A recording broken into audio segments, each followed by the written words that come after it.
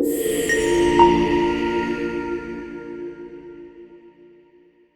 Red Keep groaned with hidden tensions, looming secrets, and the hush of servants who spoke in nervous whispers as they hurried along shadowy corridors. King Robert Baratheon, he of the great black beard and boisterous laughter, had retreated to his private solar in the midst of a blazing afternoon that made the stones of the castle hot to the touch. Outside, the city of King's Landing festered beneath the sun. Fish rotted on the docks, and the reek of the gutters soured the air. But here, within the castle's thick walls, the entire realm's fate would hinge upon words spoken in a hush between two old friends, far from the prying eyes of courtiers and foes.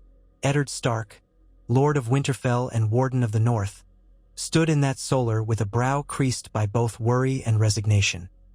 He was a tall man, broad of shoulder, his hair the color of dark iron shot through with streaks of gray.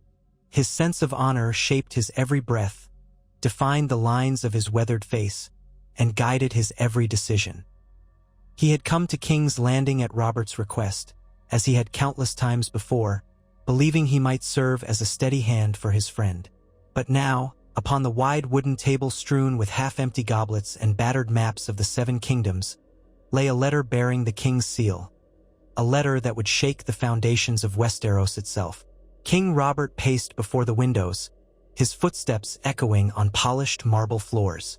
Not long ago, he'd boasted a heavy frame packed with muscle, a warrior's might that had felled Rhaegar Targaryen on the Trident. The passing years, however, had worn him down. Feast after feast and horn after horn of ale had layered a softness over his once formidable physique. Yet a spark of the old Robert still glimmered in his eyes whenever he recalled his youth. This day, though, the spark was dimmed by a somber determination. His voice was low, thick with reverberations of guilt and regret.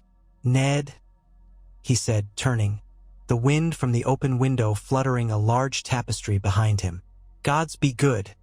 I've made so many mistakes, more than I can count. Lynna, Rhaegar, the rebellion." Robert's gaze lingered on Ned's face, beseeching some form of understanding. "I never wanted the crown. I wanted revenge. And when that was done, it was like I'd woken to a kingdom that needed ruling, and it was mine to rule. I tried my best. Or maybe I didn't." Ned, for his part, remained silent, pressing his lips together. He had seldom seen Robert so subdued. A cloak of introspection weighed upon the king. "You've done what you could," Ned said quietly. "No man can truly be prepared for the burden of the Iron Throne. 7 hells, I was never prepared." Robert's tone was almost rueful, as though he himself was only now realizing how ill-suited he was for the role. "But I've been told something recently, something that changes everything. I've heard rumors about the boy you call your bastard, Jon Snow." He paused, turning his gaze on Ned, and for a moment the tension in the room crystallized into a fragile hush. "They say he's not yours at all. They say he's the son of Rhaegar Targaryen and Lyanna Stark. And you knew." Ned went rigid, drawing in a breath. The admission threatened to topple his entire life's purpose of keeping Jon safe. "Whose tongues have been wagging?" was all he asked. Littlefinger whispered something of it, "Of course," Robert said, a disgusted curl twisting his lip. Varys dropped a hint or two, but beyond the whispers, "I can see it in the boy whenever he's near. I saw him once at Winterfell. He's lean, and he bears your look in part, but there's a cast to his face, a light in his eyes that's not yours. And in the back of my mind I remember Lyanna, how she teased me that she might surprise me all her life. I never saw it before or never wanted to." Ned's chest felt tight as though the walls were pressing in. He had guarded Jon's parentage like a secret treasure, for the boy's safety and for Lyanna's memory. "Robert," he managed quietly, "listen to me." "No, Ned," the king cut in. "I don't need the whole truth spelled out. Either the rumors are true, or they're close enough to it. But I can see you trying to spare me the details, and to that I say, enough secrets. Enough dead children. Rhaegar's and Elaya's babes, or those of any man. I tire of hearing the wails of mothers." He leaned over the table, pressing his hands into the worn oak.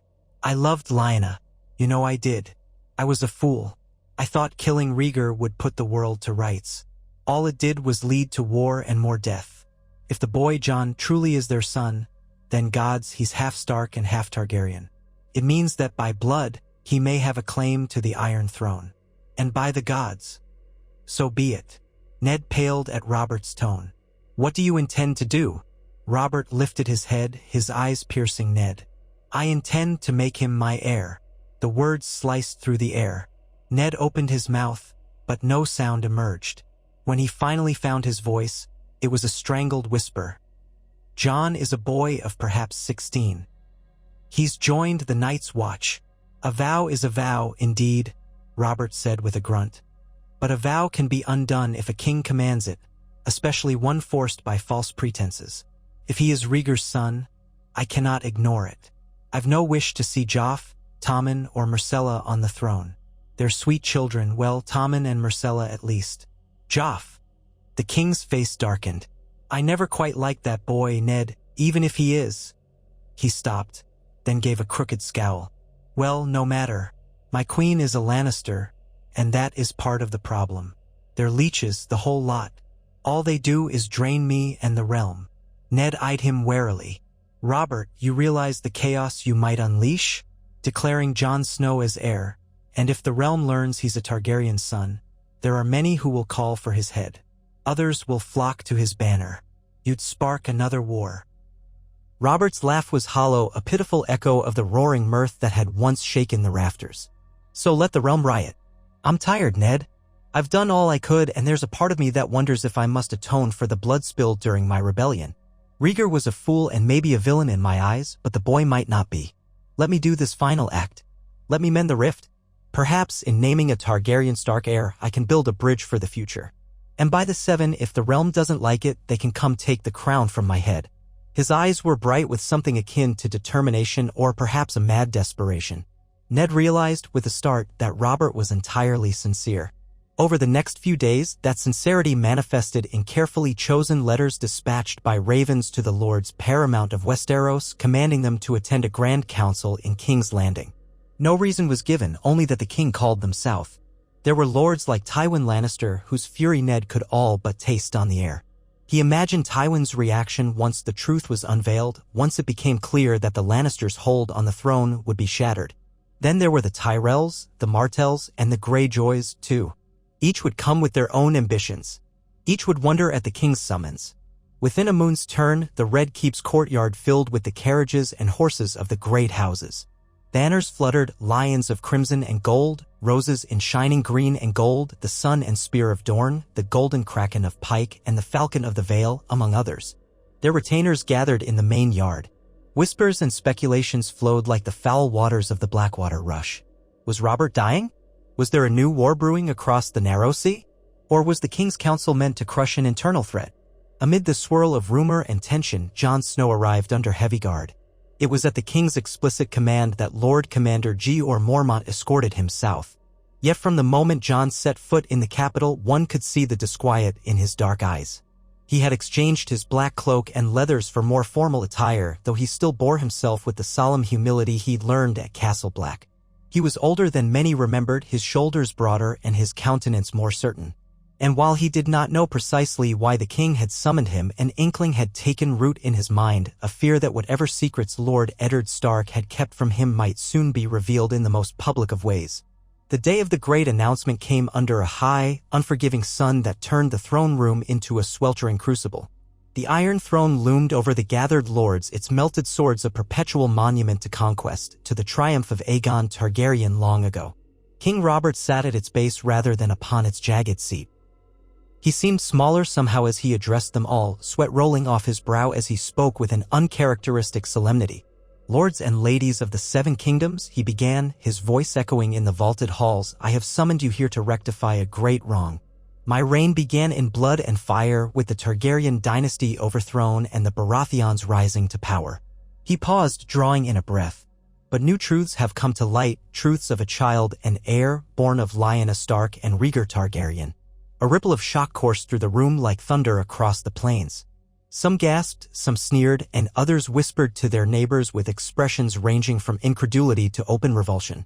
Ned Stark stood to the side, face pale, wishing he could shield Jon from the gaze of all. Next to Ned was Catelyn Stark, her posture rigid, her expression haunted by dismay, for this announcement would put House Stark's name in a precarious position indeed. King Robert gestured for Jon to come forward. The young man stepped hesitantly, every eye upon him. He bowed his head, his dark curls clinging to his forehead in the heat. "Your Grace," he said quietly, but his voice carried an unwavering note of respect and wariness. Robert's lips curved with some gentleness. "You have served at the wall with the Night's Watch," he said, making sure all assembled could hear. "You have upheld the vow your uncle pressed upon you, and for that I commend you.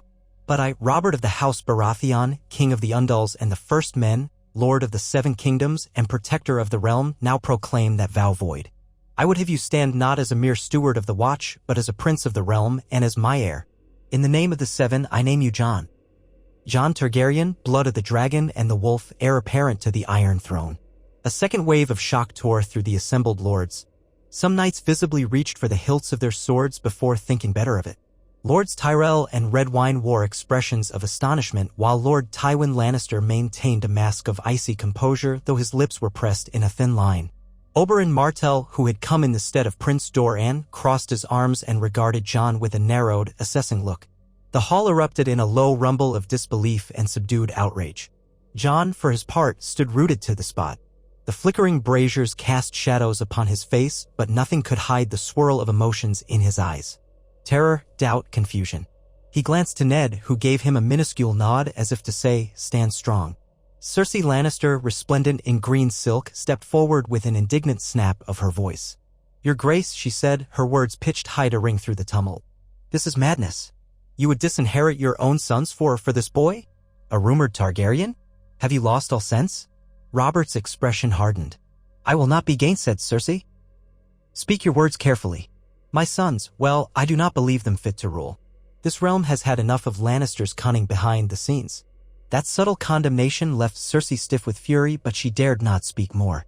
She felt the eyes of Tywin Lannister upon her, saw the silent expectation that she remained controlled and cunning, not undone by raw temper.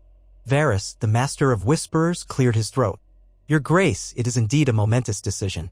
Perhaps we might hold a great council to confirm the realm's will. The realm's will is mine to shape," Robert growled. "I've called you all here not to ask your permission, but to inform you. The boy is my heir." For Jon, the king's words felt unreal. The memory of the windswept ramparts of Castle Black pulled at his thoughts. He was sworn brother to the Night's Watch. He had prided himself on that vow. Even if the king himself declared it null, how could Jon simply cast aside an oath he had held so dear? Yet the swirl of fate had carried him here, and he could sense in the hush that followed that the realm itself teetered on the brink of radical change. All eyes were upon him, eyes that judged, envied, or burned with hate. That night, the Red Keep turned into a cauldron. Conversations behind closed doors became frantic. The lords who had assembled took their meals in tight-lipped silence or in hushed, conspiratorial talk. Some called for caution, others for open defiance of the king. The Lannisters retreated to their apartments to scheme. The Martells considered the implications, for Rhaegar's slaying at the Trident and Elaya's murder by the Mountain were still raw wounds. The Tyrells, always watchful, weighed alliances. In his chambers, Jon sat with his back against a cold stone wall, everything feeling unreal. A single candle flickered on a small table. Ghost was at his side, the dire wolf silent and watchful. When Ned Stark entered, Jon rose at once, those gray eyes of his searching the older man's face for an answer, for some explanation that might make sense of the chaos swirling around him. "Your father," Jon began, then hesitated, forcibly correcting himself. "I mean, my uncle. I still don't understand. Why now? If you knew the truth, why would King Robert do this?" Ned's voice was heavy with regret. "Because old sins cast long shadows, Jon. It appears Robert carries guilt for the destruction of House Targaryen in ways I never imagined he would. Perhaps he sees this as a way to set things right. Or perhaps he only hopes to diminish the Lannisters' power. Maybe he truly wishes to honor Lyanna's memory. I cannot guess at all his motives, only that he has willed it and he is the king." Jon's face tightened. He glanced down at his hands, which now seemed to tremble. "But what am I to do with it? Am I to forget the watch? My oath, Ned laid a gentle hand on Jon's shoulder. "I wish I had a simple answer for you." But the truth is, if you are indeed the blood of Rhaegar Targaryen and Lyanna Stark, you have a claim to the throne, recognized by the king. Whether you choose to accept or reject it could define the fate of the Seven Kingdoms. But a vow forced by untruths. You joined the Night's Watch believing you were my baseborn son, believing you had no place in noble halls. Now you learned you were a prince. The king has declared that vow void in the eyes of the crown and the faith that may well hold. And if you refuse him, I cannot guess what Robert might do. Perhaps he would name another. Perhaps that might be for the best.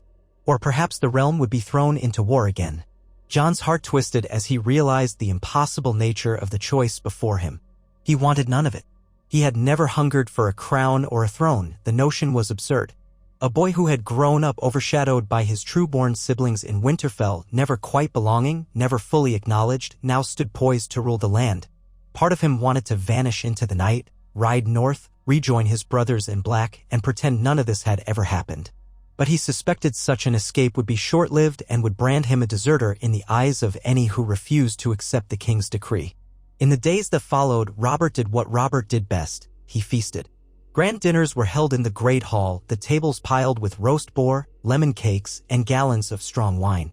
Minstrels played triumphant tunes, though the court's mood was anything but festive. Lords and ladies attended out of duty more than cheer. The tension hung like a storm cloud waiting to crack. Tywin Lannister was often absent, locked away in private council with Cersei and Jaime. The Tyrell delegation was seen whispering among themselves, the dashing Loras Tyrell casting suspicious glances at Jon now and again. Oberyn Martell was more direct, cornering Jon in a colonnade to look him up and down with a critical eye. "You have your father's hair, perhaps," the Red Viper said, voice dripping with irony, for everyone knew the Targaryens were silver-haired. "But that's not so surprising, given that you are half Stark. I wonder, boy, do you also have Rhaegar's sense of honor? The day he crowned my sister Elia as Queen of Love and Beauty at Harrenhal, only to then place a crown of blue roses in Lyanna's lap, some would call that a betrayal. And after that, the Seven Kingdoms burned. A mad business." Jon's jaw clenched. "I know little of Rhaegar Targaryen," he replied, meeting Oberyn's bright, dangerous eyes. "I know less of his decisions or how they affected your family. If it were in my power to undo old harm, I would, my lord." The Red Viper laughed softly. "A polite answer. Too polite. Well, if you do become king, perhaps we shall see how you handle the old debts of the realm." And with that he strode away, leaving Jon shaken and angry at a father he had never met. Lord Tywin Lannister finally made his stance public at a session of the small council, ignoring protocol to address Robert in a cold, measured tone. "Your Grace, you break faith with your own heirs, legitimate children of your body, in favor of a bastard, rumored to be a Targaryen. I must advise against such a precipitous act. The realm will not have it. The faith may not acknowledge it. The line of succession must be clear, or we risk anarchy." Robert gazed at him with half-lidded eyes, swirling a cup of wine. "The line of succession is what I say it is, Tywin. Did your father ask for the realm's blessing when he sacked King's Landing, when men in Lannister colors murdered babes in their cradles?" The king's voice took on a flinty edge. "That was done in my name, no? The realm followed me then, and it shall follow me now." Tywin's lip barely twitched. "That was war, your Grace. And we are one breath away from war again if you push me," Robert growled. "Be careful, my lord." It was clear, then, that Robert would not yield. The days slipped by and the mood in King's Landing became more perilous than ever. Gold cloaks patrolled the streets in force, making a show of authority. Flea Bottom seethed with rumors. Some claimed the Targaryens were returning in droves, that King's Landing would burn once more, that dragons had been seen across the sea. Others whispered that this was all a cunning ruse by Robert to flush out traitors. The truth was simpler. King Robert had made his decision, and the lords of Westeros had to decide if they would kneel or rebel. Amid all this, Jon's days became a blur of practice in the courtyard, discussions with Maester Pycelle over genealogies, and an unending line of lords and ladies wanting to see the new prince. Some were kind, some hostile, others merely curious. Sansa Stark and Arya Stark, his sisters who were not truly his sisters, observed him with uncertain eyes. Sansa, enamored of stories about handsome princes, found herself in a predicament she never could have imagined. Jon Snow, a bastard, was now a prince by royal decree. Arya, on the other hand, struggled to hide her confusion and longing. She had always felt more kinship with Jon than with her other siblings, but now he was someone else entirely, or so it seemed to her.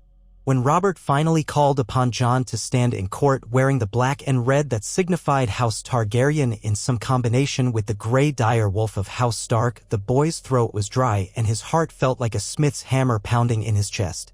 He approached the dais, every step echoing. King Robert sat upon the Iron Throne this time, his usual seat of power, while the great lords assembled like a ring of judges. A hush clung to the throne room, broken only by the rustling of cloth and the scraping of armored boots. Robert's voice boomed. "Jon Snow, now declared Jon of House Targaryen, come forward." Jon knelt, head bowed, ghost at his side. Some knights stared nervously at the pale dire wolf, but Robert only smirked. "Rise." Jon stood, the hush stretching. Robert turned to the assembled lords. "Henceforth, let it be known that I have adopted this boy as my heir. By the will of the king, he is Prince Jon, rightful successor to the Iron Throne. Those who would deny him," Robert paused, gaze sweeping over the crowd, "shall face my wrath. Swear fealty, all of you." Lord Tyrell knelt, albeit with reluctance. The Vale lords followed, along with many others, some more willingly than others. The Martells hesitated, then Oberyn stooped, though his face betrayed no eagerness.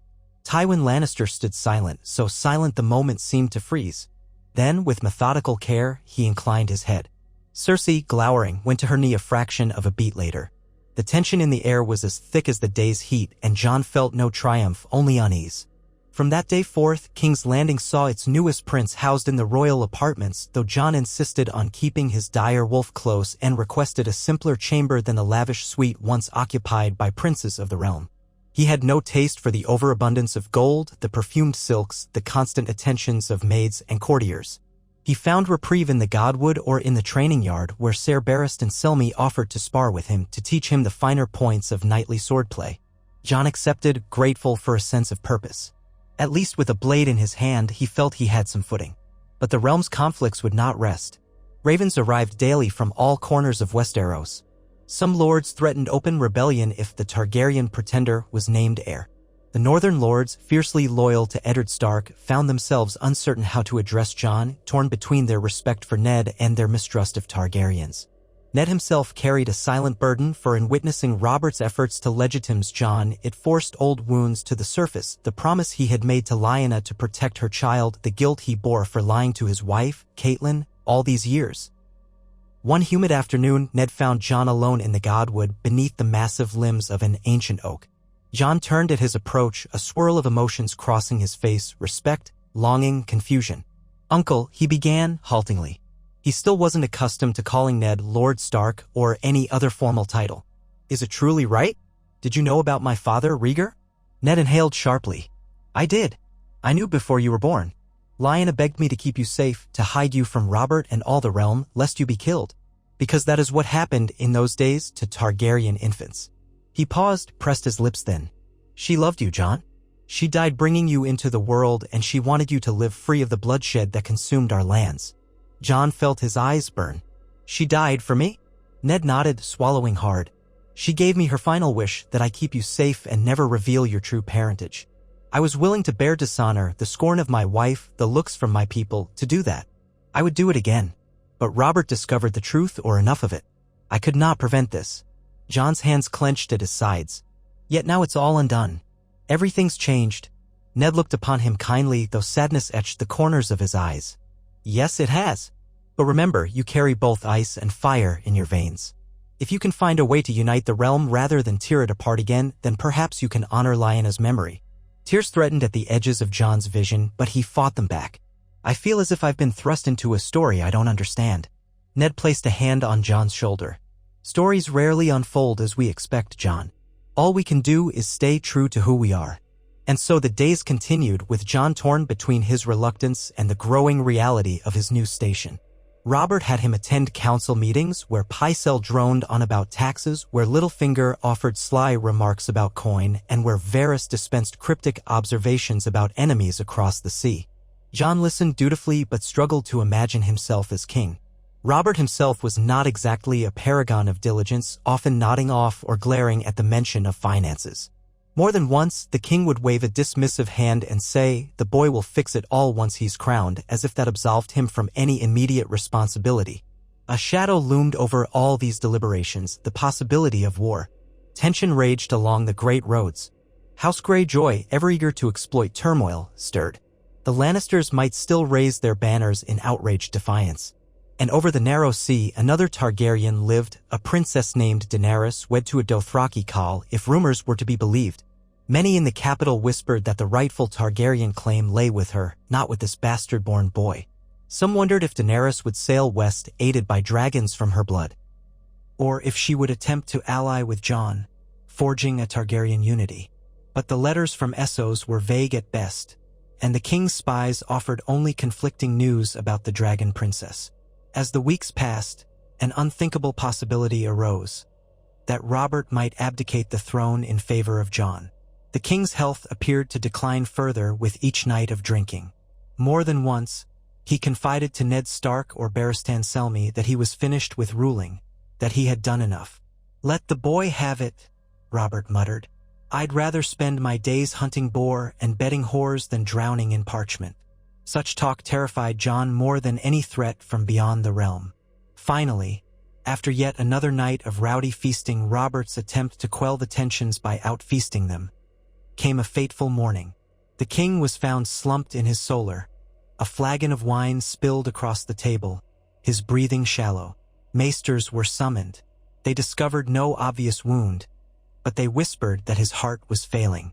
Cersei wept theatrically in front of the court, though Ned suspected the queen's tears might be more for show than genuine grief. Joffrey's face twisted in confusion and anger, while Myrcella and Tommen, too young to fully grasp it all, clung to each other.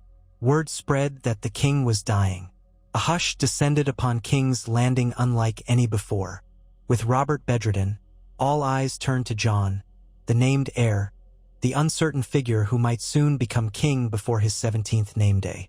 Ned Stark took command of the keep's defenses, stationing loyal men along the walls to prevent a Lannister coup.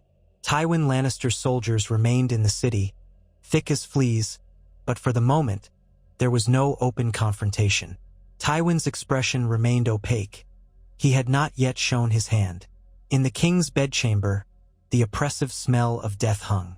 Grand Maester Pycelle hovered, applying leeches and tonics. Robert roused briefly, beckoning Ned closer. When he saw Jon in the doorway, he motioned for him to come as well. His voice was a whisper. "Ned, Jon, my time is near." He coughed, flecks of blood staining his lips. I leave the realm to you. Jon is my heir. My will is written. The seal is on it." His eyes flickered. "Gods, I'm sorry, Ned, for the lies, for all the harm done. Maybe the boy can fix it. Keep the realm together. Help him, Ned. Don't let them tear him apart." Jon's throat constricted. He knelt by Robert's side. "Your Grace." "Robert," the king corrected, his gaze oddly gentle. "Or uncle, if you like. Perhaps that's not so far from the truth if you're a Targaryen. My love for Lyanna, it shaped me into a man of regrets." Another cough seized him, leaving him trembling. "I once wanted all Targaryens dead, but I see now the madness in that. The child is not the father. Don't be like me. You must be better." With that, his eyes slid shut, and though he lingered on for half a day, he never fully woke again. His breathing grew shallower until finally, just as the sun sank below the horizon, Robert Baratheon, the first of his name, died. The bells of King's Landing tolled long into the night, summoning a hush over the riotous city. The king was gone, and with him an era. The crown would pass, if unchallenged, to a young man few had ever imagined in such a position. In the gloom of the great hall, lit by towering torches, the lords gathered once more. This time, however, the dais was empty except for the Iron Throne and a small grouping of advisors. Ned Stark, with a face like carved granite, Varys, watchful and quiet, Littlefinger wearing a thin smile, Pycelle wringing his hands, and Ser Barristan, who stood solemnly beside the throne. Jon Snow, or Jon Targaryen as the king had named him, stepped forward in black breeches and a doublet embroidered with a grey direwolf, the only concession to House Stark. The court had insisted he also wear a cloak trimmed in red to signify the Targaryen half of his heritage. Before the Iron Throne, Jon knelt. Ned cleared his throat, his voice echoing. "Lords and ladies of the Seven Kingdoms, the king is dead." He named Jon of the houses Targaryen and Stark as his heir. We now acknowledge him as the rightful king, the second of his name, though that name is yet to be determined. What say you?" Silence followed for a long, tremulous moment. Then, slowly, one by one, lords began to kneel. Not all. Tywin Lannister remained standing, his green eyes evaluating everything. But many did bend the knee, the Tyrells, the Tullys, the Aarons. Oberyn Martell tapped his foot, then sighed dramatically and knelt as well. The tension in the air was excruciating, like a drawn bowstring on the verge of snapping. Cersei Lannister did not kneel. She clutched Joffrey's arm, and the boy's face contorted with rage at this usurpation. But Tywin motioned with a single hand for them to kneel, and after a heartbeat's pause, they obeyed. Cersei's golden hair shone in the torchlight, tears glimmering on her cheeks, though whether they were for Robert or for the lost crown, no one could say. Jon looked up, the weight of 1,000 expectations crushing him. He rose to his feet, turning to Ser Barristan, who held out the crown of the realm, a heavy circlet of gold, wrought with stag and lion motifs from Robert's day. Yet as Barristan offered it, an uneasy hush spread. Jon glanced from the crown to Ned, a part of him yearning to thrust it away. But that was not an option. Robert had pinned all his hopes on this moment. For Lyanna's sake, for the sake of preventing war, Jon accepted the crown. Ser Barristan set it upon Jon's dark curls, and the newly crowned boy king swallowed hard as the lords rose once more. "Long live the king," some intoned. Others remained silent. The refrain was awkward and disjointed. Hardly the rousing acclaim a new monarch might desire. But it was official. Jon Snow, the bastard of Winterfell, was now king of the 7 kingdoms, if he could hold them. The coronation feast that followed was less a celebration than a grim necessity. Food lay spread across the tables, but the conversation was subdued, overshadowed by Robert's passing and the precariousness of Jon's claim. Outside, in the streets, the gold cloaks broke up drunken gatherings, wary of riots or Lannister provocations. 1,000 whispered conspiracies crackled in every alley and corridor. Jon Targaryen would not last the moon's turn. The Lannisters would strike. The Tyrells would place Marjorie on the throne. The Martells would poison the new king in vengeance for Elia. The seeds of mistrust were everywhere. Jon took little comfort at the high table. He hardly touched his wine, and he kept glancing at Ned Stark, who offered reassurance in the form of curt nods. At last, Jon rose and left the hall, needing to breathe fresh air. He stepped onto a balcony overlooking Blackwater Bay, Ghost padding softly behind him. The evening sky was scattered with stars, and the harbor lights shimmered on the water's surface. Despite the heat of the day, a refreshing breeze drifted in from the sea. He felt so alone, even with Ghost at his side. The direwolf leaned against him, and Jon absently stroked the white fur. So much had changed so quickly. The father he had known, Ned Stark, was now an uncle, and the father who sired him was a man he'd never even laid eyes upon, Rhaegar Targaryen. This crown upon his head was not a prize he yearned for. He was no warrior king like the Targaryens of old, nor a rebellious hero like Robert Baratheon. He was just Jon, who had wanted nothing more than a place to belong, perhaps a faint hope of being acknowledged.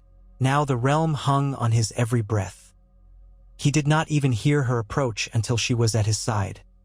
Sansa, her red hair aglow in the torchlight. She curtsied awkwardly. "Your Grace," she murmured. Jon forced a tight smile. "Sansa, please. You need not call me that if you prefer. I'm not used to it either." Sansa bit her lip, uncertainty clear in her eyes. "You're my brother," she said quietly. "Or so I believed. Now everything's changed. Arya doesn't know how to speak to you. Bran, Rickon, they're too young to understand it all. Robb is in the north, preparing to come south. But there are rumors of war, and Mother is so worried." She paused, tears brimming. "I'm worried too, Jon." Jon placed a gentle hand over hers. "So am I." He looked out at the bay, sighing. "I wish none of this had happened.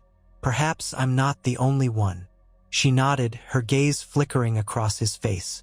"Father says it's for the best. But I can see he's torn, too. Caitlin, my mother. She's trying to remain calm, but this must be so hard for her. I never even thought, truly, about who your mother might be. We all just accepted that you were Father's bastard. Now, looking at you, I wonder how we never noticed something different." The wind teased the strands of Jon's hair. He tightened his jaw. I am different, but I'm still Jon. I'll try to do what's right for the realm and for our family." Tears slid down Sansa's cheeks then, and she quickly wiped them away. "I'm sorry you're Jon. I'm sorry for how I sometimes was to you in Winterfell. I was a silly girl and you," she sniffed. "You must have felt so alone." He shook his head, trying to banish the memories. "We were children. It's behind us. Let's hope for a better future." She forced a slight smile, then curtsied again, more gently, and left him with his dire wolf under the star-laced sky. The next morning, the dawn brought a new reality. King Jon was expected to preside over the small council. He found himself sitting at the table that Robert had so often slouched at, confronted with matters of coin, trade, and alliances.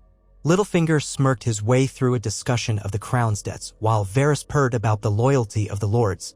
Pycelle prattled on about tradition. Ned Stark stood behind Jon's chair, silently offering moral support. They talked about how the Vale, the Reach, the Stormlands might respond. They talked about forging new alliances to secure Jon's hold. Jon listened, brow furrowed. He was no fool. He knew that without a strong show of leadership, the realm would unravel.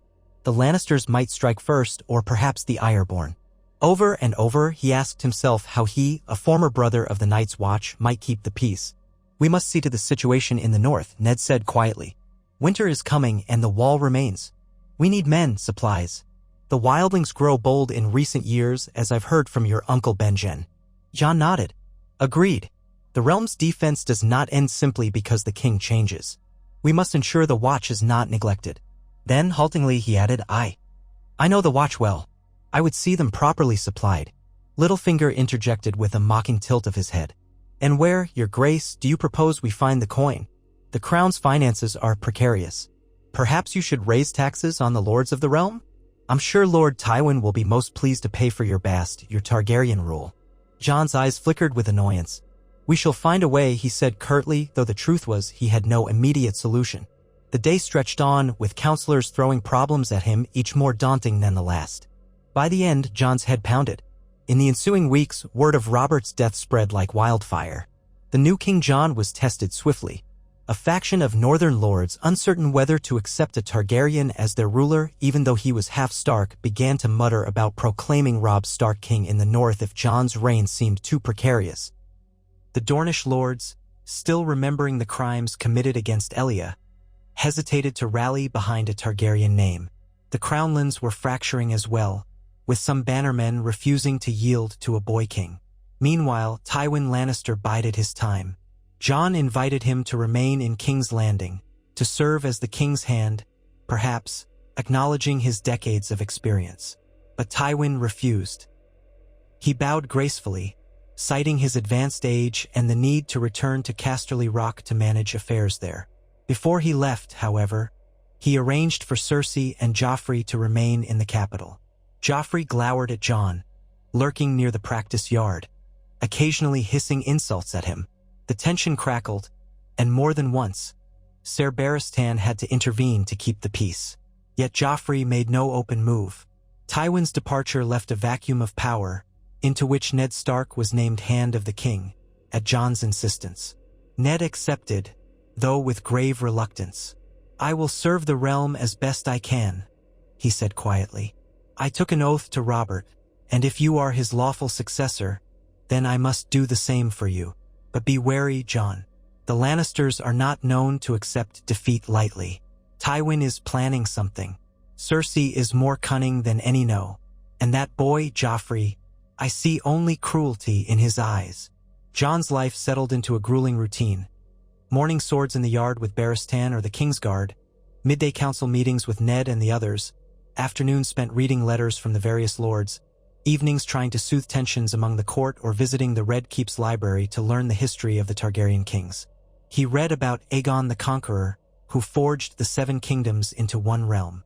He learned of Jaehaerys the Conciliator, who ushered in a golden age. He read, too, of the Mad King Aerys, his own grandfather. Sometimes, he woke in the night in a cold sweat, nightmares swirling that he might become as terrible as the worst of his forebears. Threats cropped up swiftly. Yara Greyjoy, said to speak for her father, Lord Balon, sent a letter announcing that if the new king refused to grant the Iron Islands their independence, he Krakens would rise in defiance. Jon refused, spurring rumors of a fresh Ironborn rebellion. House Bolton in the north was rumored to be testing the edges of the king's new authority, while House Umber was rallying fiercely behind House Stark. It would only take one spark to light the tinder of open warfare. Yet, surprisingly, there were glimmers of hope. Some lords admired Jon's youth and his respect for the old traditions. The story of him being both wolf and dragon captured the imagination of many small folk who sometimes chanted outside the keep, asking for the king who's half one thing and half another. Maybe he'll understand us all, as some fishwives put it. Maester Aemon of the Night's Watch, though frail, sent a raven from Castle Black offering his blessing. Aemon, once Aemon Targaryen, seemed to welcome the notion of a Targaryen on the throne once more, so long as he was a just ruler. One day, as King Jon paced the throne room, he heard a soft footstep at his back. He turned to see Arya Stark standing there, wearing breeches and a tunic she'd obviously borrowed from someone twice her size, needle at her hip. She regarded him with a mixture of admiration and sorrow. "Jon," she began, as though unsure if she should use a title. "You don't look happy." He smiled, a brittle gesture. "I'm not." She walked up to him, ignoring the brazier's heat. "Why do it, then? Let someone else take the throne if you hate it so much." He breathed out long and shaky. "Because if I don't, the realm might fall to pieces. Robert named me. Ned, our father, swore to protect me, and I can't just throw it away without risking everything. Sometimes we must do what we hate if it spares others from worse." Arya clenched her fists. "I just hate seeing you like this. You never asked for it." "But maybe," she hesitated. "Maybe you'll be different from the others. Maybe that's good." He placed a hand on her shoulder.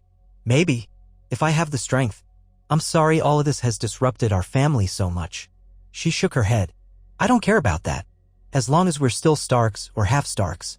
We share blood, that's enough for me." He pulled her into a quick hug, mindful of the sword at her side.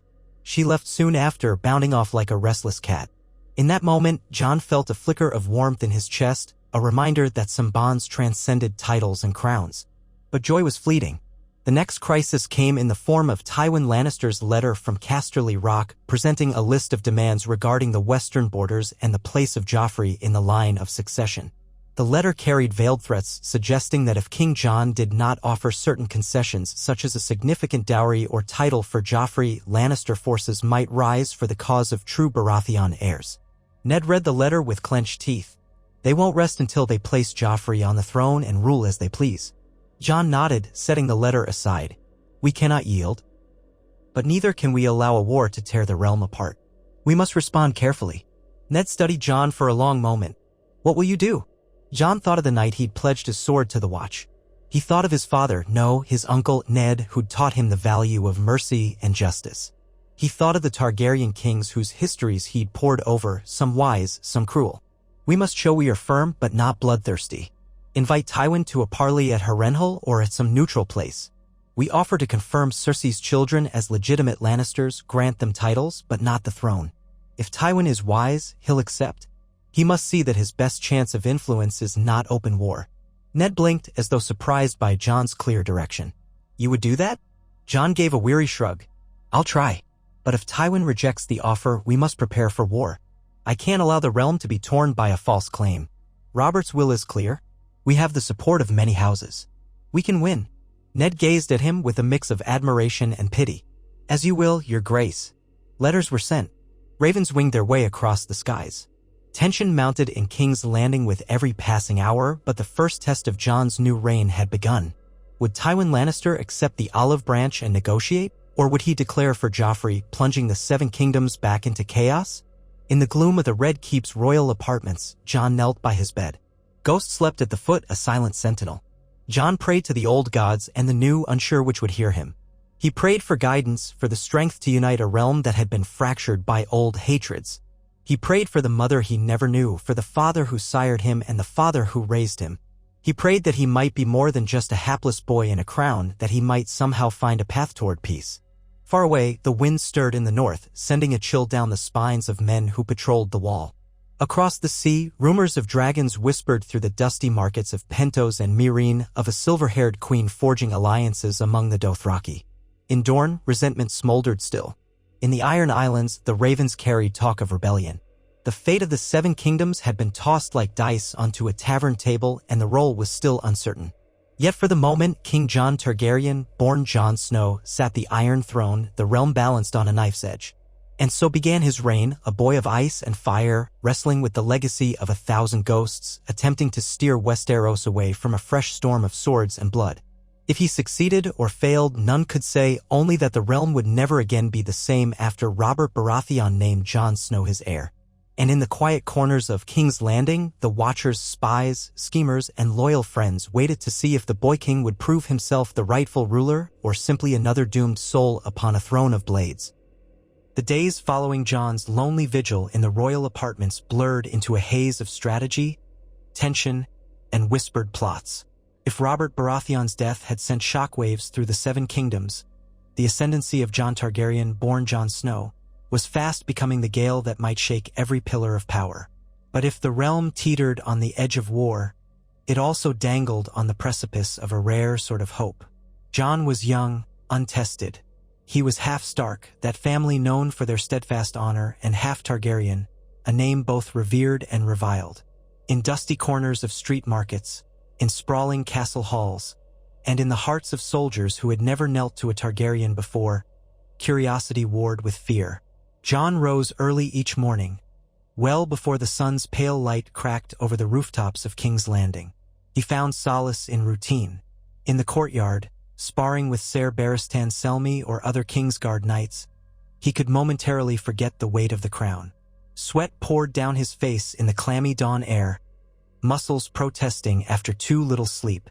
Ghost prowled along the edges of the yard, silent and watchful.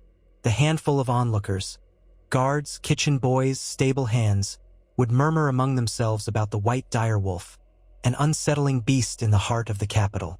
Yet none dared speak ill of the creature in Jon's hearing. If they had reservations, they kept them behind tight lips. After the morning's training, Jon would bathe quickly, then join the small council in the stuffy chambers adjacent to the Tower of the Hand. Since Lord Tywin Lannister's departure for Casterly Rock, the council had transformed. Ned Stark sat at Jon's right hand, the direwolf sigil of Stark pinned upon his doublet in quiet testament to his new position as Hand of the King. Varys stood at the margins of the room, clad in soft slippers, his face perpetually unreadable. Littlefinger lounged nearby with the slightest of smirks, always ready to sow seeds of opportunism. Grand Maester Pycelle, stooped and wheezing, offered long-winded monologues on tradition and the realm's precarious finances. Ser Barristan, the Lord Commander of the Kingsguard, joined these sessions more often than in Robert's day, at Jon's personal request. The young king wished for Barristan's insight into the older generation of lords and knights. Jon's main concerns were many: the Lannisters' potential defiance, the Greyjoys' renewed rumblings of independence, and the uncertain loyalties of lords throughout the Reach, the Riverlands, and especially the North. The new king had not even had a chance to see his brother. No, his cousin, Robb Stark, who remained in Winterfell. Letters from Robb spoke of confusion but also loyalty. "You have always been my brother in spirit," the letter said.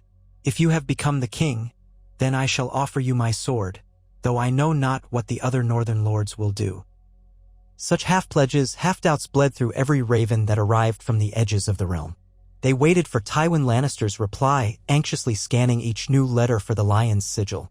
Jon had dispatched an invitation to parley in a neutral place, Harrenhal or perhaps Riverrun, laying out a series of concessions designed to mollify the Lannisters without ceding the throne.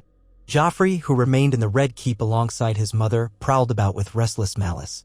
The boy prince, and alleged son of Robert, grew resentful that the kingdom had not embraced him as the true heir. More than once, Jon caught Joffrey staring at him from across a hall, his face twisted in that petulant anger. "Your Grace," Littlefinger purred one morning, the sunlight slicing in through a narrow window. "We must consider what to do with Prince Joffrey. He could be a rallying point for the discontented, especially if his grandsire is collecting men and steel out west. But if you were to name him your formal ward or offer him certain privileges, you might quell his dissatisfaction." Jon had only to think of Joffrey's cruel smile, the way he had tormented Sansa in earlier days, to feel his stomach churn. "I'll not feed that boy's ego. If Lord Tywin is wise, he'll recognize I have no intention of harming his grandchildren. They remain in comfortable quarters in the Red Keep, safe. That is enough privilege. I won't give Joffrey a fortress or an army. Littlefinger inclined his head, perhaps amused. As you say, your grace. Ned Stark folded his arms, expression stern. We cannot appear weak. Joffrey's ambition is apparent enough, even if he's but a boy. And Tywin, he might assume you don't have the stomach to handle Defiance. So we must stand firm indeed. Barristan nodded as well. In my years of service, I've seen enough Lannister cunning to know that they rarely bend without some show of force. Your invitation to parley was wise, but do not appear so eager for peace that you appear vulnerable. Jon listened, swirling the words in his mind. Then I propose we send an additional letter stating that a refusal to parley will be taken as open rebellion and we will respond accordingly. That is the king's will. He set his jaw, glancing around the council table. Is that fair? All heads nodded, though Littlefinger's nod came with a slight quirk of his lips. Jon tried not to let it unnerve him. The second letter went out by Raven that noon, penned by Grand Maester Pycelle, sealed with the royal seal. Jon could only wait. That evening, he slipped out of the Red Keep with a small retinue. Ned insisted on a Kingsguard escort, though Jon objected at first. Together, they ventured into the city's streets.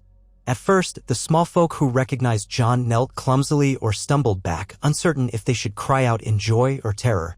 A hush followed him down the lane where candlelit shops sold bread and salted fish. The noise of King's Landing receded into a subdued curiosity. That's the new king, some murmured. The one who's half Stark and half Targaryen. A few whispered about how strange it was to see him with a direwolf loping at his side.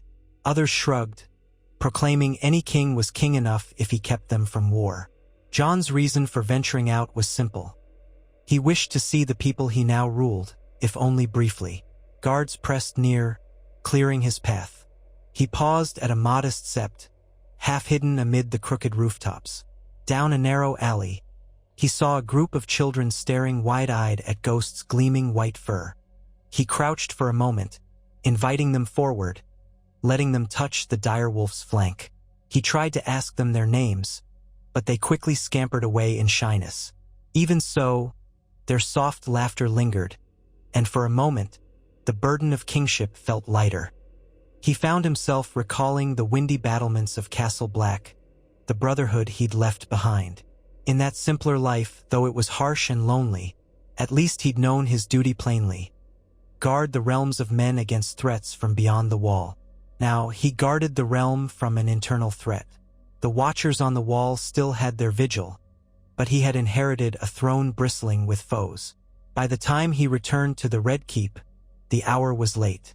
Torchlight flickered across the courtyard as a page hurried up, panting. "Your Grace," the boy managed. "Lord Stark requests your presence in the solar at once." Jon thanked him and moved inside, nodding for his guards to remain at the doors. He climbed the stone steps 2 at a time. Ned waited in the solar with a few others. Ser Barristan, Varys, and an unfamiliar messenger wearing the colors of House Tarly, bright green and red. The man's face was flushed. Whether from fatigue or nerves, Jon could not tell. Ned greeted Jon with a somber bow. "We've had news from Horn Hill and from the Reach at large. This man has come a long distance to deliver it." Jon turned to the messenger, who sank to one knee. "Rise," Jon commanded gently. "Tell me what brings you all this way at this hour." The man rose, took a shaky breath, and launched into his account. House Tarly had been approached by envoys carrying the Lion's banner.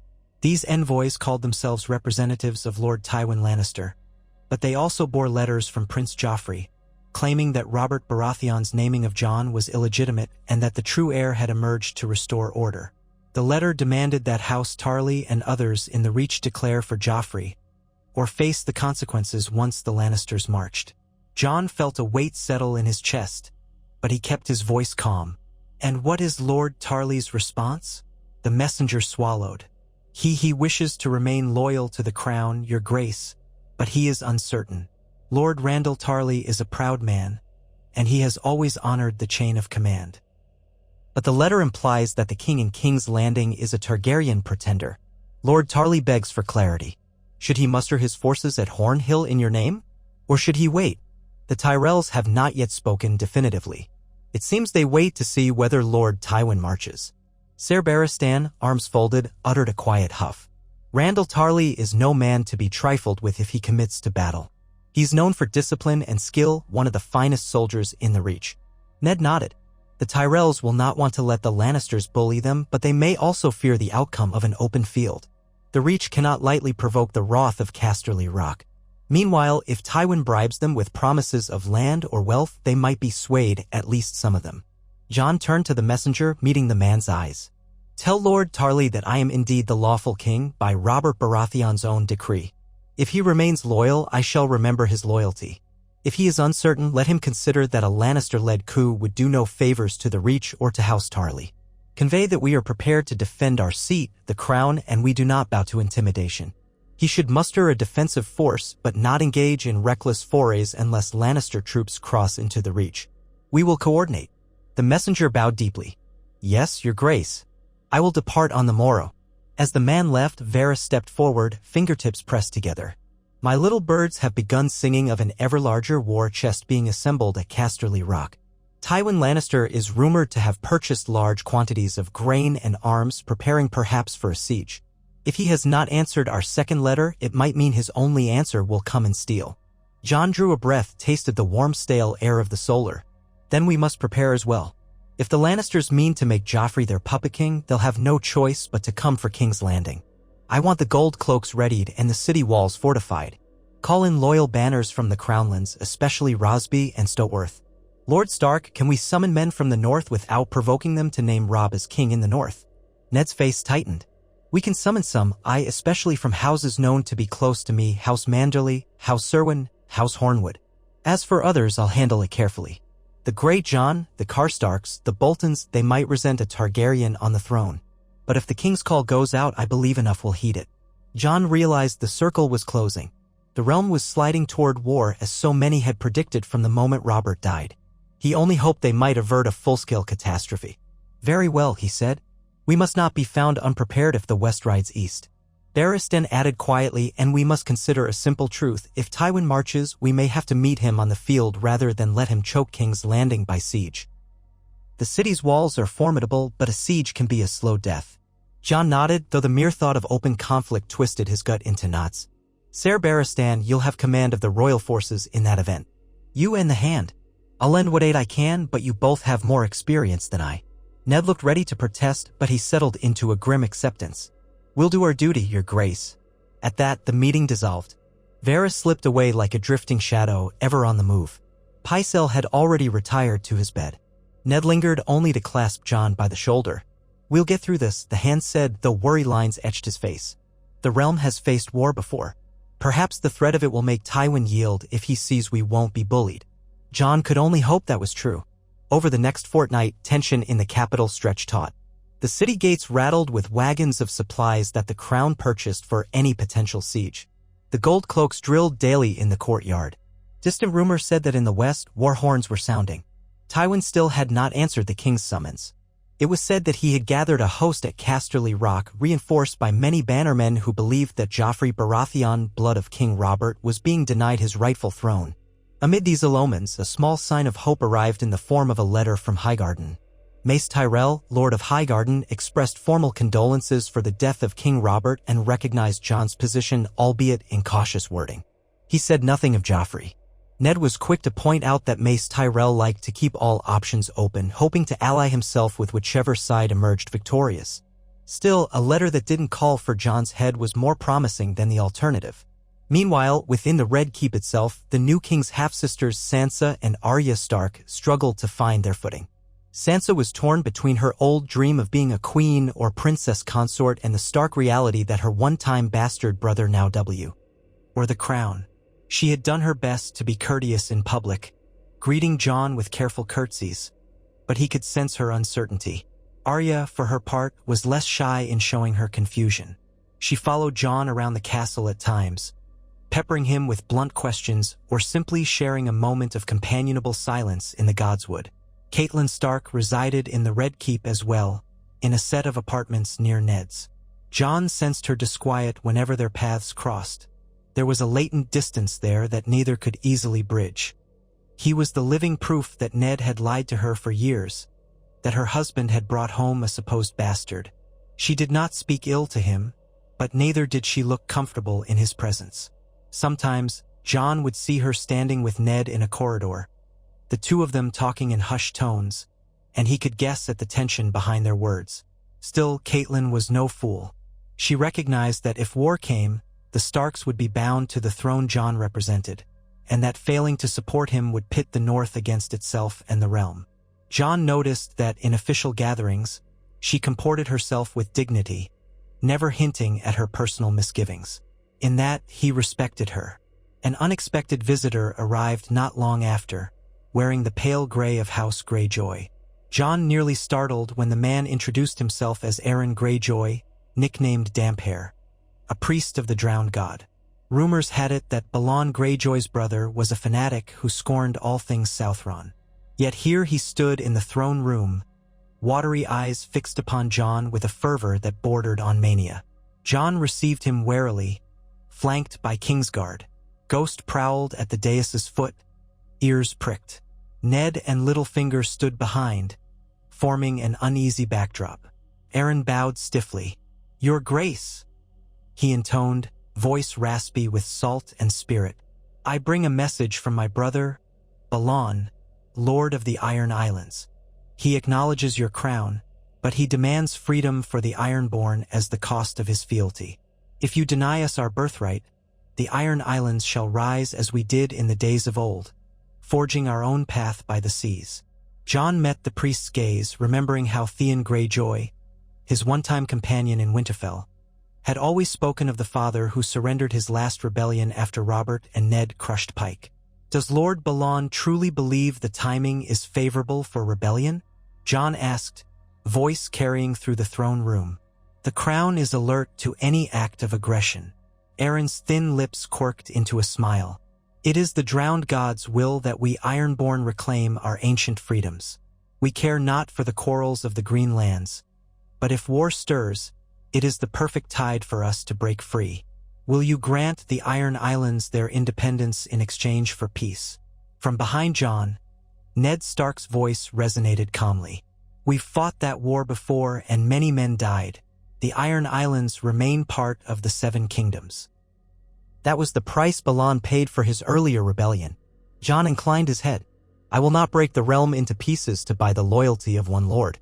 If Balon Greyjoy thirsts for war again, let him make that choice. But he should consider the cost. With Tywin Lannister threatening from the west, I have no intention of letting the Iron Islands slip away. That is my final word. The priest's eyes glinted in the torchlight.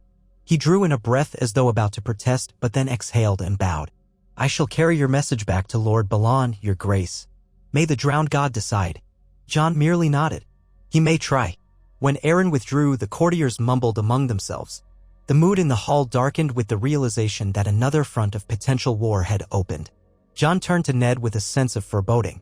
We cannot fight a war on two fronts if the Greyjoys truly rise. Ned's jaw tightened. We need allies. The Tyrells, the Martells, any who can help us keep the West in check while we handle the Ironborn. Jon recalled Oberyn Martell's watchful gaze at Robert's funeral feast. The Martells had reasons to resent any Targaryen, but they also had equal or greater reasons to despise the Lannisters given what had happened to Elia Martell and her children. Perhaps that might be a wedge. But forging a Martell alliance would require a careful hand, especially with the memory of Rhaegar Targaryen overshadowing everything. He found himself thinking of Daenerys Targaryen, rumored to be across the sea, wedded to a Dothraki warlord. Jon knew little of her beyond rumor, but if a Targaryen spark remained in Essos, that, too, could complicate matters. He wondered if Varys had gleaned any new tidings of this supposed dragon princess. But thus far, no letters of hers had arrived. Nor did Jon truly know how to address her existence. That night, Jon scarcely slept, pacing in his chambers until the moon climbed high. Ghost watched him quietly, head tilted. Jon wished for the comfort of the old ways, a walk in the Winterfell godwood, or a quiet moment with his black brothers on the wall. Instead, he gazed at the city's flickering lights from a window. So many souls out there, ignorant of the battles soon to come, or the deals soon to be struck that might shape their lives. He prayed he could keep them safe.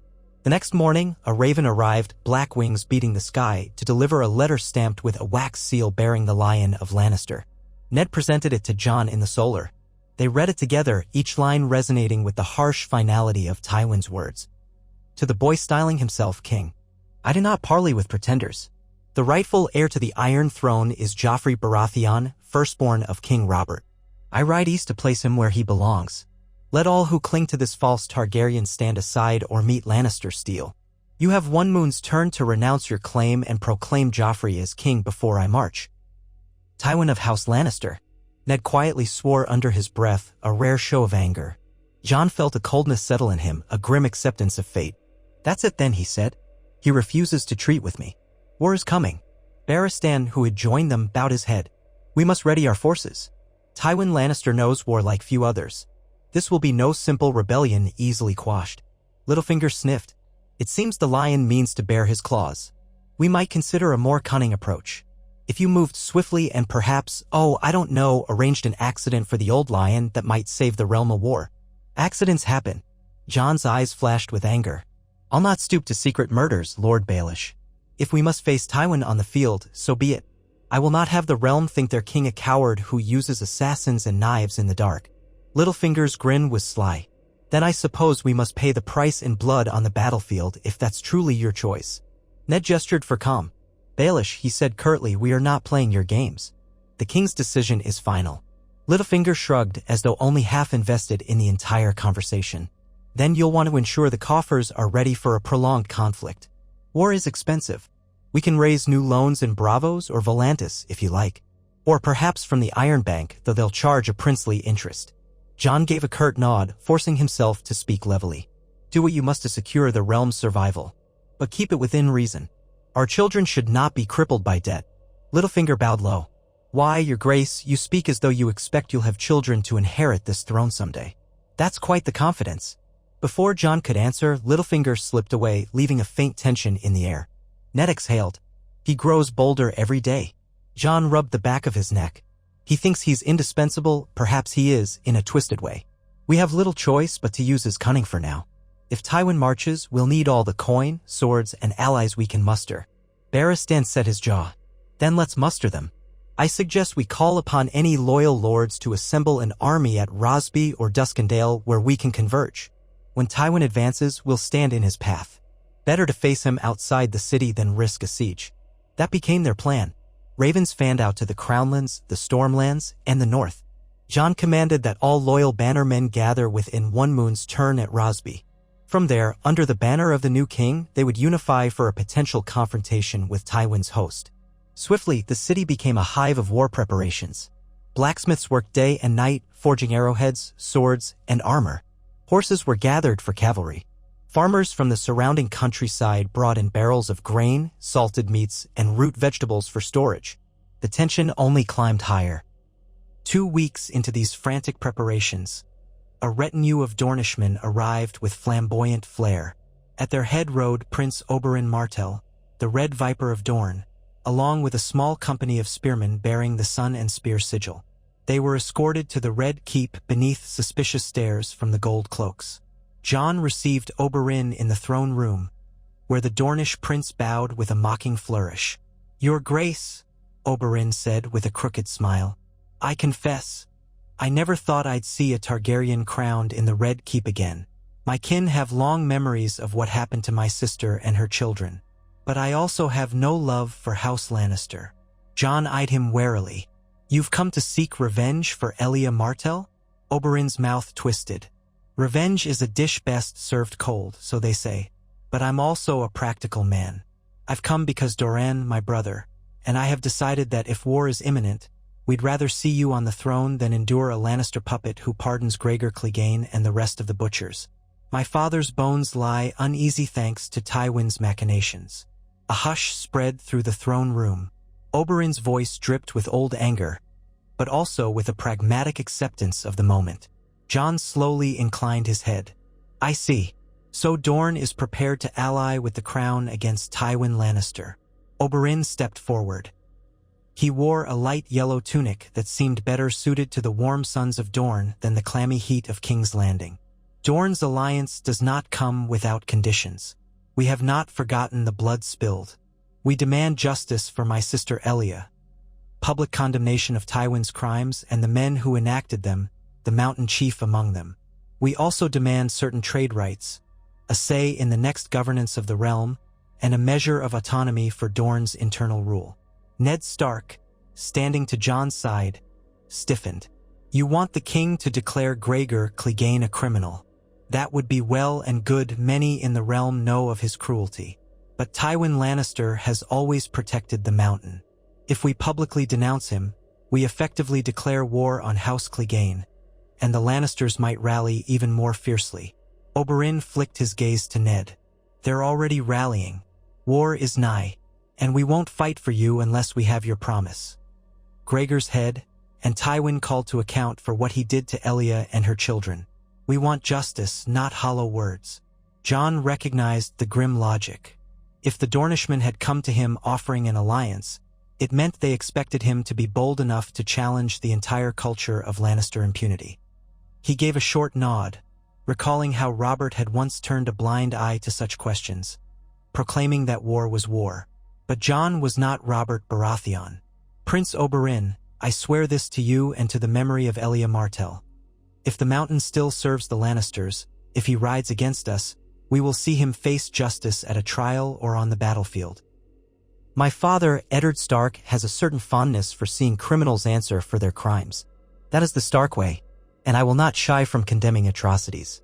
So yes, you have my word, Gregor Clegane and any who participated in the murders of Elia and her children shall face justice if we emerge victorious. Oberyn's eyes glinted. If you speak truly, we may indeed have common cause. As for trade rights and autonomy, well, that can be hammered out if we triumph. Doran is cautious, but if the tide turns against Tywin, Dorne will commit its spears in earnest. Jon did not miss the language. If the tide turned. The Martells were hedging, ready to see who had the upper hand before they offered their full support. But for now, that was enough.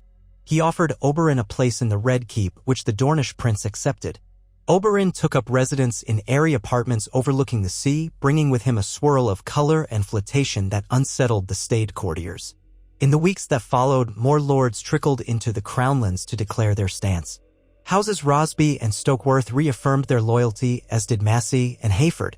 From the Stormlands, a contingent arrived under the banner of House Penrose.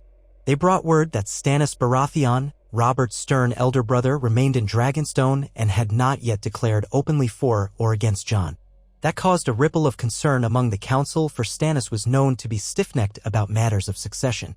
He might well have viewed Robert's choice of Jon as an affront to the Baratheon line. Perhaps I should send an envoy, Jon told Ned one evening in the library. Speak to Stannis directly, see if he'll accept me or at least remain neutral. He might be swayed by the memory of Robert's own words, but I know little of Lord Stannis personally. Ned rubbed his beard thoughtfully. Stannis is a hard man, but just in his own way. He values law and order above all else. If he deems you a rightful heir under the letter of Robert's testament, he may stand aside. Or he may decide that he is Robert's rightful heir. With Stannis, it's often difficult to predict. He was always overshadowed by Robert's charisma and Renly's charm. But he has the Navy, and that's no small matter if the Lannisters intend to blockade the Blackwater. Jon nodded. Then we must try. I'll send Ser Davos Seaworth a letter too, he said, to have Stannis' ear. Perhaps we can reason with them. Ned agreed, and soon ravens sped toward Dragonstone, carrying pleas for a peaceful resolution. Then, on a gray morning under a sky-threatening rain, the watchers atop the city walls sounded horns. A line of riders approached from the north, flying House Stark's dire wolf banner alongside that of the crown. At their head rode Robb Stark, cat-eyed Grey Wind loping beside him. The young lord had come from Winterfell with a cadre of loyal bannermen. His closest allies, including the great Jon Umber, Rickard Karstark, and Meege Mormont, among others. They numbered only a few hundred, but more were said to be marching behind them, gathering to answer the call at Rosby if war came. Jon met Robb in the courtyard of the Red Keep. It was an odd reunion, for they had always been raised as brothers, only to learn their bond was truly that of cousins. Yet when Robb swung down from his horse, a grin split his face, and he pulled Jon into a fierce embrace. Ghost and Grey Wind sniffed each other warily, then recognized something familiar in the other's scent. Robb was taller than Jon remembered, the responsibilities of Winterfell having broadened his shoulders and sharpened his features. He looked like a younger version of Ned in some lights, red-brown hair framing a solemn but warm face. Brother, Robb murmured, ignoring the new complexities. Or cousin. Damn titles, I'm just glad to see you safe. I heard all sorts of rumors on the road. You're truly the king now. Jon gave a fleeting smile. Seems so. Not by my choice, but by Robert's. And I need your help if we are to keep the realm from tearing itself apart. Rob's expression sobered. The North stands with you as father commanded. But some houses are reluctant. We'll see how many actually march if it comes to that. Still, I have enough men to show the Lannisters the price of their pride. The assembled men in the courtyard knelt when Jon turned to them. The Greyjohn's booming voice resounded. We follow our Stark Lord and we'll follow the king in the end, long as he's got Ned Stark at his side. That drew a rough cheer. For a moment, the courtyard seemed bright with camaraderie. That evening, Jon hosted Robb and the Northern Lords in a hastily arranged banquet in the Great Hall. Long trestle tables groaned with stewed beef, loaves of bread, trout from the Trident, and mugs of ale.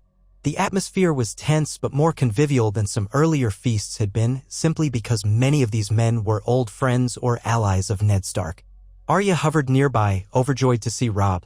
Sansa lingered too, though more quietly, uncertain of her place among these rowdy Northerners. After the feast, Jon and Robb sat together in a corner of the hall, far from prying ears, with only Ghost and Grey Wind for company. Robb leaned in, speaking softly. The Karstarks keep asking me how a Targaryen can be on the throne and why the North should spill blood for him.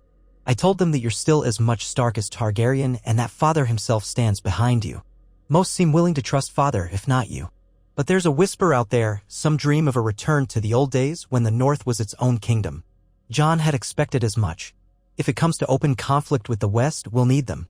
I'll do what I can to prove to them that I won't be another Ares. But I can't wave a hand and undo their mistrust. I just hope my actions on the battlefield or in leadership speak for themselves. Robb squeezed his shoulder. We'll do it together. You've got me, Father, and all the friends we can gather. That night, the rains finally came, pattering against the Red Keep's slate roofs as though the heavens sensed the building tension. By dawn, fresh rumors spread through the city. Tywin Lannister's host was on the march. They had left Casterly Rock, drawing men from the Crag, Ashmark, Sarsfield, and other western territories, forging a force that some said was 10,000 strong already. Another rumor claimed that Kevan Lannister commanded a second host that marched south toward the Reach, hoping to keep the Tyrells in check. Jon convened the War Council at once. The painted table in the council chamber, a relic that had once been hauled from Dragonstone, displayed a rough map of the realm. Lords and knights hovered around it, pointing to rivers and roads. Ned and Ser Barristan stood at Jon's sides, while Robb and the Great Jon added commentary from their northern perspective. Oberyn Martell hung back, arms crossed, occasionally offering a sardonic remark. Catelyn Stark looked on quietly, her mouth drawn tight as she listened to talk of battle. Barristan laid out the crux. Tywin will likely head for the Gold Road, crossing the Riverlands or the Crownlands border at some point.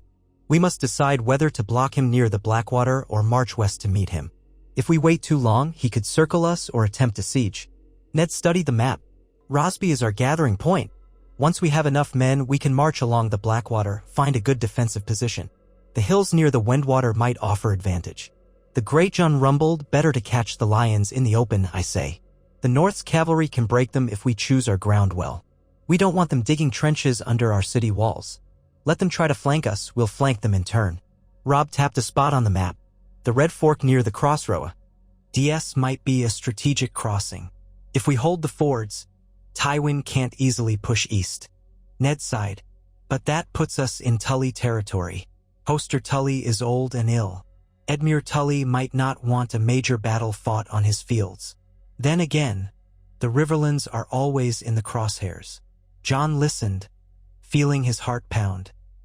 He glimpsed Arya in the corridor, peeking in, wide-eyed at the swirl of martial talk. He wished she would not have to witness the making of war, but he had no illusions left about shielding her from that reality.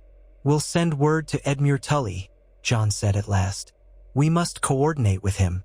If we can meet Tywin near the river crossing, it might prevent the Lannisters from pushing deeper east. We can then force him to fight on ground of our choosing. Oberyn spoke up, voice smooth. You're forgetting that I too have men, though not in the same numbers as the Tyrells or the Lannisters. 1,000 Dornish spears wait on the Boneway, should we have reason to march. More can come if Doran commits fully, but do not rely on us alone. Dorne moves slowly, and we do nothing unless we see the advantage is ours. Jon fought the urge to sigh. Your presence will be welcome, and we'll do our best to show you the advantage. Perhaps if you see our forces assembled, You'll commit." Oberyn's smile revealed no clear intent. "We shall see, your grace." The plan evolved. Men would converge at Rosby, and from there, the main host would march north and west, seeking to defend the Crossroads region. A smaller force would remain at King's Landing, with additional men under Ned's command to keep the city from falling if a second Lannister army advanced by a different route. The labyrinth of possible movements made Jon's head spin. War was a chessboard. Men's lives were the pieces. Within a moon's turn, the city became half empty of soldiers as regiments marched out, forming a column along the King's Road. Banners of the dire wolf, the stag, and the crowned wolf dragon. A new sigil some of the more enthusiastic heralds had sketched for Jon, fluttered in the wind. Jon, wearing plain armor with only a small crest on the breastplate, rode near the front, flanked by Robb and the Great Jon. Ned remained behind in the capital, entrusted with its defense, though Jon would have much preferred to have him at his side. But caution demanded at least one strong anchor in King's Landing. Ser Barristan commanded the cavalry, while other knights from the Crownlands and Stormlands joined them along the way. Those were days of dust and sweat, of half-slept nights in tents pitched by the roadside. The first major camp was at Rosby, a series of rolling fields and meadows that swallowed the thousands of men streaming in. Jon spent his time inspecting the lines with Robb, learning from Barristan how to judge formation and morale. He tried to speak personally with as many lords as possible to show he was not an aloof boy king, but one determined to protect them from Lannister aggression. They soon had a host of around 15,000 men, less than Robert had once mustered for his rebellion, but a number that might match Tywin if the West could not gather all its forces in time. The men from the north mingled uneasily with those from the Crownlands, but the tension dissipated somewhat when they realized they were all fighting for the same cause. And in the evenings, the crackle of campfires was accompanied by the old soldier songs, the rattle of dice, and the quiet mutter of uncertain hearts. Ghost and Grey Wind roamed the perimeter at night, warding off potential brigands. Some superstitious foot soldiers whispered that the king had the beasts of the old gods at his command. Others simply eyed the dire wolves with respect. On a crisp morning beneath scattered clouds, Jon gave the order to move out. Word had arrived via Raven that Tywin's army was crossing the Red Fork near Riverrun. If they did not act swiftly, the Lannisters would push east, threatening to sever the King's Road and trap Jon's force away from the capital. Jon resolved to face Tywin sooner rather than later. Thus began the march into the Riverlands, with the land turning greener, farmland interspersed with thick copses of trees. The approach to the crossroads was tense. Peasants fled their villages or else prayed in their fields, uncertain if these soldiers were friend or foe. Jon tried to keep discipline tight, punishing any looting or harassment severely. Barristan insisted that the king must demonstrate he would not tolerate the depredations that some armies visited upon common folk. That at least was one lesson Jon had no trouble embracing. He had seen enough cruelty to know he would not allow it in his ranks. At last, scouts brought word that Tywin's vanguard was encamped north of the Red Fork near a cluster of low hills. Jon's heart hammered in his chest as he stood with Robb, the Great Jon, and Barristan on a ridge overlooking the farmland below. A hazy line of tents stretched in the distance, dotted with Lannister banners flapping red and gold. They had come as promised. The fate of the realm might be decided on this plain. That night, the air was electric with dread and anticipation. Riders on both sides prowled near the river, exchanging arrows or barbed insults in the dark. In Jon's command tent, he and his captains plotted the battle. Barristan traced lines on a rough map by lantern light. The Great Jon boomed about sending in heavy cavalry to smash the enemy flank. Robb proposed a feint to draw out Tywin's center. Meanwhile, Jon stood over them, trying to focus his thoughts. He could still remember his lessons at Castle Black, lessons about patience, about standing guard, about being vigilant. Now, thousands of lives hinged on whether he could adopt the mantle of a king in war. The fear weighed on him, but so did the flicker of hope that if they dealt Tywin a sharp defeat, it might push the West to sue for peace. Dawn broke in a smear of pink across the eastern horizon, the sun creeping over the fields. Jon donned his armor, piece by piece, with the help of a squire. He wore no extravagant plate, just steel mail and boiled leather, with a direwolf emblem on the breast and a sword belt around his waist. He thought of Longclaw, the Valyrian blade gifted him by Jeor Mormont at the wall, and how it now felt almost symbolic of his two heritages, Mormont's steel for the north and Targaryen blood. Ghost padded near as Jon left the tent, chest tight with the knowledge of what the day would bring. Outside, men were arraying themselves in lines. Horses tossed their heads, knights adjusted shields and lances, foot soldiers checked their spears. Horns blared across the camp as the banner carriers raised the crowned wolf dragon standard and the dire wolf standard. Robb approached in his own armor of gray and steel, gray wind at his side, offering Jon a tight nod. "Ready?" Robb asked.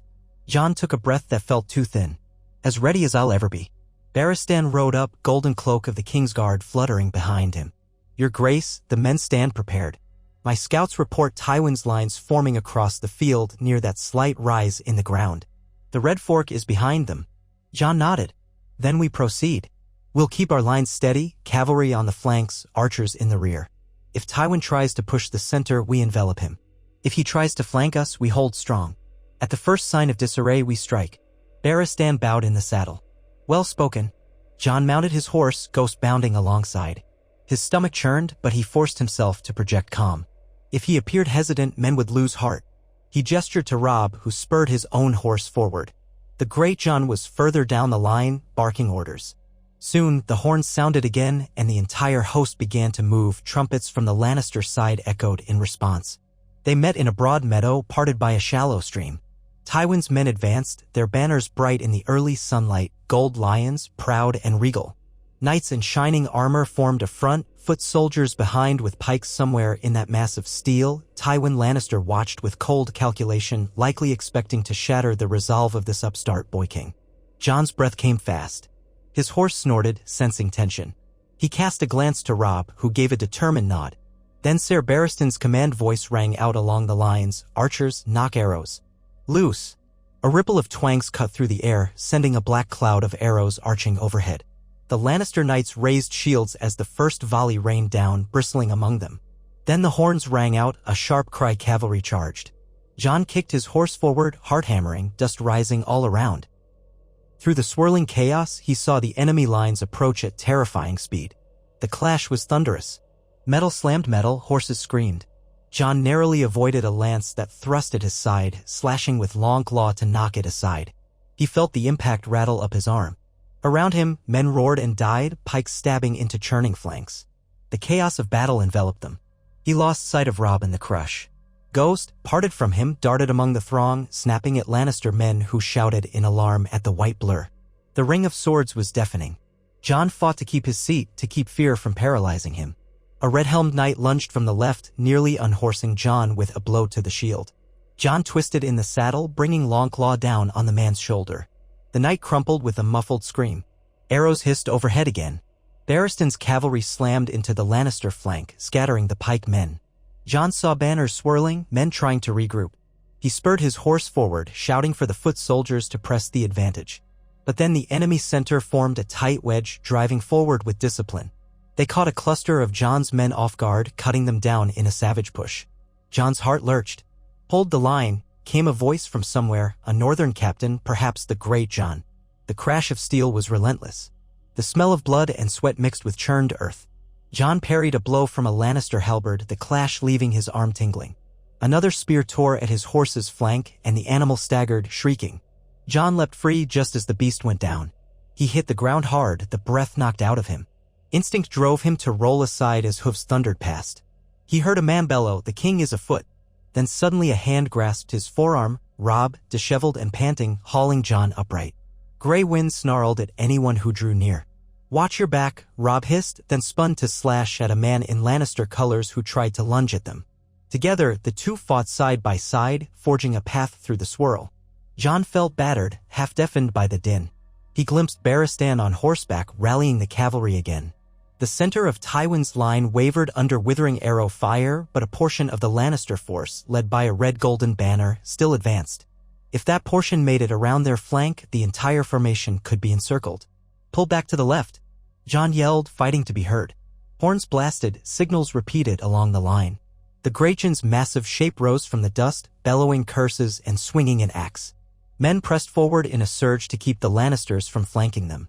At last, a clarion call sounded from Barristan's trumpeters. A wedge of knights with lances lowered came pounding in from the far side northern cavalry that had circled behind the stream. They crashed into Tywin's flank, sending his men reeling. A roar of triumph swept the battlefield. Jon seized the moment, shouting for an all-out advance. In the chaos, the Lannister lines buckled, men falling back. The once orderly ranks broke as the mounted knights hammered into them from the side. Jon spotted an older knight in Lannister armor gesturing frantically, trying to organize a retreat. Some of Tywin's soldiers threw down spears to flee while others refused to yield and were cut down. Blood-soaked mud churned beneath boots and hooves. By midday, the battle was decided. Tywin's forward host was in full retreat, streaming back across the Red Fork in disarray. A portion was encircled and captured. Not all were so lucky. Many bodies lay in that meadow, sprawled in twisted shapes. Among them, the crows were already gathering. Jon stood panting near the riverbank, chest burning. He tasted copper in his mouth, fighting the urge to vomit at the carnage. His armor was splattered with gore, and his left shoulder throbbed from a bruising blow. Robb, likewise, was spattered red, a shallow cut on his cheek. They exchanged a look, relief mingled with horror. Ser Barristan approached, dismounting. "We've carried the day, your grace. Tywin's forward force is broken." Jon's breath hitched. He peered across the river, trying to see if Tywin himself had been among the men. "Is Tywin captured or slain?" Barristan shook his head. "No. I suspect he's further back with the main body of his host. This was likely only a portion. We'll have to see if he falls back to regroup or tries another thrust." Jon exhaled, nodding. "At least we showed him we can fight. Perhaps he'll reconsider. If we push further west." Robb interrupted, voice strained with fatigue. "Our men need rest, and we should tend the wounded. If Tywin's main force is near, a rash pursuit might lead us into a trap." Jon agreed. "Then we hold here. Barristan, set watchers in case Tywin returns.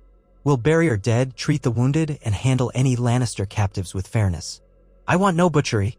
The order was given, and so the battlefield quieted into a grim harvest of corpses. Heaps of arms and armor were collected, moans of the dying carried across the fields. Jon felt numb, a hollow ache in his chest at the sight of so much death. This was kingship? Leading men into slaughter and hoping the butchers bought some measure of peace?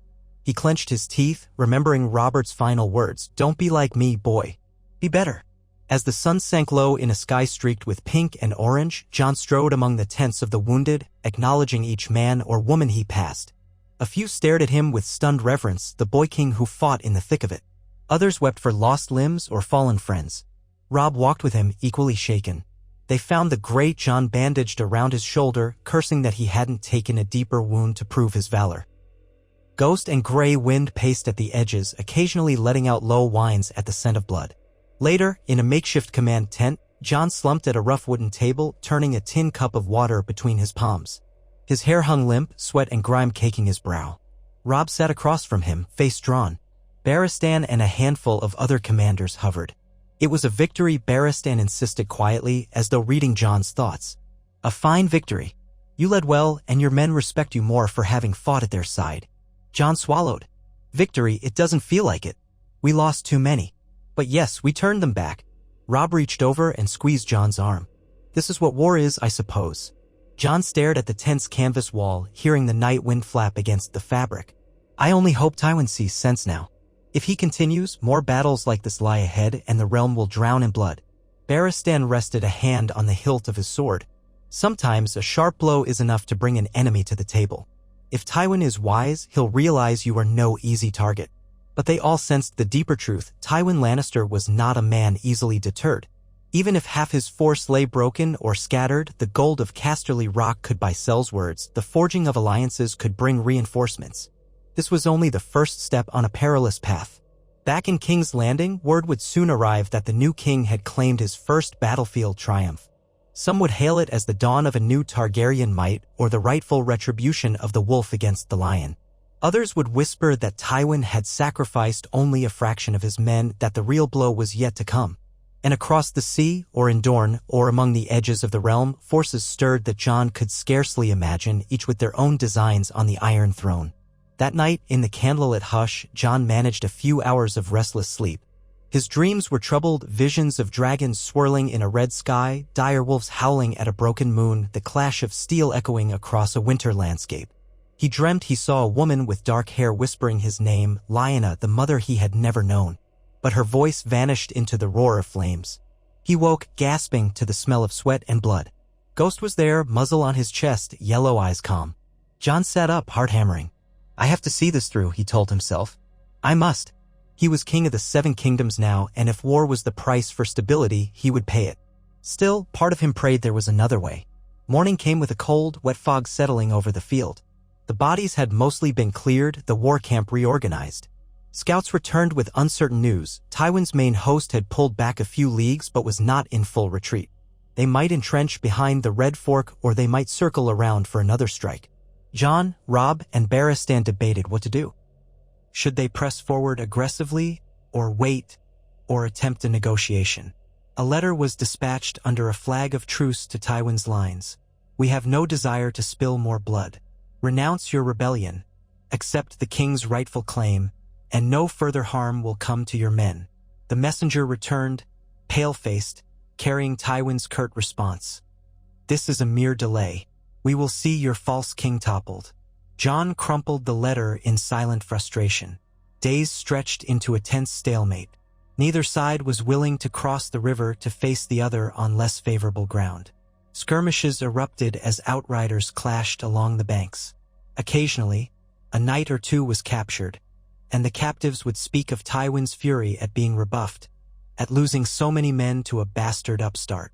Jon tried not to let the taunts bother him. Then, in the second week of this standoff, Ravens brought 2 startling pieces of news to Jon's camp.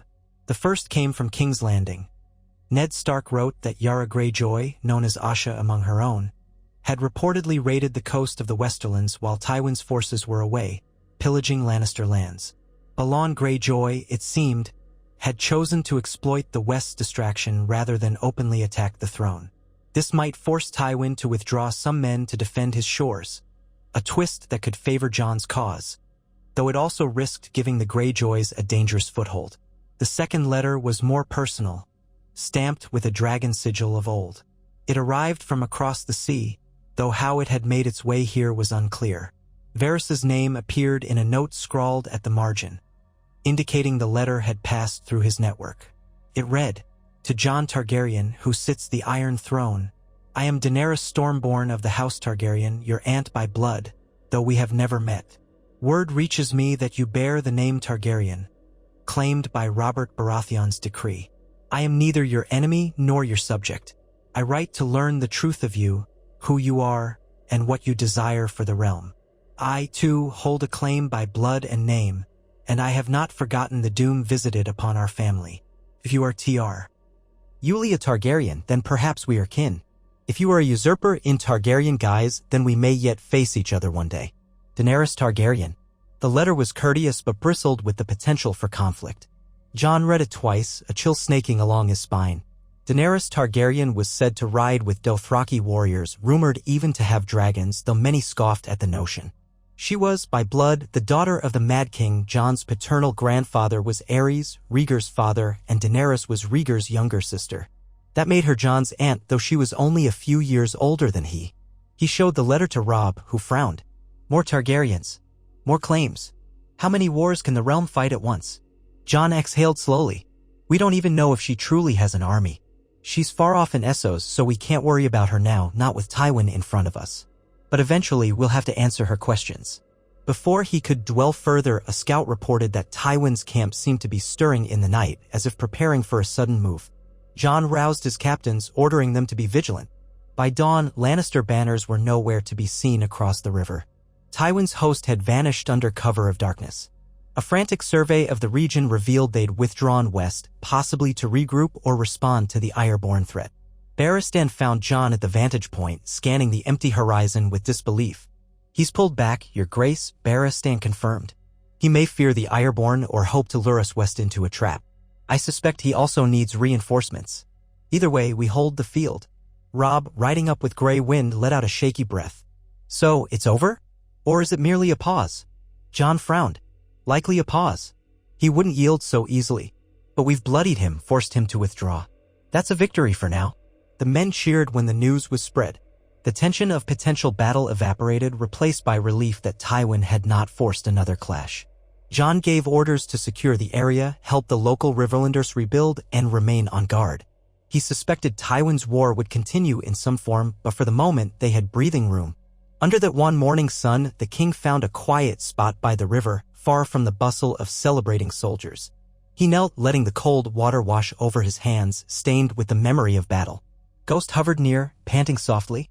Jon stared at his reflection in the rippling current. Dark hair, a face older than his years, the crown of duty weighing on him, though it wasn't physically upon his head at that moment. He recalled the words he had spoken to Ned so long ago back in Winterfell about wanting to find a place in the world.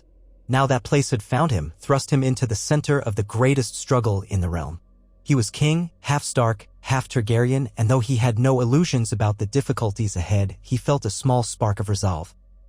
"I will not falter. I will not fail." At the water's edge, the hush of the morning wrapped around him like a cloak. The quiet was precious, a fleeting respite. Soon, ravens would fly. Soon, decisions would be made about whether to pursue Tywin into the west or return to King's Landing, about how to address Balon Greyjoy's opportunistic raids, and about what to say in reply to Daenerys Stormborn. He could almost hear Robert Baratheon's booming voice in his head, "A king does as he likes until the realm does not like it." But Jon's voice was quieter, steadier, shaped by the man who raised him, Ned Stark, and by the illusions he had shed at the wall. He would strive to do what was right, not merely what was easy or what some might consider cunning. Perhaps that was the only way to unify these kingdoms that seemed so eager to fracture. Ghost nudged his shoulder as though sensing Jon's tumultuous thoughts. Jon ruffled the direwolf's fur. Then he stood, letting the water drip from his hands, and looked toward the west, where Tywin Lannister had vanished. The wars were not ended, they had only just begun. But for the moment, the King of the Seven Kingdoms and all those who believed in him drew one cautious breath of victory and hoped it might lead to a lasting peace. Far in the distance, ravens wheeled in the sky, as if bearing witness to a realm on the cusp of transformation. Jon closed his eyes, summoning the faces of those he fought for, his sisters, his brothers in black, his mother Lyanna's memory, and the father who had loved him as a son. He reopened them with a calm, unyielding stare. He would remain a king of ice and fire, forging a new future for the realm, or die in the attempt. And though storms gathered across land and sea, though secrets yet unwound in Essos and the northern wastes, though Lannisters and Greyjoys and Martells each harbored their own ambitions, for now the once bastard had a single surety: he would stand firm, even if the rest of the world burned around him. Thus, under a dawn sky tinted pale gold, King Jon Targaryen turned from the river and walked back toward his camp, toward duty, toward whatever came next in the relentless Game of Thrones. The war camp in the Riverlands stirred early with the first glow of dawn, men and horses rousing from a fitful slumber to face whatever the new day would bring. Since Tywin Lannister's withdrawal from the field, a hush of uneasy triumph had settled over King Jon's host. They had won a battle, there was no doubt of that, but in so doing, they had made it clear to every soul in Westeros that the new king would not yield. And Tywin, known throughout the realm as a patient and vengeful foe, was no man to skulk away permanently. The respite was a lull, not an end. Jon stood near the center of the camp, pausing at a row of tents where wounded men rested on straw pallets. He had already visited them the evening before, but he found himself drawn there again. A young soldier called out as Jon passed, his voice faint and husky from pain. Jon approached, crouching. The boy's face was pale, streaked with sweat, but he rallied enough to whisper, "Thank you, Your Grace, for fighting with us. I saw you. You were in the thick of it." Jon squeezed the soldier's hand. "All of us were," he answered quietly. "You did your duty. Now rest and heal." The words felt woefully insufficient, and as Jon rose, he couldn't shake the weight pressing at his chest. King or not, he was still just a man, and war demanded more blood from them every day.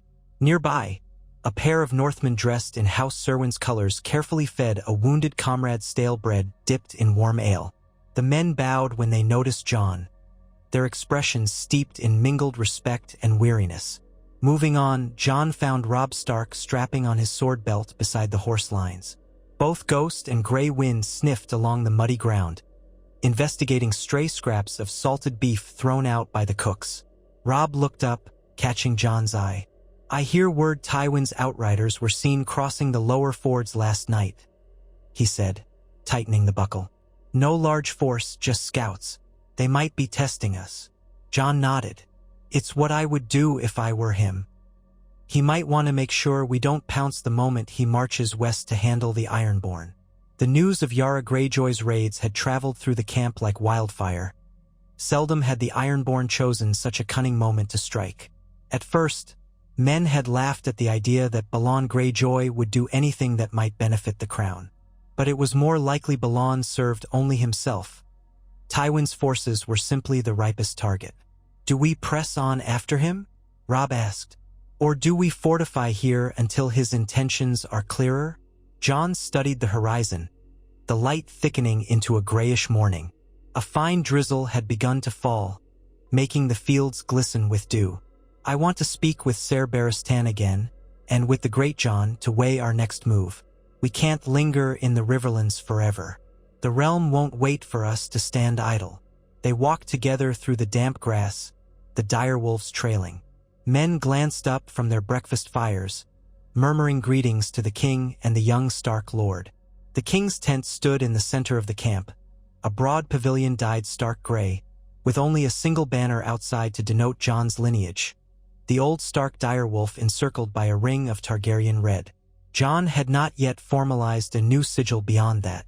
Some heralds had begun to fashion a design of a direwolf and dragon merged, but Jon found the notion unsettling. He was not in the mood for new coats of arms, not while the realm teetered.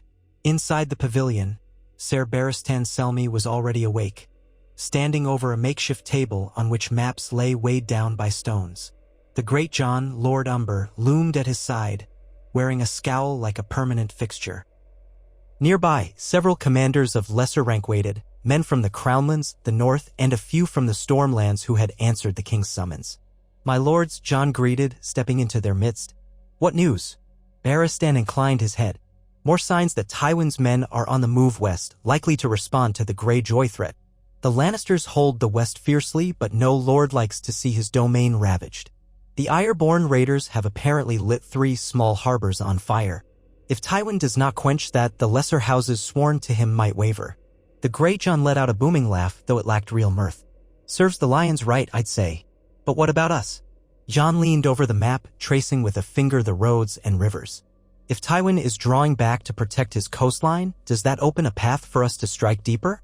Possibly to take Golden Tooth or Harrenhal?" Barristan's eyes glinted. "Harrenhal is in the Riverlands, more to the south of us. That castle might be a place to fortify if you wanted a seat of power in the region. But Harrenhal has its own curses, or so men say. The question is, do we want to risk overextending? Tywin could circle back if we stretch ourselves too thin." The Great Jon muttered, "We hammered him once. We can do it again." Robb, stepping forward, cleared his throat. "But we have no guarantee the Ironborn won't turn on us next. You know what they're like, they care for no throne but their own. Right now, their attacks hamper Tywin, but they might hamper us if we chase Tywin west. We should consider the possibility that Balon Greyjoy aims to carve out an independent kingdom again. If Tywin sues for peace with the Ironborn to unite against the crown, we'd face a 2-front war. We can't forget House Greyjoy tried to rebel not so long ago." Jon massaged his temple. The notion of Tywin forging some alliance with Balon Greyjoy felt unnatural. Lannisters rarely partnered with those they considered savages. Still, war made for strange bedfellows. "We sent no envoy to the Iron Islands," Jon said. "I told their priest, Arrendam Heir, that I wouldn't yield them independence. So they have no reason to side with me. Tywin might indeed entice them with bribes of gold, or the promise of letting them keep what they steal." Barristan sighed. "Then we must decide whether to press west or hold the Riverlands. Our presence here keeps Tywin pinned. In theory, he can't commit fully to the coast if we're breathing down his neck. On the other hand, an offensive might signal to the realm that you're not merely the boy king Tywin presumed you to be." Jon glanced around at the ring of faces. These men all looked to him. In the quiet, the patter of drizzle against the pavilion roof seemed louder. Jon remembered the last time he had hesitated, uncertain how to lead. But he also recalled the first battle, how he had managed to rally the men, how victory, while dreadful, had proved that they could indeed stand against Tywin. "Let's hold position for a few days," he decided. "I want to send riders to Riverrun to see if Lord Hoster or Ser Edmure Tully can coordinate more Riverland support. We've spilled blood defending their land. Perhaps they can supply more men or provisions, and I'll send a raven to Dorne as well. If Oberyn's spears are truly ready, this lull might be the perfect time for them to march north and join us. When we see how Tywin maneuvers, we can make a decisive move." The Great Jon gave a solemn grunt of assent. Barristan bowed. "I'll ensure the orders are carried out." Robb exchanged a look with Jon that conveyed both agreement and concern. Then, as the men began to disperse, he gripped Jon's forearm briefly.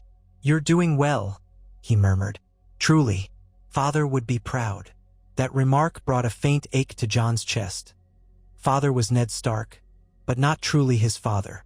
Even so, Ned was the only father he had ever known, and the bond they shared would never be undone by the truth of Jon's parentage. Jon simply nodded and turned away. Over the next few days, the camp settled into a tense routine. Scouts patrolled in wide circles, outriders skirmished with Lannister pickets, and ravens flitted between the various castles of the Riverlands. Word arrived that Edmure Tully had raised a small force but was preoccupied with refortifying Riverrun's garrisons and seeing to his ailing father. Still, he dispatched a few hundred men to the king's service as a gesture of goodwill. Lady Brienne of Tarth, who had come to join Renly Baratheon's cause in another timeline, did not appear in this story, for at present, Renly's status was uncertain, overshadowed by the swirl of events. Whispers persisted that Stannis Baratheon in Dragonstone was mustering ships, but it remained unclear whether he meant to sail against King's Landing or move to blockade the western coast. No one could glean what truly lurked in the mind of the middle Baratheon brother. During this lull, Jon took it upon himself to answer the letter from Daenerys Targaryen. Night after night, he'd found himself staring at her words, reevaluating the swirl of changes in his own life. He could not guess how she might react if she crossed the sea. The Targaryen name was a double-edged sword, once revered for conquest, later reviled for madness. But if Rhaegar was her older brother, then she was indeed Jon's bloodkin. Sitting at a crude wooden table in his pavilion one evening, he dipped quill to ink and wrote by candlelight. To Daenerys Targaryen across the sea, "I am Jon, born as Jon Snow, though King Robert Baratheon named me Jon Targaryen in his final will, recognizing my parentage as the son of Rhaegar Targaryen and Lyanna Stark. I did not seek this crown, yet I bear it for the sake of the realm. Wars stir on every side. The Lannisters would unseat me in favor of Robert's supposed son, Joffrey. The Ironborn harry the coasts. The realm bleeds once more. I know not your intentions. If you seek the throne for yourself, we may find ourselves at odds. If you seek only justice and wish to spare Westeros yet another bloody conflict, then perhaps we can be allies. Write if you will. Let us speak with honesty about what the Targaryen name still means and what it should mean in days to come." He paused, staring at the page. Everything he knew of Daenerys was rumor, half-truth. Some called her the last dragon, others claimed she was a frightened girl adrift among Dothraki hordes. He added no flourishes, no false warmth, only what he truly meant, a hope for dialogue before blood was spilled. Then he sealed it with the royal seal, an awkward thing for him still, and instructed a trusted messenger to see it sent eastward through the labyrinth of Varys' secret routes. A day later, two important developments arrived in camp. The first was a letter from Ned Stark in King's Landing, bearing news that Stannis Baratheon's ships had been spotted off the coast near Massey's Hook, not far from the capital. Stannis had made no declarations, but rumors said he was meeting with lords in that region. Ned's words were carefully measured. "I sense Stannis weighs whether your claim is lawful or if he himself should take up Robert's mantle. He is a man of law, but also of unwavering pride. We must be vigilant." The second development came in the flesh. A party of Dornish riders arrived, their cloaks dusty from the long journey. At their head was Oberyn Martell himself, once more, and with him a small retinue of Dornish lords. They strode into the camp with the boldness of men unafraid of the north or the rain. Oberyn was resplendent in a light tunic the color of saffron, a spear strapped across his back. Jon welcomed them into his pavilion, offering wine. Outside, the drizzle persisted, so the Dornishmen removed their soaked cloaks with mild annoyance. Oberyn's dark eyes danced with a curiosity that never left him. "Your men have fought a battle here," he said, glancing around. "I can taste the tension in the air. Have you run the lions off then?" Jon dipped his head. "We bested one of Tywin's hosts. He retreated west. Whether he'll keep retreating or return with a larger force, we cannot say. We're glad to see you, Prince Oberyn. Will you join us in this stand?" Oberyn smiled, showing white teeth. "Doran has sent me with 100 Dornish spears as a gesture of support. 100 is not an army, mind you, but it's a start. Most of our strength remains in Dorne, waiting for my brother's final word. You understand he's cautious. My sister's murder left us with scars not easily healed, especially where Targaryens are concerned. At that, Jon's mouth went dry. He knew well the story of Elia Martell, Rhaegar's wife, murdered along with her children after the sack of King's Landing. The memory of that atrocity lay at Tywin Lannister's feet. "I understand," Jon said quietly. "All I can offer you is my word. If we triumph, and if it's within my power, those responsible for Elia's death will face justice." A fleeting shadow crossed Oberyn's face, though his tone remained light. "Perhaps the day will come, indeed. In the meantime, I bring more than spears. I bring news. My riders along the Bone Way spotted movement of Tyrell forces. Mace Tyrell gathering men near the Mander, perhaps to secure the Reach in case the Lannisters attempt an incursion there. They remain uncommitted to you, but it seems they also do not side openly with Joffrey. They might be waiting to see which way the wind blows." Jon mulled over the mention of House Tyrell, so often described as the realm's second most wealthy house after the Lannisters. If the Tyrells do nothing, Tywin can direct more men east, or respond to the Ironborn more effectively. We need them, or at least we need them to remain neutral if we have to march west. Oberyn shrugged. Highgarden seldom leaps into war without ensuring it stands to gain. If you continue to show strength, Mace may come to you with an offer. Jon's fists tightened at his sides. The realm was a patchwork of ambitions, and each great lord waited to see which side prevailed. The slightest misstep could turn them away. For now, I can't send an army to woo Highgarden. We remain entangled here. I'd hoped this campaign would be swift, that Tywin would yield. But men like Tywin rarely yield before they are forced. The Dornish prince nodded, swirling the wine in his cup. That has ever been his reputation. Well, my 100 spears are at your disposal, such as they are. Perhaps we can find some diversion in smashing a few lions. After the meeting, Oberyn and his retinue settled in a section of the camp, introducing bright silks and flamboyant laughter into the otherwise dreary gloom of Riverland's reign. They drilled with short spears and bucklers each morning, garnering curious stares from Northmen who had rarely seen such a style of fighting. A few brawls nearly erupt. When Dornish swagger met northern bluntness, but cooler heads prevailed. Jon spent his own days balancing drills and counsels. He strove to appear decisive yet fair, as Ned Stark had once counseled, the man who passes the sentence should swing the sword. Yet a king could not manage everything alone, he had to trust others with command. Ser Barristan, the great Jon, and Robb led most of the training. Jon visited the wounded, spoke with the rank and file, and prepared for whatever Tywin might do next. A week passed in tense equilibrium. Scouts reported that Tywin's main host was indeed heading west, drawn by the threat of the Ironborn. Now the question was, should Jon remain here, move south toward King's Landing to reorganize, or follow Tywin and risk a campaign deep in Lannister territory? Messengers went back and forth between camp and the capital, bringing Ned Stark's updates. Tywin's abrupt shift westward had cooled the immediate danger to King's Landing, but no one could guess how long that would last. Late on a fog-shrouded morning, an unexpected visitor arrived at Jon's pavilion, Sansa Stark. She had ridden from King's Landing with a small escort, accompanied by a half-dozen Tully men who carried letters from Catelyn. Jon had not even known she was on her way. Dust caked her skirts, and her hood was pulled close around her red hair, but she showed the posture of a young noblewoman determined not to look weary. When the guards announced her, Jon emerged from the pavilion astonished. "Sansa," he said, stopping short. "You traveled all this way?" She dismounted with the help of one of the escort, her face tightening at the sight of the muddy ground. "I did," she said softly, "at Mother's behest. She thought it best I come join you, or join Robb, at least. The capital, it's not safe," she said, "not when so many intrigues swirl. She and Arya remain behind, but Father said I could come if I wished. And I did." Jon glanced over the letter that Sansa handed him. Catelyn's neat script explained in cautious words that Sansa had insisted on supporting her brother king and that the Lannisters' presence in the capital had grown ever more tense. Better Sansa be near her kin in the field than linger under the same roof as Joffrey, the letter implied. Ned was apparently so busy fortifying the city that he could spare only a small contingent to see Sansa safely through the roads. Jon rubbed at his brow. "I'm pleased to see you. But this is not the place for a lady, especially with war looming." She lifted her chin, her blue eyes bright with an emotion halfway between defiance and anxiety. "I understand that. But Mother says I can help in the healer's tents or in other ways. She thinks it's time I see the truth of the world, not hide behind illusions." Jon's heart twinged.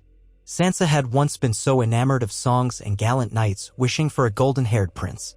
Now the realm forced her to wake to harder realities. "I won't turn you away," he said quietly, "but you must promise me you'll listen to Robb's instructions and mine if a fight breaks out." She curtsied with a delicate flourish. "I will, Your Grace." The old sibling closeness they'd once lacked seemed replaced by a new sense of mutual respect and wariness. Jon beckoned Robb, who rushed over, as going wide to see Sansa. She embraced him, the lines of tension on her face easing slightly. They led her through the camp, showing her the simpler tents where she could stay. Sansa's maids fussed over her traveling cloak, trying to brush away the mud. Northmen stared, some intrigued, others suspicious that the king's sister was venturing into a war camp. That very afternoon, as Sansa began to settle, ravens arrived bearing news that Tywin had indeed clashed with Ironborn raiders near Case on the western shore. Early reports claimed it was an ugly, confused engagement, with Greyjoy longships firing upon coastal villages and Tywin's outriders attempting to repel them. No definitive outcome was stated, but the letter suggested Tywin's forces were being forced to chase multiple small bands across various inlets. That splintering might buy Jon more time. In council with Barristan, Oberyn, the Great Jon, and Robb, Jon weighed the possibilities. "If Tywin is pinned on the western coast," Jon said, "it could allow us to march in and secure the gold mines near the border or threaten Lannisport itself. That would cripple his finances and might force him to surrender." The Great Jon roared in approval. Robb, however, spoke up, brow creasing. "The Riverlands have been burned and pillaged enough. Do we truly want to drag the war deeper into the west and cause the small folk there the same suffering? And there's a risk, if we march into the west, we extend our lines.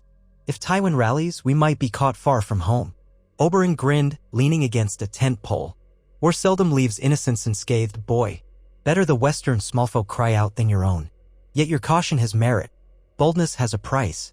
Jon realized he was balancing the same question again and again: seize the initiative or risk stalemate. We cannot linger in the Riverlands forever.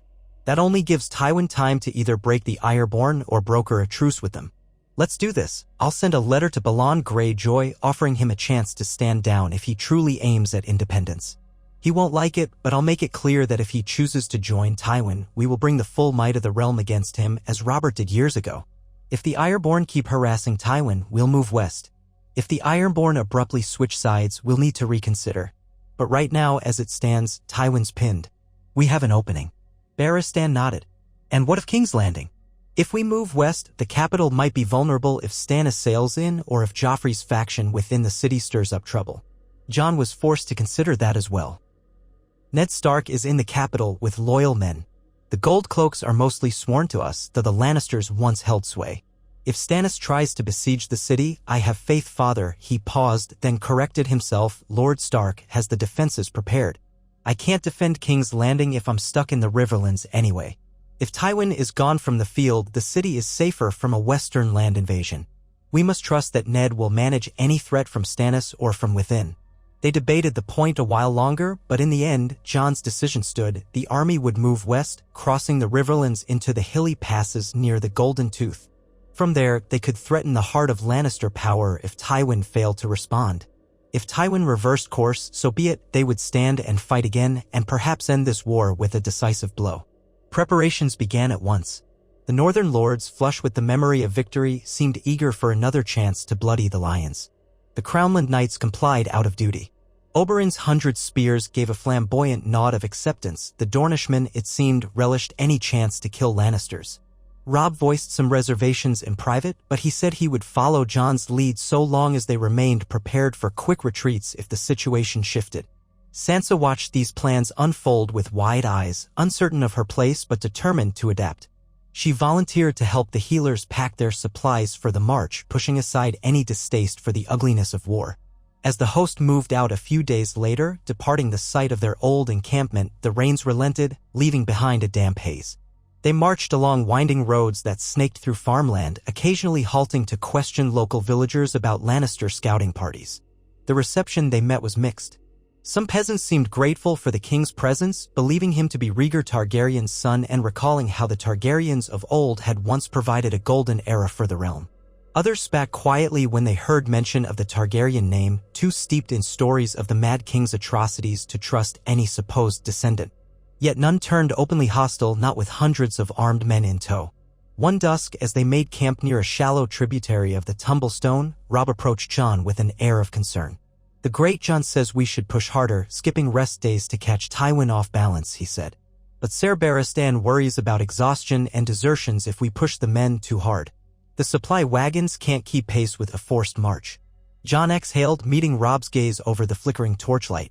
The squeal of pack animals and the tramp of boots was unending in the background. "Barristan has a point," Jon said. "We've got men from different regions, different marching speeds.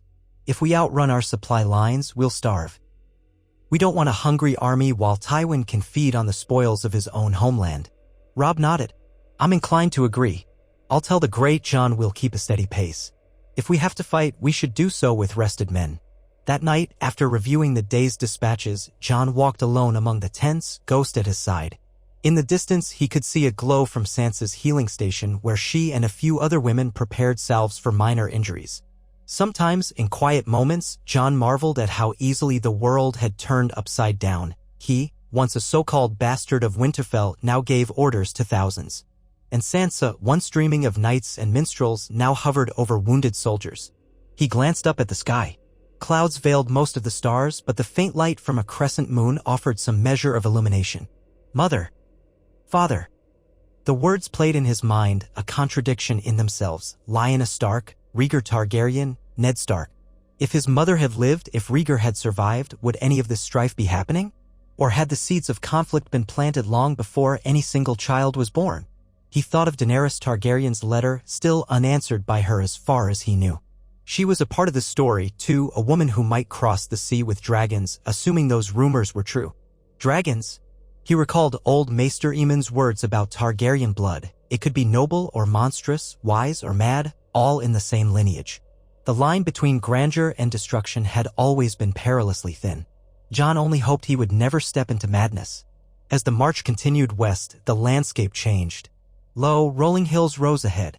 The farmland gave way to stonier ground. Some villages were deserted, their inhabitants having fled rumors of war. Others flew Lannister banners, their local lords having sworn fealty to Tywin.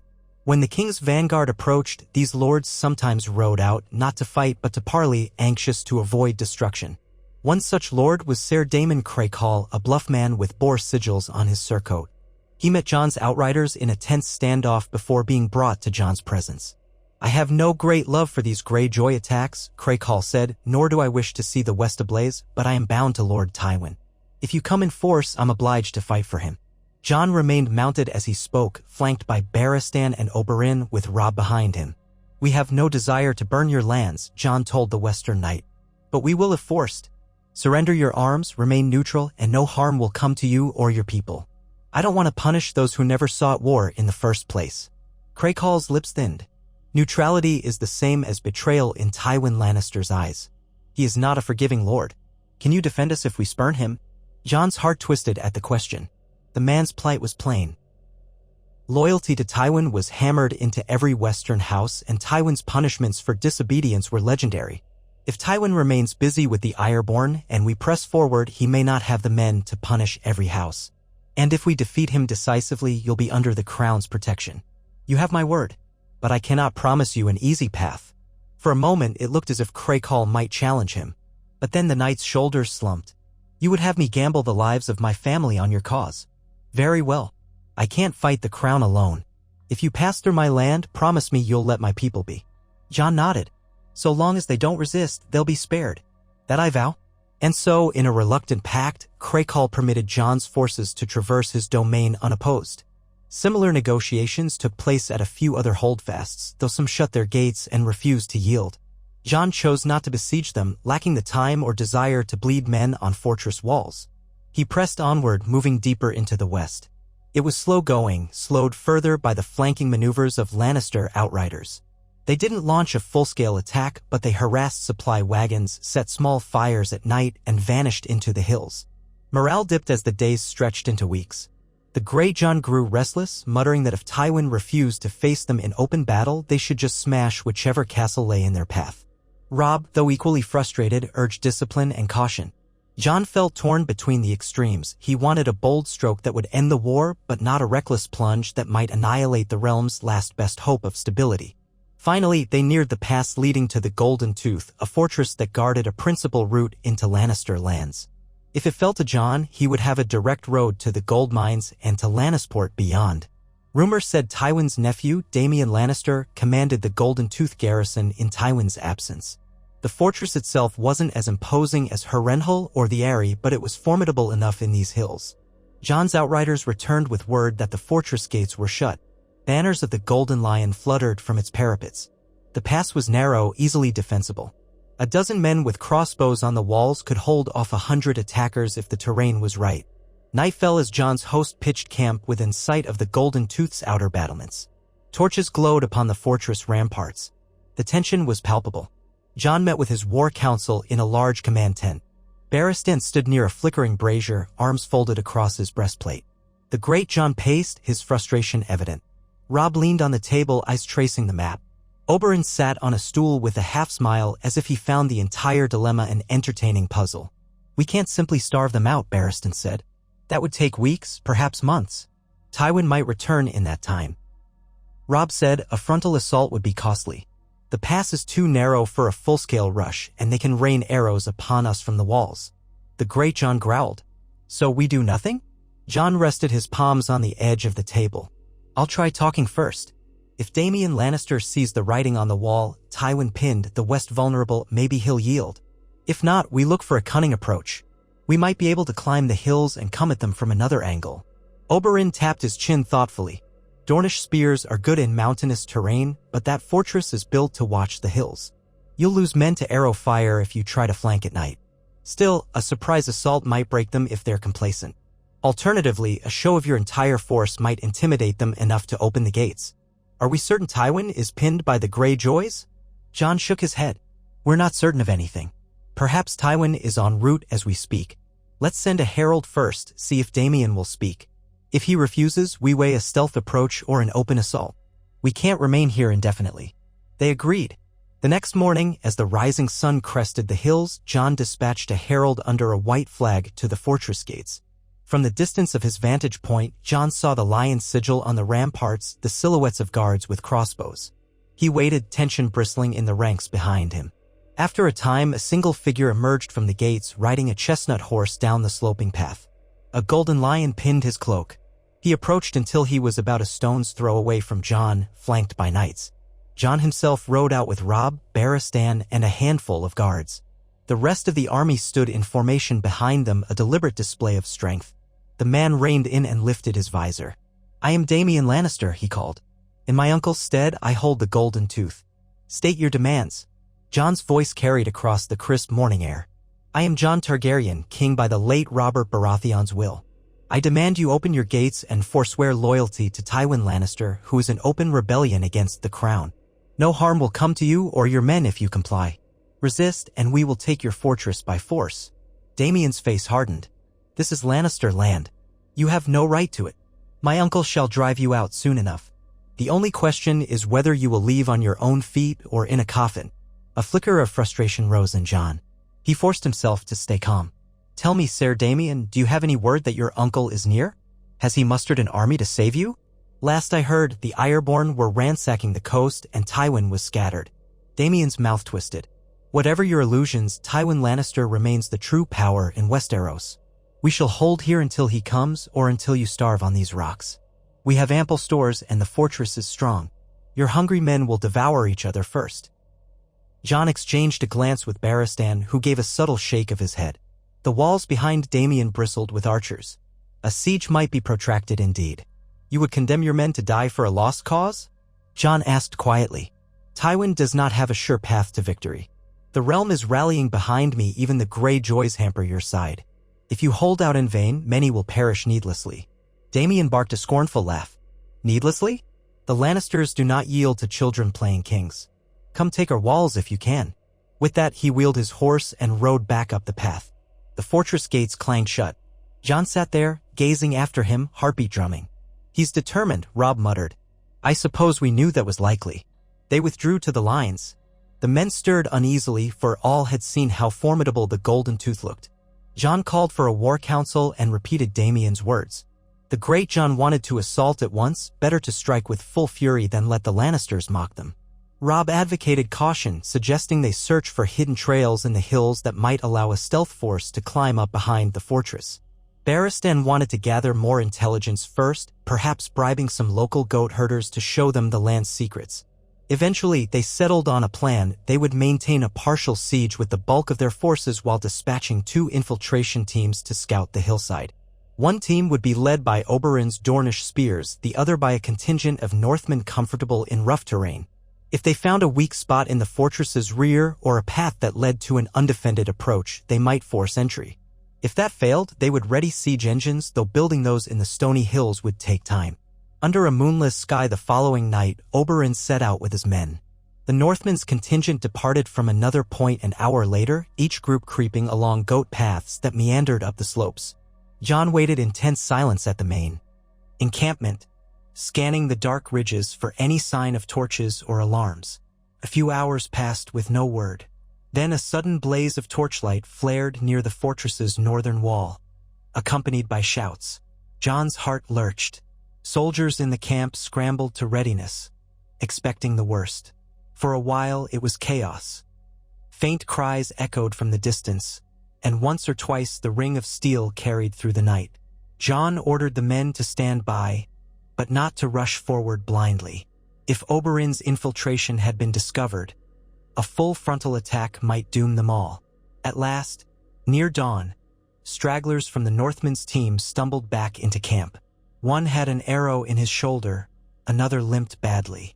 They explained that they had found a narrow path leading to a postern gate, but the Lannister guards were alert. A short, bloody skirmish followed in which half the infiltration team was either killed or captured. No sign of Oberyn Martell or his men. Jon's jaw set. He sent out fresh scouts to search for survivors. Meanwhile, he prepared for the possibility that Oberyn might be lost or taken prisoner. The great Jon fumed, calling for a direct assault at once to rescue any captives. But Barristan talked him down, insisting they needed more information. Late that morning, a single Dornishman stumbled into sight, calling for help. He was covered in blood, his spear lost somewhere along the way. Guards rushed him to Jon's tent, where he collapsed onto a stool. His name was Corin, one of Oberyn's close companions. Between gasping breaths, he reported, "We fought a fierce fight. The prince led us along a rocky trail. We got further than the Northmen. But still, the Lannisters had watchers. We killed many. But Prince Oberyn was struck in the side by a crossbow bolt. He insisted we keep pushing.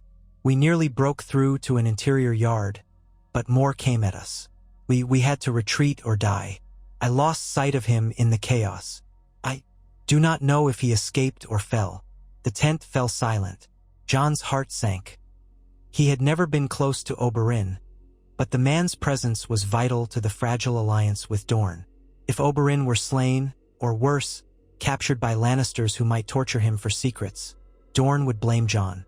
The great Jon smashed a fist against the table. "Gods, we can't stand idle. We must strike now." Robb grimaced, but said nothing.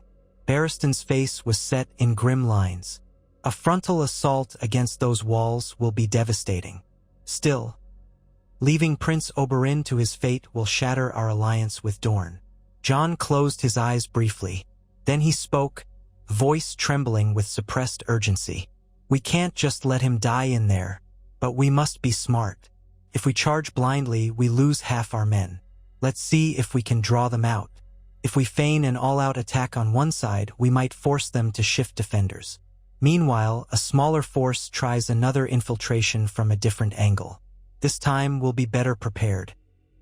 If Oberyn still lives, we might rescue him, or at least confirm his fate." So the plan was set, though it came with no guarantee of success. The men worked through the day, building crude mantlets and ladders, assembling what meager siege equipment they could in the stony hills. Jon would lead the feigned attack himself, though Barristan objected, calling it too risky for the king. But Jon insisted, "The men need to see me fight. We can't keep losing allies to Tywin's fortress." Dusk fell, and the final preparations took shape. Torches flared along the crest of the pass. The Lannisters surely saw them, but that was partly the point. The entire gambit required drawing their attention to the main gates. Once the first shadows of night enveloped the fortress, Jon's forces advanced in a loose formation, carrying ladders, pounding drums to signal an attack. Arrows flickered from the walls and men screamed as they were struck. The Great Jon led the vanguard, roaring for the men to scale the ramparts, though in truth they had no illusions of easily taking them. Behind mantlets, archers returned fire. The night erupted in chaos, whistling arrows, crunch of shield against shield, the thunder of war cries echoing off the rocky slopes. All the while, a second group, fewer than 100 men, slipped around the southern base of the fortress, guided by a local scout who claimed to know of a hidden crag that might overlook an unwatched parapet. Among them was Robb Stark, determined to find Oberyn or at least salvage the infiltration. Jon, fighting under the main gate, felt the press of bodies on every side. Ghost was somewhere near, fangs bared at any Lannister unlucky enough to step out from the gatehouse. Rain began to drizzle again, making the stones slick.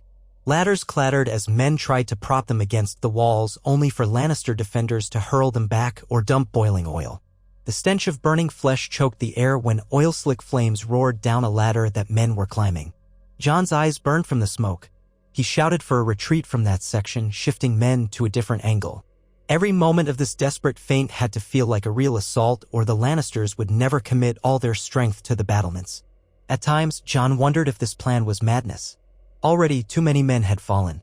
But if it gave Robb the chance to slip inside and find Oberyn, perhaps it would be worth it. Time blurred in the darkness.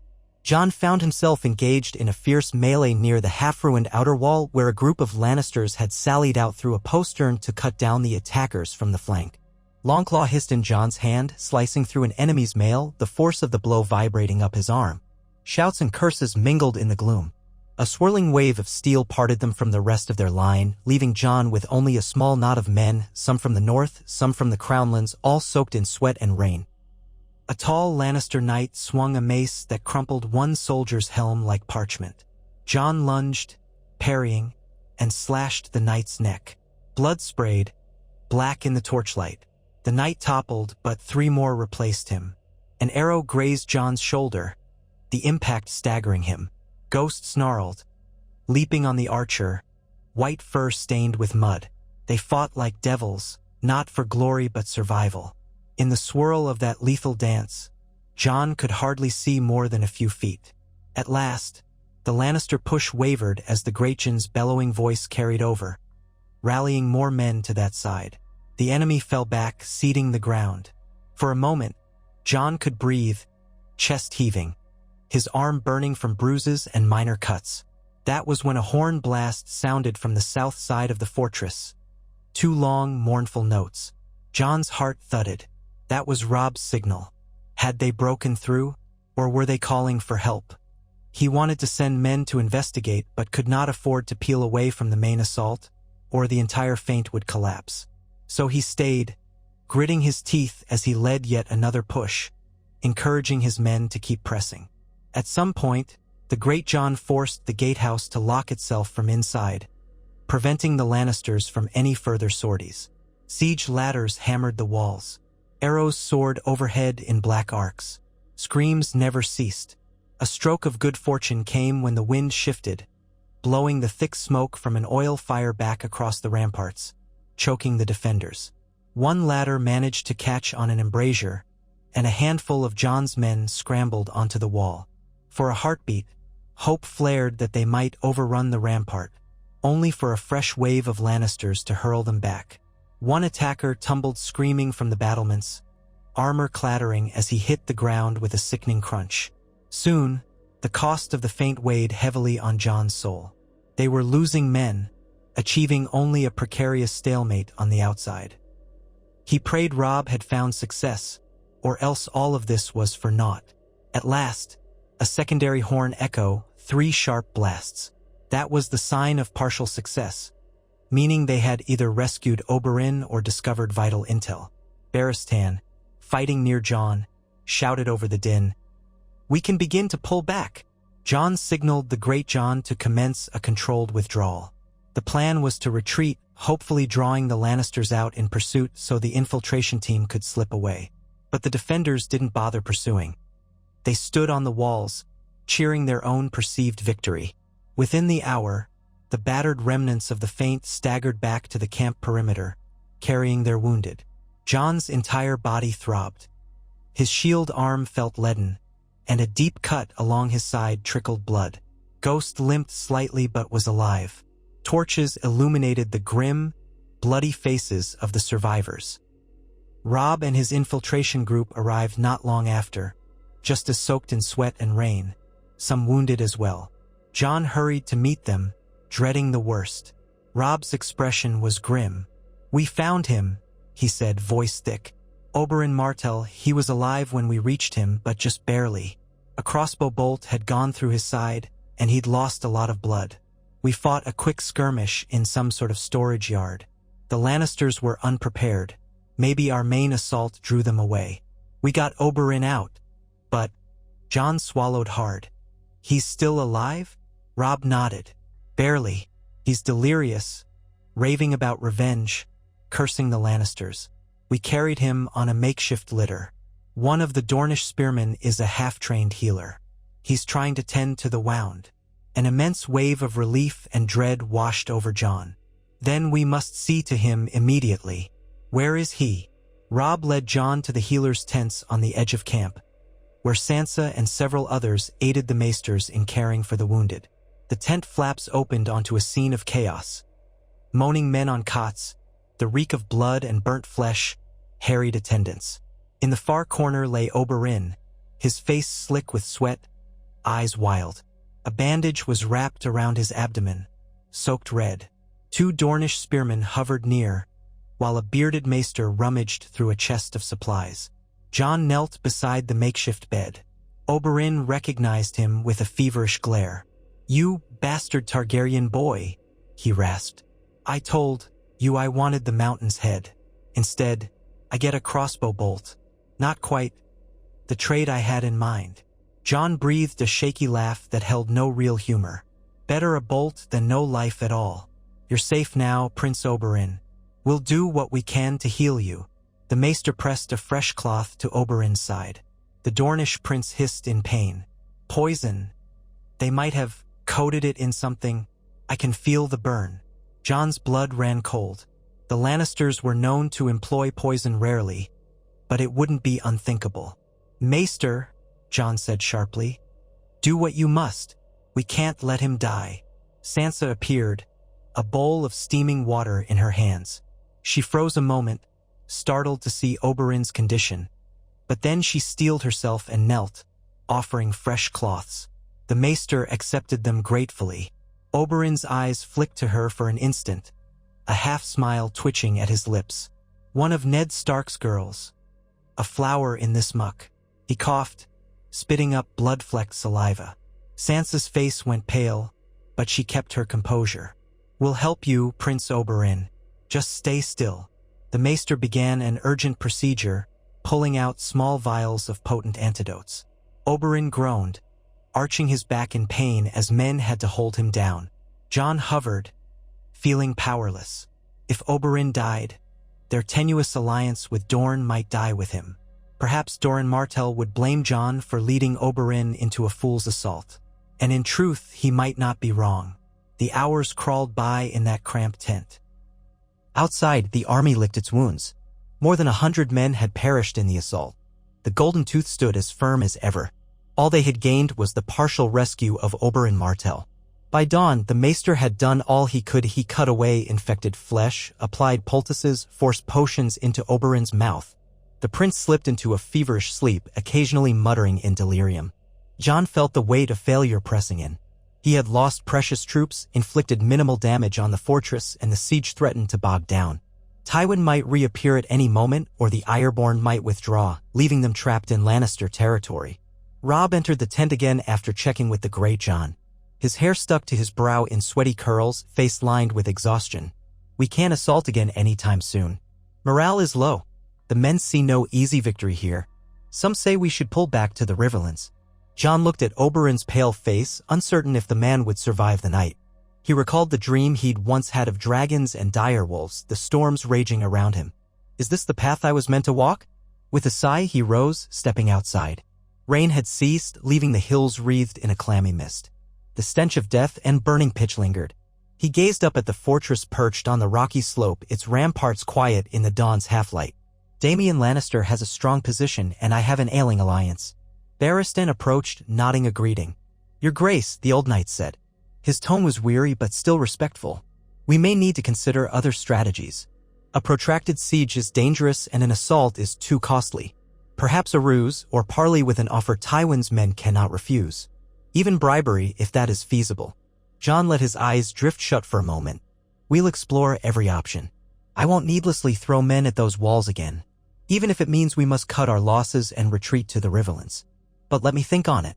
Perhaps there's a chance Daemon can be swayed or threatened another way. Barristan bowed. As you say, my king. But we must act swiftly. The men's confidence is waning and we risk desertion. That day, the camp sank into a somber hush. Men tended to the dead, stacking bodies for pyres. The wounded moaned in their tents. A few wagons arrived from the eastern supply route, carrying provisions from river-run sour wine, stale bread, salted mutton. The meager rations did little to lift spirits. Rumors spread that Tywin was massing an even larger force somewhere near Ashmark, preparing to swoop in if Jon spent too long at the Golden Tooth. Others muttered that the Ironborn might strike again, perhaps even raid King's Landing. In the afternoon, Sansa left the healer's tent and found Jon near a cluster of boulders where he was staring up at the fortress. She stood beside him silently for a time. Ghost was dozing at Jon's feet, muzzle resting on his paws. At last, she said quietly, Prince Oberyn still lives. The maester says the bleeding is stopped. But he's not out of danger. Jon nodded, gaze never leaving the ramparts. Thank you for helping him. I know it's difficult seeing men in that state. She folded her hands. I never imagined war was like this. So much blood for a fortress in the hills. We grew up on stories of gallant knights and heroic battles. But there's nothing gallant here. Jon's face was grim. True enough. I hate it, Sansa. She looked at him curiously. I remember I used to think you an outsider at Winterfell, a bastard with no place. And now you're the king. But I see it isn't all feasts and songs. Is it? He managed a hollow laugh. No, it isn't. I'd trade half of it for a single day of peace for these men. She nodded, biting her lip. The fortress loomed above like a silent sentinel. What will you do? He shook his head. I'm not certain yet. I may have to propose a truce. Tell Daemon Lannister I'll let him keep some measure of autonomy if he lowers his banners. But that will look like weakness. If Tywin returns, we'll have gained nothing. Alternatively, I can muster more siege engines. But that will take time, and Tywin might fall upon us in the process. Or I can retreat. Sansa's eyes flickered with sympathy. She didn't pretend to have an answer, so she simply stood with him, sharing the silence. That evening, the answer came in a surprising form. A Lannister rider with a white flag approached the pickets, carrying a sealed parchment from Daemon. Jon received the message by lantern light. We have Prince Oberyn's spear, left behind in the yard. We found bodies of his men. We do not know if the prince himself survived, nor do we care. But if you still live and remain in force outside our walls, we propose a single combat to decide our dispute, to spare further loss of life. Let the gods judge. If you refuse, we shall remain behind these walls until your men starve or leave. Jon read the words twice. A single combat, trial by battle in effect. Daemon offered to face a champion from Jon's side. If Jon's champion won, the Golden Tooth would yield. If Daemon won, Jon's forces would depart. It was an audacious proposition, but also a cunning one. If Daemon felt confident in his own skill or the skill of some fearsome knight under his command, he might see it as a swift way to resolve the siege without Tywin's help. When Jon showed the letter to Barristan, the old knight's brows rose. It's not unprecedented. Single combats have settled sieges before, but it's a gamble. If we lose, we must withdraw. The great Jon roared, I'll fight the Lannister cur in single combat.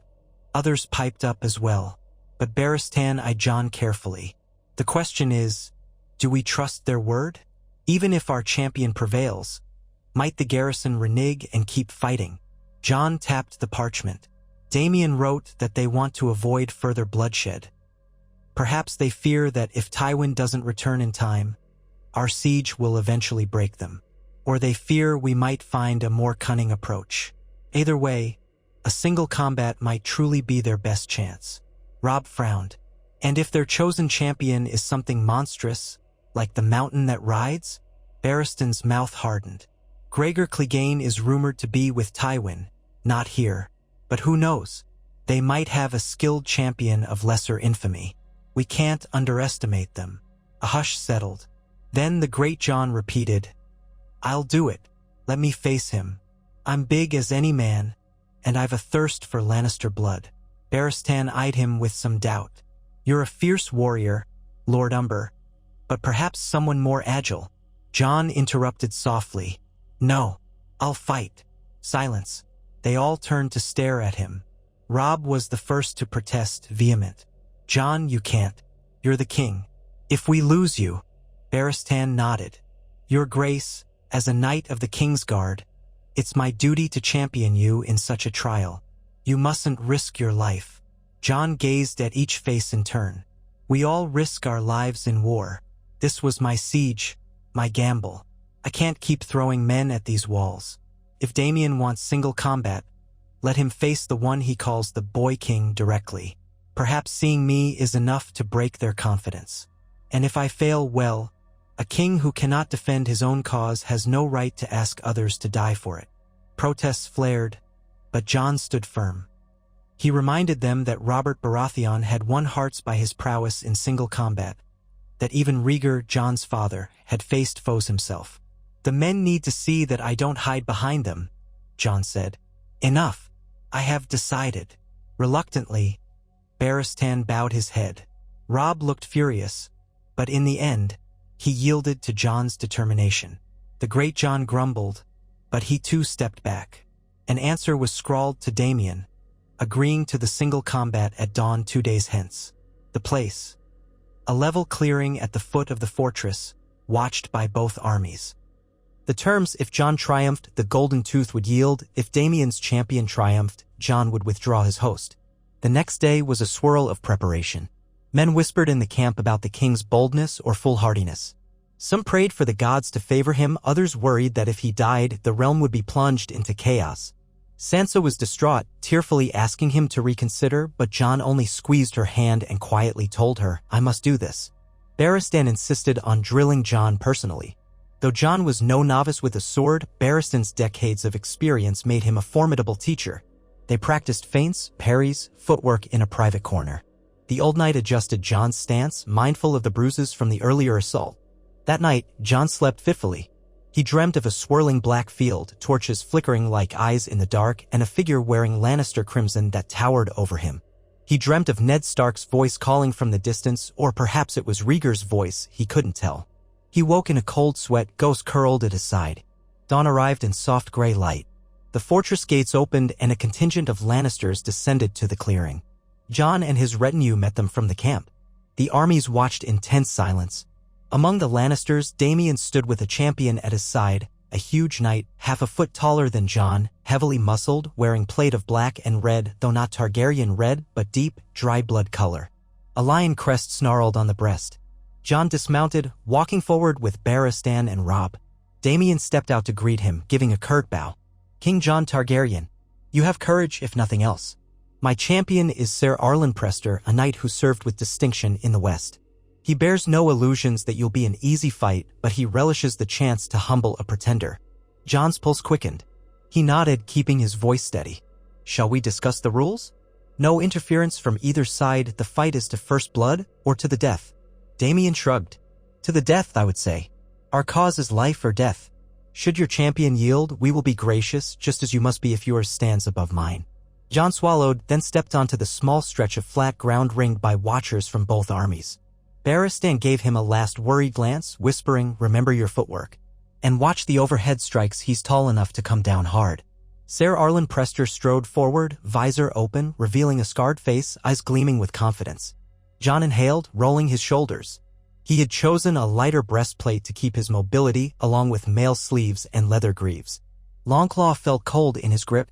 A herald, one from Jon's ranks, one from Damian's, proclaimed the stakes. The hush fell. Jon squared off against the broad-chested knight. Ser Arlen snapped his visor down and drew his heavy longsword, taking a two-handed stance. Jon spread his feet, raising Longclaw in guard. Then the fight began. Ser Arlen lunged, far faster than a man of his size should, forcing Jon to parry. The clash of steel reverberated in the crisp air. A second blow came from above, a savage downswing. Jon barely deflected it, the force numbing his arms. The watchers gasped, but Jon recovered, stepping sideways to slash at Arlen's flank. The knight twisted, letting the blade glance off his plate. They circled each other. Dust rose from the hard-packed ground. Arlen advanced again, feinting a low cut that turned high at the last instant. Jon recognized the trap in time to block, but the blow jarred him backward. He used that backward momentum to pivot, bringing Longclaw around in a swift counter. Steel screeched across Arlen's pauldron, leaving a shallow scratch. Arlen hissed, stepping back. A cheer went up from some of Jon's men. First blood was drawn, if only a scratch, but the fight had far to go. Arlen braced, then lunged with a series of brutal strikes, each aimed to drive Jon onto the defensive. Jon dodged, heart thumping, mindful of foot placement. He parried an overhead slash, only to take a heavy punch to the ribs from the knight's gauntlet fist. Pain stabbed through him. Arlen moved in for the kill, sword arcing downward. Jon twisted just enough to avoid a fatal blow, though the blade gouged his shoulder armor, opening a cut at the edge of his neck. Warm blood trickled down. He stumbled, hearing gasps from the watchers. Through the haze of pain, Jon forced himself upright, ignoring the throbbing. He slashed wildly, backing Arlen off for an instant. The big knight grinned behind his visor, confident he had the king cornered. "Yield," Arlen growled. "And run back to your bogs, Targaryen pup." Jon's vision pulsed red with each heartbeat. Instead of replying, he shifted into a quick, downward thrust aimed at Arlen's leading knee. The knight jerked back, blade down to block. In that fraction of a second, Jon switched direction. He reversed the strike mid-motion, stepping inside Arlen's guard, and hammered the pommel of Longclaw against the knight's visor. Metal crunched. Arlen staggered, momentarily blinded, and Jon seized the chance, driving Longclaw's point into the gap beneath the left armpit. He felt the blade bite flesh. Arlen roared in agony, reeling away. Jon pulled the sword free, staggering as well, breath ragged. Blood leaked from Arlen's armpit, a near-fatal location if the blade had hit a major artery. He clutched at it, trying to remain upright. Jon forced himself to close the distance, ignoring the searing pain in his own neck and ribs. With a final, desperate swing, he battered aside Arlen's half-raised sword and slammed Longclaw home through the knight's breastplate with a deafening screech of metal on metal. Ser Arlen choked, dropping his weapon. The watchers froze in stunned silence. Slowly, like a falling tower, the knight collapsed to his knees. His visor rattled and he gave a final, rasping breath before toppling face first. For a heartbeat, nobody moved. Then Barristan rushed forward, supporting Jon, who nearly collapsed under the flood of pain and exhaustion. A wave of murmurs and exclamations swelled from both armies. Robb was at Jon's side in moments, pressing a cloth to the wound on Jon's neck. Daemon Lannister stood rigid, his face a mixture of disbelief and dawning horror. The herald cleared his throat. "The champion of King Jon Targaryen triumphs. By the terms set forth, the garrison of the Golden Tooth shall yield." Damien's eyes narrowed. For an instant, Jon thought the man might renege. But the watchers were too many and the terms had been declared openly before both armies. Daemon swallowed, stepping forward to glare at Jon, who was half-sagging in Robb's arms. "You have your victory, boy," he spat. "You'll find the Golden Tooth of little worth once my uncle returns." Jon coughed, spitting blood from a cut in his mouth. Then, "Open the gates," he rasped. And so, under the watchful glare of thousands, Daemon signaled his men on the ramparts. Moments later, the gates of the Golden Tooth creaked open. The watchers on the walls lowered the lion banners. The fortress was taken. A ragged cheer rose from Jon's ranks. The men saw their king, battered and bloody, stand victorious over a formidable knight. Even as Barristan and Robb carried Jon away to tend his wounds, that image lingered in every soldier's mind. The boy king had risked his life in single combat and won. When Jon regained enough strength to speak in the healer's tent, he insisted that Daemon Lannister and the garrison be treated with honor. No slaughter, no pillaging. The West might yet be brought to heel without further atrocities if Tywin continued to struggle. Over the next few hours, the fortress was secured by Jon's men, who posted guards at the gates, seized the armory, and began inventorying supplies. Sometime in the afternoon, Jon dozed fitfully on a cot beside Oberyn's, who still wavered on the edge of feverish consciousness. Robb visited with a grim smile, praising Jon's victory, while Sansa flitted about, pressing fresh bandages to Jon's neck. A hush of respect seemed to follow her, for she had proven calm in the face of gore and crisis. Outside, the realm was still as uncertain as ever. Tywin might be riding back at any moment, the Ironborn might shift alliances or intensify their raids. Stannis was still an enigma. But for the moment, one fortress had fallen, and the king had proven to friend and foe alike that he was not simply a figurehead. As evening fell, Barristan emerged from conferring with the Golden Tooth's surrendered officers. He told Jon that Daemon Lannister had locked himself in his quarters, fuming, but showed no sign of open defiance. The men would follow the new occupant of the fortress, at least for now. Jon felt the burn of his wounds each time he so much as stirred, but relief flared within him. A small, significant step had been taken. If they could hold the fortress, they might push deeper into the west or force Tywin to sue for peace, or at least come to terms. His eyelids grew heavy as exhaustion tugged at him. The candles in the tent guttered low. He glanced at Oberyn, who slept fitfully, face clammy. For a moment, the Dornish prince opened his eyes and muttered something about Elia. Then he drifted off again. Jon let out a quiet breath. So many battles remain, he told himself. But we've come this far. In the hush, he heard Ghost's soft breathing near his cot. He closed his eyes. For a king who had never dreamed of ruling, each day was a trial by combat in its own right. But at least, with allies like Robb, Barristan, and even Oberyn, with the support of the North and the grudging respect of some in the West, there was hope. And so, beneath the flicker of a single candle, the king of the Seven Kingdoms slipped into an uneasy rest, lulled by the knowledge that one fortress, one small corner of the realm, had yielded to him through blood and sweat. Tomorrow, the grander war would beckon again. But for tonight, the battered victors, Wolf and Dragon, could claim the slightest taste of triumph in a land starved for peace. The days bled into nights at the Golden Tooth, and word of King Jon's narrow triumph over Ser Arlen Prester drifted through the region like an unexpected wind. For years, men in the West had lived under the steel aegis of House Lannister, certain that Tywin's rule could not be shaken. Now they heard whispers of a young king who wore the name Targaryen but had the blood of the North, a boy who had bested a formidable knight in single combat. The fortress itself sat in quiet occupation, its garrison officially sworn to the crown, though many Lannister men still brooded behind the walls, uncertain whether to seethe in resentment or bide their time and hope for Tywin's resurgence. Jon was confined to a bed in the keep's inner rooms, his wounds tended by the same overworked maester who struggled to keep Oberyn Martell alive. Both patients lay in dark-chambered quarters, separated by a corridor. Guards stood watch outside, uncertain whether the Lannister men might yet rebel. The air hung thick with the dust of old tapestries, and at every corner lurked a hush of tension. Robb Stark and Ser Barristan Selmy oversaw the fortress's daily affairs for the time being. Sansa and several other healers ferried between the two sick rooms, bearing bowls of broth and salves. Occasionally, Sansa would pause in Jon's doorway, curtsy, and ask if he needed anything. He always shook his head, grateful but uneasy. He could see the strain in her eyes. She wasn't meant to be in this place of war and pain, but the realm had few pockets of safety left. On the third morning after the single combat, Jon awoke drenched in sweat.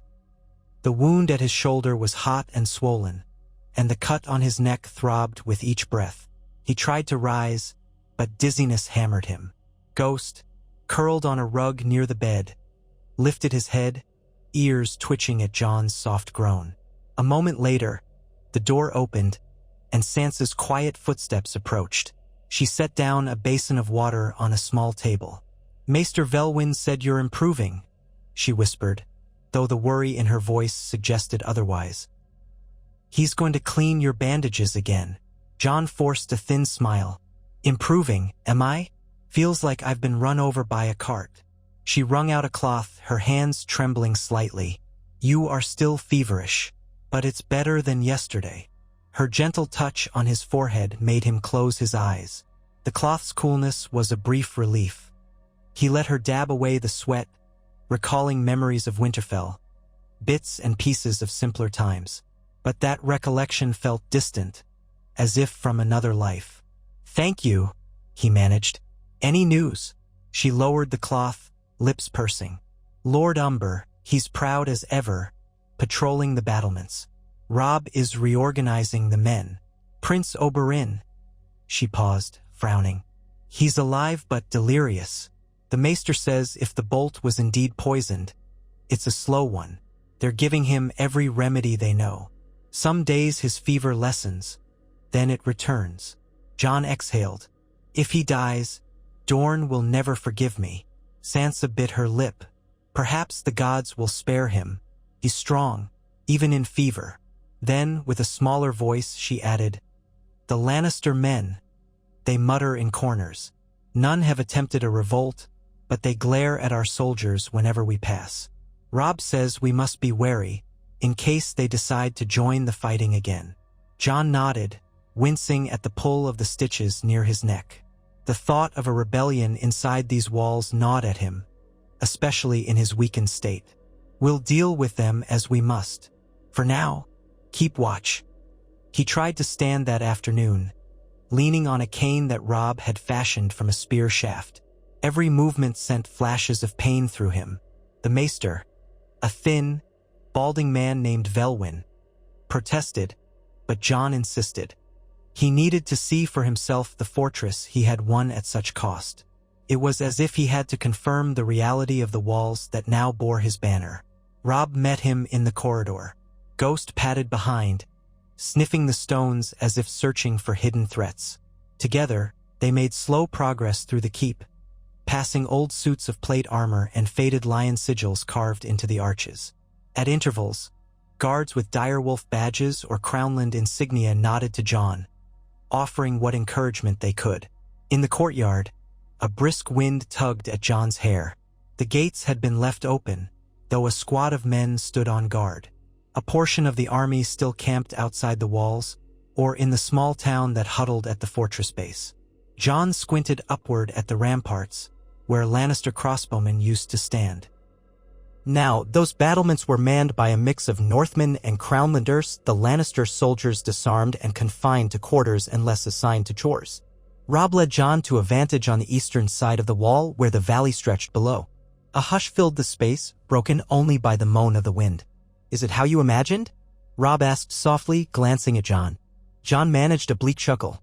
"I never imagined I'd conquer a Lannister fortress in my life, let alone stand here as king. But we hold it for now. Any sign that Tywin is marching back this way?" Robb shook his head, resting his hands on the parapet. "No. Scouts say he's still near the coast, likely trying to root out the Ironborn. They're slippery hit-and-run raids. Without his main army, they might even seize a port or two. We haven't heard fresh news in days." Jon set the butt of his cane against a stone crevice to steady himself. "We can't stay idle indefinitely. The men are restless. We have 8,000 or 9,000 fit for battle after that last assault, plus the battered remains of Oberyn's spears. That might not be enough to hold the entire west if Tywin comes with double our numbers." Robb nodded solemnly. "We need allies. Perhaps a raven to the Tyrells or another to Dorne, saying we rescued Oberyn? Or maybe Father in King's Landing has gleaned a new path. He's near Joffrey and Cersei, but he's fended them off so far." Jon rubbed the bridge of his nose. "Yes, we must write to Father. And also to Mace Tyrell. If the Tyrells see that we've taken part of the west, they might decide we're worth supporting. If they come in, Tywin will be trapped for certain." The thought buoyed him for a fleeting moment, but as he took another step, his shoulder stabbed with fresh agony. He nearly toppled, only saved by Robb's quick hand on his elbow. Ghost let out a low whine. "You're not ready for this," Robb muttered, guiding Jon back inside. "Rest. We'll handle the day-to-day." Jon swallowed his protest, too weary to argue. In truth, he felt the world spinning. As they moved back into the keep's halls, he caught glimpses of Lannister tapestries that no one had bothered to remove, golden lions in fields of crimson, a reminder that House Lannister's spirit still lived here. Barristan was waiting in the keep's small solar when they returned. The old knight stood with arms folded, hair as white as fresh snow, eyes alert despite his weariness. "Your Grace," he said, giving Jon a respectful bow. "I am glad you're up. We have visitors, men from the local villages who say they want to pledge to the king in exchange for protection. They've been summoned to speak with you if you feel able." Jon glanced at Robb, who nodded. "I'll stand by you," the younger Stark said. With that, they entered the Solar. For villagers stood there, their clothes patched, faces lined by years of hard living. One man stepped forward, removing a shapeless cap. "Your Grace," he said, "I am Joff the Miller from a hamlet 3 leagues south. We heard the fortress changed hands, so we came to beg for your mercy." Jon frowned, leaning on his cane. "I have no quarrel with peasants, nor do I punish honest folk. Speak your concerns."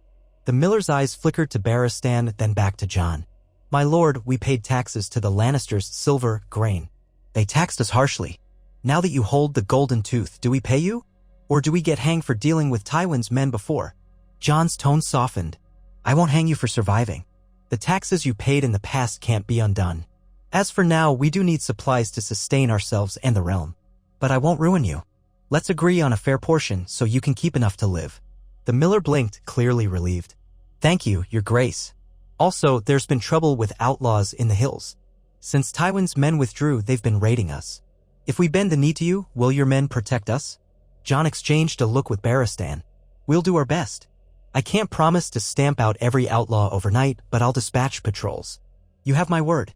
The miller dropped to a knee, joined by his companions. "We pledge ourselves then. May the gods bless you." They left soon after, and more came, a smith seeking iron to repair tools, a widow whose farmland had been trampled by warring armies, a pair of frightened merchants who dealt in salt fish. Barristan quietly arranged for them to meet with crownland knights who'd managed the new system of taxation and protection. Jon found the swirl of practical demands almost comforting. It reminded him that a king did more than just wage war. By the day's end, exhaustion pressed in. Jon was helped back to his room. Ghost followed close, though the direwolf still seemed uneasy in these foreign halls. Jon noticed the beast sniffing corners and doorways more than usual, as if suspecting a hidden threat. He made a note to be cautious. The Lannister soldiers, though Antioch subdued, could well attempt an assassination if they believed it would restore Tywin's dominion. In bed, staring at the stone ceiling, Jon found himself thinking of Oberyn Martell. He asked a passing servant to check on the prince's condition. The man returned with a somber face. "The maester says the prince is fighting for breath. He's strong, though. We'll know by morning if he's turned a corner." Jon lay awake half the night. At one point, he heard Oberyn's ragged cries from down the corridor, a delirious rant about the mountain, about Elia, about Targaryens and the children who died in King's Landing. The sound made Jon's gut twist. Why must the realm be so drenched in old wounds? He thought, is there no end to this cycle of vengeance? At dawn, a hush settled. Sansa rushed into Jon's chamber, bright-eyed. "Prince Oberyn, his fever broke an hour ago," she breathed. "He's awake, though very weak. I heard him speak clearly for the first time in days." Relief flooded Jon. Ignoring the pain in his ribs, he levered himself upright. "I'll see him." She hesitated. Maester Velwyn advised letting him rest a bit longer. "But if you insist?" Jon insisted. Leaning heavily on his cane, he made his way down the corridor to Oberyn's room. Inside, the air smelled of sweat and boiled herbs. The prince lay propped on pillows, his face pale, lips drawn in a tight line. A bandage wrapped his torso where the crossbow bolt had pierced him. His eyes flicked up at Jon's entrance, holding a flicker of their old spark. "Well," Oberyn rasped, "I see the Targaryen pup is still alive. I half expected you to be dead on the field by now." Jon mustered a faint smile. "I nearly was. I fought a single combat to secure the fortress. Seems you've had your own battle in here." Oberyn tried to laugh, but coughed instead. The cough turned into a spasm of pain, and the maester rushed to steady him. At last, he sank back against the pillows, breathing shallowly. "I recall the darkness, the fever dreams. I cursed your name 100 times. Yet here I lie still breathing." Jon approached the bedside. "We had to try that infiltration. I'm sorry it ended so badly." Oberyn gave a weak shrug. "War is war. We all know the risks. I'm not so fragile a flower that I blame you for my wounds. But what matters is, do we still have a path to see the mountain pay for his crimes and to see Tywin broken? You Targaryens, you owe us Martells a debt." Jon lowered his gaze. "I promised you justice if we prevail. That promise holds. Tywin is still out there, but we've claimed part of the West. The Ironborn are harassing him at sea. If the gods are just, we'll force him to capitulate." Oberyn closed his eyes, exhaling a ragged breath. "Then I'll survive and see him fall. And after that, we'll see if your reign is any better than the last Targaryens." My brother, Doran, must be told I still live. He'll remain watchful in Dorne, waiting to see which side prevails. Jon nodded. When you're stronger, we'll send a raven. For now, rest. We need you alive. The prince opened one eye. Stronger, yes. Perhaps I'll even teach you how to use a spear someday. He gave a ghost of a grin, then drifted back into a doze, his energy spent. Over the next few days, the fortress stirred with a sense of measured stability. Jon's men discovered half-forgotten storerooms containing sacks of flour and barley, enough to feed the army for a short while. They reconnected with supply lines from the east, bringing more wagons from Riverrun. Lannister soldiers, under the watchful eye of northern guards, repaired broken sections of wall and cleared rubble from the last assault. Daemon Lannister remained a sullen presence in the keep, effectively a prisoner lord. He refused to dine with Jon but grudgingly followed the terms of surrender. One afternoon, a Lannister messenger arrived, battered from a long ride. He claimed to bring word from Tywin, though no official letter bore the seal. According to this messenger, Tywin had crushed several Ironborn raiding parties near Fair Isle. A portion of Balon Greyjoy's forces might have retreated, but no one could confirm. Tywin's next move was uncertain. He might press on to eliminate all Greyjoy threats, or he might pivot to retake the Golden Tooth. What does Tywin demand? Jon asked, lips thin. The messenger shifted uncomfortably. My lord, or your grace. Tywin offers you the chance to withdraw from the west. If you leave the Golden Tooth and renounce your claim, he will permit you to retreat unmolested. Barristan snorted in derision. Robb's mouth pressed into a grim line. Jon only shook his head. Tell Lord Tywin that this fortress belongs to the crown, not to House Lannister. I have no intention of abandoning it. If he wants it back, he'll have to come in force. The messenger bowed, pale-faced, and was escorted away. By evening, Jon's council concluded that Tywin likely was testing for weakness. If the king's men quailed at the mention of the Lannister host, Tywin could reclaim the fortress easily. But if the crown's army held firm, Tywin might remain pinned by the Ironborn threat a while longer. In the hush of the keep's great hall that night, Jon shared a simple supper with Robb, Sansa, Ser Barristan, and a few captains. The meal was plain bread, lentil stew, a bit of salted ham. The once proud Lannister dining hall, hung with lion banners, now had a new occupant at the high table, the battered, bandaged king. Flickering torches cast long shadows. Sansa seemed subdued, pushing her stew with a spoon. Barristan tried to lighten the mood with a story of his youth, but it fell flat in the gloom. Robb studied the weathered tapestries on the walls, trying to hide his own worry. At last, Jon set down his spoon. We need to decide on our next move. If we wait here for Tywin, we might starve out the fortress before he arrives. Or if we move further west, we risk dividing our forces. Barristan nodded.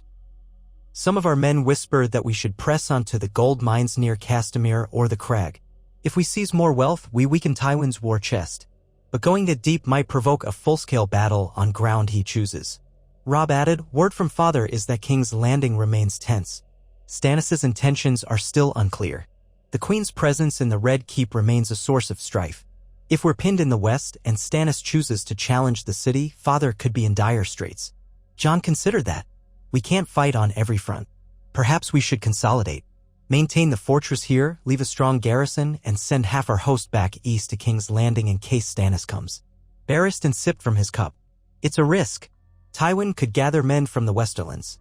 If we have our force, we might not be able to hold the tooth if he attacks with his full might. Their talk circled for an hour with no easy resolution. At length, Sansa spoke up, her voice trembling slightly but carrying an edge of conviction. What if you send an envoy to Stannis, or even meet him?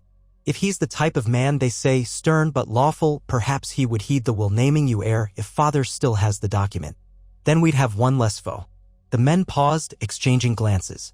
It was not the typical domain of a young lady to suggest strategic negotiation, but Sansa's words had logic. Ned had indeed possessed King Robert's final testament, though the city's politics were dangerous. Jon tapped a finger on the table's surface. It might be possible. If Stannis sees that Robert declared me heir, he may stand aside, though that depends on whether he trusts the testament's authenticity. He's a proud man and might claim the throne for himself as Robert's eldest brother. Still, the notion lingered in the air, and a plan began to form: dispatch a high-ranking envoy from the Golden Tooth to treat with Stannis if they could find where he mustered his fleet. That might require them returning to King's Landing or at least nearing the Stormlands. Night deepened, the council ended. Jon parted ways with the others, exhaustion tugging at him. But as he limped toward his chamber, a messenger caught him in the corridor, a panting boy with a scroll bearing House Tyrell's sigil. Swiftly, Jon broke the seal and read, Mace Tyrell, Lord of Highgarden and Warden of the South, extends his respectful greetings to King Jon Targaryen. We have learned of your victory at the Golden Tooth and the shifting fortunes of Lord Tywin Lannister. We propose a meeting to discuss matters of mutual interest. My beloved daughter Marjorie will accompany me should we come to terms that benefit both our houses and the realm at large. Jon's pulse quickened. This was precisely the wedge they needed. If the Tyrells entered the fray on Jon's side, Tywin would be outmatched in gold and manpower. The question was, what does Mace Tyrell want in return? The letter hinted at a possible betrothal. Marjorie's name was rarely mentioned in a political context without that possibility. He carried the letter into his bedchamber, ignoring the ache in his ribs. The candlelight flickered on the parchment. Betrothal, a marriage, alliances. The magnitude made his head spin. He was scarcely older than 16, newly minted as king. And yet, forging such a union might secure the realm's future, or complicate it further if it sparked jealousy among other houses. Before sleeping, Jon wrote a short reply, asking for more detail on where Mace Tyrell proposed they meet. I will gladly welcome your approach, or travel to a neutral site. He had Barristan carry the sealed missive to be sent by Raven come dawn. In the following days, Oberyn Martell improved enough to sit upright. He demanded wine and promptly coughed it up, cursing that the West's wine was foul. The maester refused to let him indulge further, urging water and herbal tonics. Nonetheless, Oberyn's color returned, and his barbed wit resurfaced. He insisted on reading the letter from Mace Tyrell, smirking at the notion of a Tyrell Targaryen union. A pretty rose for the new king, he said wryly. The Tyrells are no fools. They sense your ascendancy. But remember, they always want something in return. Lands, influence, a chance to overshadow the crown. They might want you to eventually put your own men aside and trust only theirs. Watch them carefully, King Jon. Jon nodded. I will. Still, we can't hold the throne if the entire realm is fractured.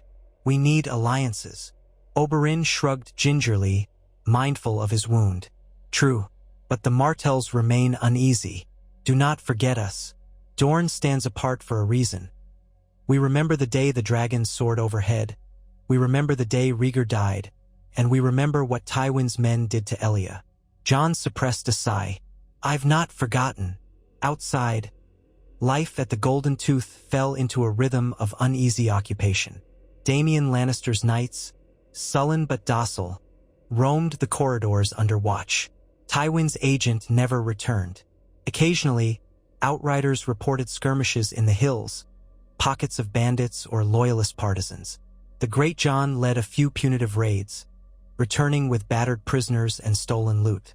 Barristan ensured no atrocities were committed against the small folk, though the Great Jon's temper was not easily contained.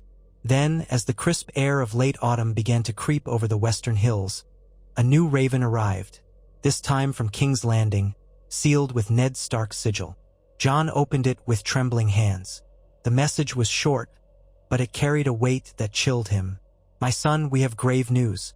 Stannis Baratheon has declared himself the rightful king and is preparing to sail from Dragonstone toward the capital. Rumor says he insists that Robert's children by Cersei are illegitimate. He may attempt to claim the throne as Robert's heir. I am preparing the city's defenses. Yet we must be wary. The Lannisters within the court may exploit this chaos to seat Joffrey if we fail. I implore you to send support. King's Landing cannot stand alone if Stannis arrives with a fleet. The lords of the Narrow Sea are uncertain. Please act with haste. Your sisters remain in the city. The tension grows by the day. Jon read it twice, heat flaring at the thought of Stannis ignoring Robert's testament. Then again, from Stannis' standpoint, he was the elder Baratheon with a direct line. Jon was not blind to the legal complexities, and indeed, many in Westeros might see Stannis' claim as more straightforward than trusting Robert's final choice. Rage battled anxiety in Jon's chest. If Stannis besieged King's Landing, Ned would be forced to fight a Baratheon host in the capital's streets. Joffrey still lurked there, a figurehead for any Lannister loyalists. Meanwhile, Tywin lurked in the west, the Greyjoys raided the coasts, and the Tyrells teased an alliance. Gathering the war council that night, Jon read the letter aloud. Oberyn, pale but mobile, had insisted on being carried in on a litter, determined not to miss crucial events. He listened from a corner, face inscrutable. Ser Barristan and Robb flanked Jon as usual. The great Jon hovered by the door, a scowl etched on his features. When the reading finished, Barristan exhaled. Stannis is not a man to bluff. If he says he's marching or sailing on the city, he likely means it. If your father is forced to defend King's Landing, we could lose the capital if Stannis's fleet breaks the walls. Robb nodded, crossing his arms. Father can hold for a while, but not forever, especially if the Lannisters inside sabotage him. Joffrey might even incite riots to turn the city against father. The gold cloaks are not always reliable. The great Jon hammered a fist into his palm. We should ride back east, gather more men, and crush Stannis. Or at least show him he has no chance. We can't let him slip in and steal the throne from your father's hands. Oberyn raised an eyebrow. And leave Tywin to retake the west in your absence? Silence fell as the question hung in the air. Jon stared at the map that lay stretched on a table. The Golden Tooth was a crucial vantage in the west, but what good was it if King's Landing fell and the entire realm turned to Stannis or Joffrey? At last, Jon spoke quietly. We can't be everywhere. Our army is strong but not infinite. If we break off half our forces to march east, the other half might not hold the west if Tywin attacks. But if we remain here, Father and King's Landing may be lost. Robb's eyes flicked to the map. We have allies here, some river lords, the Martell Spears, a portion of the northern host. Enough to defend the Golden Tooth if Tywin returns. You could lead a sizable contingent back toward the capital. Or we let Barristan command that contingent while you stay. But Jon shook his head. My father's letter is addressed to me calling for my help. The realm sees me as the crowned king, or at least some do. If I let King's Landing fall without even trying to defend it, how does that make me look to the rest of Westeros? I must go myself. Barristan pressed his lips together, a flicker of concern in his eyes. Then we should name a commander to remain here with enough men to hold the fortress. Possibly the great Jon, or Lord Bolton, or Robb. Robb bristled at that. I'd rather be at father's side. But maybe father needs me less than he needs you, Jon. The men trust me, though, especially the northerners. If I stay, I can keep the west in check. If Tywin returns with overwhelming force, we can fall back to the Golden Tooth's defenses. Meanwhile, you rescue father and the city from Stannis. Jon felt a pang. Leaving Robb behind would not be easy. They had fought side by side, forging a bond in these grim days. But the logic was compelling. We do have Barristan, Oberyn's men, once Oberyn recovers, and part of the host to march east. I'll lead that. You remain, Robb. I trust you to hold this fortress if Tywin comes. The great Jon let out a gruff chuckle. I will hold. Let the lions throw themselves at our walls. You go show Stannis that Robert's last will was no farce. Quietly, Oberyn muttered, if I'm well enough, I'll go with you. I've no love for the capital, but if Stannis storms the city and tears down the Red Keep, I might lose my chance at vengeance on the Lannisters who remain. I want to see the final downfall with my own eyes. Barristan turned to Oberyn, regarding him carefully. You're not fit for a long march just yet, Prince. Another fortnight of rest, at least. Oberyn gave a mocking grin, sweat beading on his brow. I've endured far worse. We Martells do not linger in bed while the realm shifts. Jon suppressed a groan. The idea of dragging a wounded Oberyn across the continent worried him, but the prince was as stubborn as they came. We'll see how you feel in a few days, Jon said. But we march soon. King's Landing must not fall.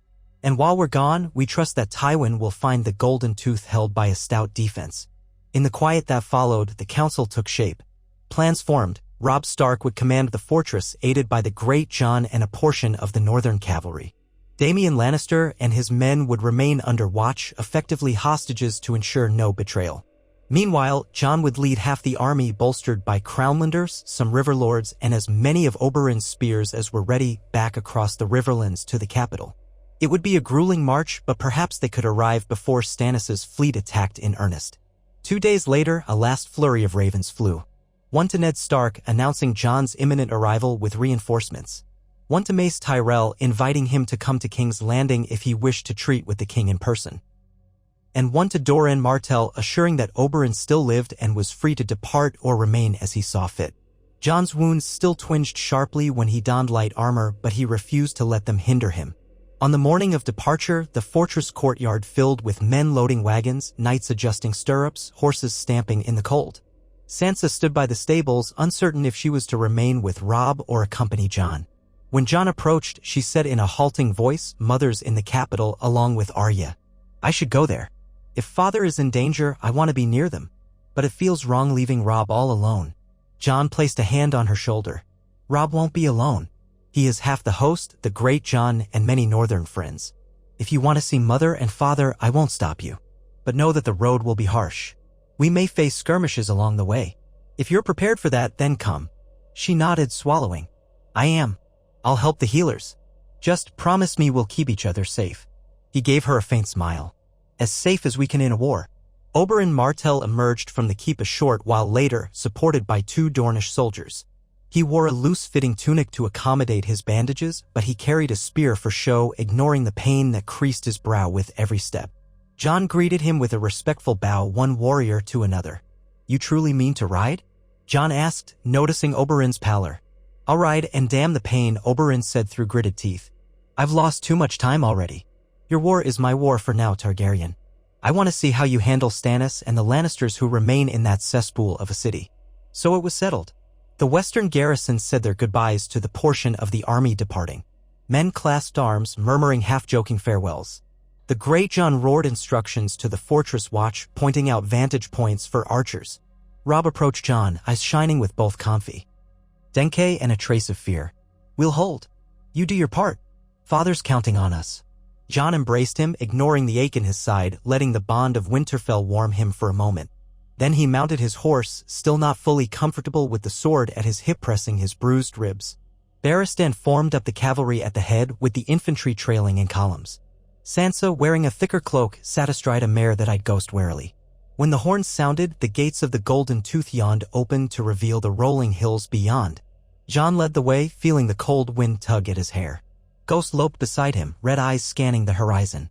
Behind them, the columns stretched, steel glinting in the autumn sun. The watchers on the ramparts called out rough cheers or waved spears in farewell. Jon glanced back once to see Robb perched on the battlements, gray wind at his side. Then the path curved, carrying them away. The fortress sank out of view. We marched for King's Landing, Jon thought, and the next storm of steel. The journey took them south and east across the Riverlands again, retracing some of the routes they'd followed before. Villages battered by war greeted the returning soldiers with cautious relief. More than once, Jon's men found themselves crossing paths with remnants of Lannister outriders or bandits, but they never encountered a large hostile force. This time, Tywin seemed truly pinned in the west. At night, they camped in wide fields or by the banks of the Trident. Sansa took up her role in the healers' tents, assisting the injured. Oberyn rarely left his command pavilion, but occasionally he strolled the camp's perimeter, muttering about the bland northern rations and longing for Dornish peppers. He was recovering, though slowly. His thirst for vengeance had not cooled. After nearly 2 weeks of steady marching, they reached the crossroads near Harrenhal, that ancient ruin where Aegon's dragons had once unleashed fire. Smoke still drifted from the castle's blackened towers, and the local rumor was that some lesser lords had tried to occupy it but found only ghosts and a crumbling fortress. Jon debated whether to seize Harrenhal for strategic advantage, but decided it would cost more men and resources than it was worth. His aim was to relieve King's Landing, not become entangled in another ruin. Onward they pressed, crossing the Blackwater Rush at a ford upstream. The days shortened. Leaves turned red and gold along the roadside. Autumn's chill sank deeper into the nights. Ghost often ranged ahead, occasionally returning with game that the men cooked. Sansa took to wearing gloves at all times, her breath puffing in white clouds come morning. At last, one early evening, the city's distant walls appeared in the east, black silhouettes against a dull orange sky. King's Landing. Smoke from countless chimneys hazed the horizon. The river wound past it, wide and placid from a distance, though Jon knew its waters were brackish and fouled by the city's waste. A hush spread through the army as they beheld the capital from a hillside vantage. For many, it was the first glimpse of the seat of power they were sworn to defend. Jon felt his heart hammer. We've come home, or near enough. Will we find the gates open, or battered by Stannis' siege engines? Barristan rode up, surveying the horizon with a keen eye. No sign of war camps on the western approach. That might mean Stannis has not landed yet. Or if he did, he might be on the eastern side, blockading the ports. Oberyn, riding a dappled horse and wrapped in thick cloaks, gave a rueful half-smile. We'll soon know. Let's go see if your father still holds the city, King Jon. They wound their way closer as dusk deepened. Scouts went ahead, verifying that the gates were manned by gold cloaks loyal to Ned Stark. In an hour, word returned. The city was tense, but no open battle raged. The gates were open to the king's approach, albeit with caution. Jon led the final approach, torches flaring among the ranks. People along the roadside murmured at the sight of so many armed men. Some recognized Jon or recognized the dire wolf banner and cried out in wonder. Others shrank back, uncertain. The stench of King's Landing grew stronger with every step, reminding Jon of the reek he had endured in Robert's day. They passed through the massive gates, iron portcullis rattling overhead. Guards saluted, half in awe, half in relief. Narrow streets twisted ahead, lit by flickering lanterns and crowded with late-day traffic. Word of the king's arrival raced through the city, and onlookers spilled from taverns and alleys, forming a ragged crowd. Some cheered, some gawked, and more than a few cursed under their breath, apparently unimpressed with any king who was not Robert Baratheon or a Lannister puppet. But they parted enough for Jon's men to continue inward, pressing toward the Red Keep. In the torchlit gloom, Jon could see how the city had changed since he last was here. Guards roamed in larger numbers. Some houses were boarded up, windows smashed. It seemed Ned had cracked down on troublemakers to maintain order. Occasionally, they passed walls plastered with scrawled slogans, "Stannis is the true king," or "Beware the bastard wolf." Some had been hastily painted over by the gold cloaks. Up the winding approach they rode, beneath the looming shape of the Red Keep perched on its rocky promontory. Finally, within the inner gate, Ned Stark stood waiting with a cluster of loyal retainers. In the flickering courtyard braziers, Jon could see the new lines on Ned's face, the strain of countless burdens. Ghost loped forward, sniffing Ned's boots in recognition. Ned reached down, petting the direwolf's head with a faint smile. Then Jon dismounted, legs shaky from days in the saddle. He approached Ned, feeling a wave of relief and anxiety all at once. "Father," he said quietly, voice echoing in the courtyard. Ned's eyes flicked from Jon's bandaged neck to the grim set of Barristan's jaw to the presence of Oberyn Martell, then back to Jon. "My son," he said, though the nuance of their relationship had changed. "You've come. Thank the gods." They embraced, and Jon had to fight tears, all the exhaustion of campaigning pressing on him at once. Only after he stepped back did he notice Catelyn Stark standing a few paces behind Ned, eyes brimming with emotion at the sight of Sansa. Mother and daughter rushed together, embracing in a flurry of tears. A short way off, Arya peered from behind a column, face alive with curiosity and something akin to joy. She dashed forward to greet Jon, ignoring any sense of decorum. Jon ruffled her hair. The warmth of family reunion was short-lived. Ned's face grew somber. He beckoned them all to enter the keep, away from prying ears. The situation worsens daily. Stannis' fleet was spotted off Crackclaw Point. He could sail into Blackwater Bay any day now. Joffrey and Cersei remain in the keep under close watch, but they have their loyalists. Tywin's men in the city hide in shadows, stirring discontent. Jon grimaced, removing his riding gloves. One war in the west, another war at the gates. Let's see what stands between us and Stannis. That night, the Red Keep bustled with the arrivals. Soldiers found lodging in the barracks or pitched tents in the outer wards. Oberyn was shown to a guest chamber, as was Sansa and the healers. Barristan and the senior captains joined Ned, Littlefinger, and Varys in a council session that lasted deep into the night. Jon, battered though he was, insisted on attending, ignoring the sting in his side. He learned that Stannis had formed alliances with several lords of the narrow sea coastline. Many believed that Joffrey was the product of incest and therefore no true Baratheon, and if Robert's final testament was in dispute, Stannis' claim seemed the next best option.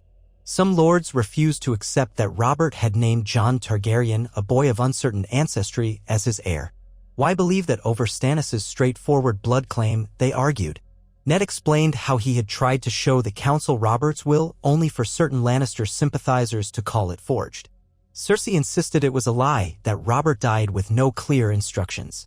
The Gold Cloaks had remained mostly loyal, thanks in part to Ned's long-standing honor, but the city was divided.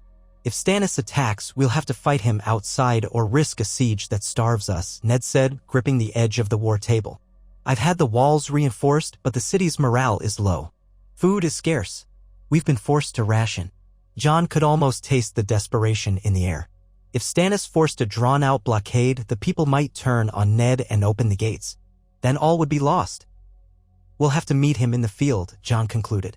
Barristan agreed. "We can try to hold the bay with what ships we have, but Stannis is a seasoned naval commander. The best chance is to face him on land. Now that you've brought fresh troops, we might have enough to do so." Oberyn, leaning against a pillar, raised an eyebrow. And if you kill or capture Stannis, how do you think the realm will react? You'll have spilt Baratheon blood. Some houses might never forgive you. Not to mention the cunning one, Renly Baratheon, lurks somewhere in the Reach or Stormlands waiting to see which way the wind blows. Jon took a steadying breath. War rarely spares us such dilemmas. My father, he corrected himself, Lord Stark, has done all he can. If Stannis truly insists on seizing the city, we have little choice but to defend it. We can still hope he might parley. If the biggest issue is Joffrey's parentage, I can show that Joffrey was never the rightful heir and that Robert named me. But I doubt Stannis will yield. So it was agreed, the next move would be to prepare the city's defenses, but also to form a field army outside the walls if Stannis tried to land. Ned seemed worn thin from the endless labyrinth of politics, but a glimmer of relief shone in his eyes at Jon's presence. At least they now had more swords.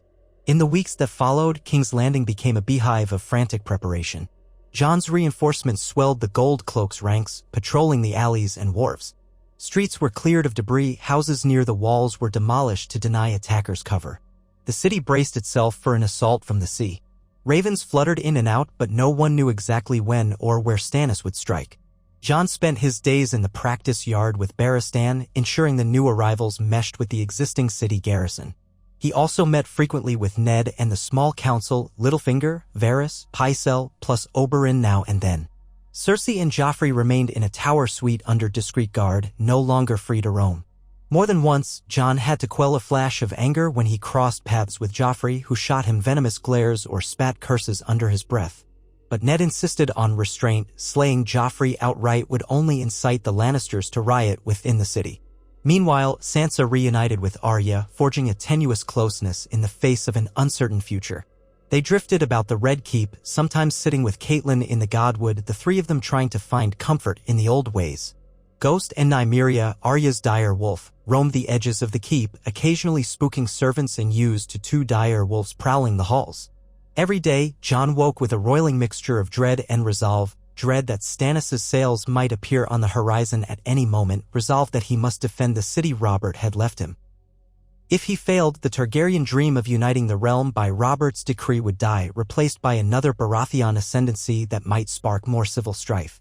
And if Stannis topples me, what becomes of the west, the north Dorne? Finally, one gray afternoon, the watchmen atop the city's highest towers spotted distant sails on the horizon. Ravens arrived from the garrison at Dragonstone, frantic. Stannis had mustered a significant fleet and was sailing for King's Landing. The banners of the fiery heart of the Lord of Dragonstone fluttered from his masts, and rumor said he brought men from Massey's Hook and other coastal keeps. Many had joined him, seeing him as Robert's rightful brother, the only legitimate Baratheon of adult age. The city reeled at the news. Shops closed, people boarded their windows or fled if they could afford it. Jon's men hurried to the walls, manning catapults, scorpions, and any other siege engines that might repel a naval assault. Ned oversaw the distribution of rations. The tension suffocated every street, every alley. On the morning of the day that Stannis' fleet was expected to come within range, Jon donned his armor in the Red Keep's armory. It felt heavier than ever, no longer just a symbol but a genuine shield against a foe who might soon test him with all the fury of the sea. Barristan helped adjust the straps, eyeing Jon's injuries. "Your shoulder has healed enough, I hope," the old knight said quietly. "You must be at your best if it comes to close combat." Jon nodded, ignoring the lingering stiffness. He lifted Longclaw's hilt, remembering the snowy ramparts of Castle Black. A different life entirely, he thought. Yet I still guard the realm in my own way. Across the city, horns blared. Men rushed to muster along the wharves and the mud gate. Jon mounted a horse in the outer courtyard, with Ghost trotting behind. Ned, also armored, emerged from the keep, offering a grim nod. "They're sighted in Blackwater Bay. Stannis' ships will be at the harbor mouth by midday." Jon's breath felt tight. "Then we meet him." They rode out with a retinue, crossing the city's winding streets. In the harbor district, a large portion of the populace had gathered on rooftops or behind barricades. The odor of fish and sewage mixed with the acrid tang of pitch, which men were busily heating in cauldrons. Warships loyal to the crown bobbed along the piers, outnumbered by Stannis' rumored fleet. Archers lined the walls, while some gold cloaks set up ballistae to fire at approaching ships. Jon, Ned, and Barristan took a vantage on the city's seaward ramparts. Far out on the water, through the haze, dark shapes appeared, dozens of ships, their sails embroidered with a flaming heart and stag. Stannis' sigil. A hush fell among the watchers on the battlements. As the enemy fleet drew nearer, a single galley raised a white banner, heading cautiously toward the mouth of the harbor. Ned and Jon exchanged a look. "They want a parley?" Jon asked. Barristan shrugged. "Stannis might believe in giving you one last chance to surrender." Jon set his jaw. "Then I'll hear him. Perhaps we can avoid a slaughter." A small skiff was lowered from the galley, rowing into the harbor. Jon had the gold cloaks guide it to a pier near the city walls, where he descended with Ned, Barristan, and a handful of knights. Ghost remained at Jon's side, hackles slightly raised. The water lapped at barnacle-crusted pilings, carrying the sharp smell of salt and seaweed. When the skiff scraped against the pier, 2 men clambered out. One was tall, donned in battered plate, wearing a sigil of a stag on a flaming heart. The other was lean, with thinning hair and a short beard. Ser Davos Seaworth, if Jon recalled the descriptions. The tall man was none other than Stannis Baratheon himself. His face was gaunt, his jaw set in a firm line, eyes cold and unyielding. Jon stepped forward, heart thudding. "Lord Stannis," he greeted, giving a slight nod. Stannis's expression did not shift. "They call me King Stannis, boy, but I suppose you dispute that. I was told to speak with the one who falsely calls himself the heir of Robert Baratheon." Jon stiffened, forcing calm. "I was named heir by Robert's own will. He wrote it on his deathbed, attested by Eddard Stark." He gestured to Ned. "If you doubt it, you can ask him." Stannis's eyes flicked to Ned, then back to Jon. "I do not doubt that Ned Stark wrote something, but I question whether it is binding. I am Robert's eldest brother, next in line by all the laws of gods and men." Ned's tone was measured, but urgent. Robert named Jon Targaryen as his heir, not Joffrey. He recognized that Joffrey and the other children of Cersei are not Baratheons. "It's no slight to you, Lord Stannis, but the king had his reasons. He believed the realm needed uniting, and he saw in Jon the blood of both Targaryen and Stark." Stannis cut him off with a curt gesture. "Robert was a fool in many things. A great warrior, yes, but no scholar of law. If the boy truly is a Targaryen, if he is the spawn of Rhaegar and Lyanna, then by the law of succession, he has no standing ahead of a living Baratheon. The Targaryens were dethroned. Their line was a tainted, stripped of right. Robert's victory over the Mad King set House Baratheon as the rightful dynasty. I am the next in that line. This is not a matter for debate." Jon swallowed, heat flushing his cheeks. "If you truly believe that, why not let the realm's lords decide in a council, rather than shed blood?" Stannis's voice was low with anger. "A great council can be arranged once the usurpers stand aside. Do you yield the city to me or not?" Ned shot Jon a warning glance, but Jon met Stannis's steely gaze. "No, we stand by the late king's will. If you force battle, we'll defend King's Landing." Stannis's jaw tightened. He flicked his gaze to Ghost, noticing the direwolf's bared teeth. "Then you are a fool, boy. My ships outnumber yours. I have lords on my side who remember the Baratheons with pride. I'll break your walls if I must. Joffrey is an abomination, and you," he paused, narrowing his eyes. "You are the fruit of a traitorous union. You would claim the throne on the blood of a rebel and the blood of the very dynasty he toppled? Absurd." Davos Seaworth at Stannis' shoulder cleared his throat. "Sire, perhaps we might find a more peaceful way." But Stannis ignored him. Jon's voice rose in challenge. "You call me traitorous, yet you would overturn Robert's final decree. So be it. If you insist, we'll meet you in battle. I hoped we could avoid more bloodshed, but it seems you are as unyielding as they say." Stannis' lips curled in a grim smile. "I do not yield to false kings. Prepare yourself, Targaryen. Before the moon's turn, I'll sit on the Iron Throne or die in the attempt." With that, he spun on his heel, ascending the steps back into the skiff. Davos hesitated, offering Jon a regretful look, then followed. The boat pushed off. Jon stood rigid on the pier, tension coiled in every muscle. Ghost let out a low growl as the skiff vanished toward Stannis' galley. Ned exhaled. He will not bend. Barristan's hand was on his sword's pommel. "So it is war." Jon nodded, the salt wind tugging at his cloak. He felt the ache of old wounds, the dread of a new battle. "Yes," he said quietly. "War. Summon the men. We defend the city or face him in the field." Either way, Stannis will not give us peace. They returned inside the walls as horns wailed from the ramparts. Stannis's fleet began to maneuver in the bay, forming lines of warships bristling with scorpions and archers. Smaller vessels cruised along the coast, likely scouting for weak points. The city's defenders scrambled to their positions, lighting pitch for potential fire rafts. That night, the mood in King's Landing was one of grim resignation. Soldiers sharpened swords by torchlight, lords prepared for a siege or a pitched battle outside the gates. Women and children huddled in cellars. The Red Keep's corridors buzzed with urgent footfalls. At the War Council, Jon, Ned, Barristan, Oberyn, and the others pored over maps, debating whether to confront Stannis at the beaches or behind the city walls. Sitting in that lamplit chamber, Jon stared at the scrawled lines representing ships and battlements. All these houses, all these claims, he thought, and no end in sight.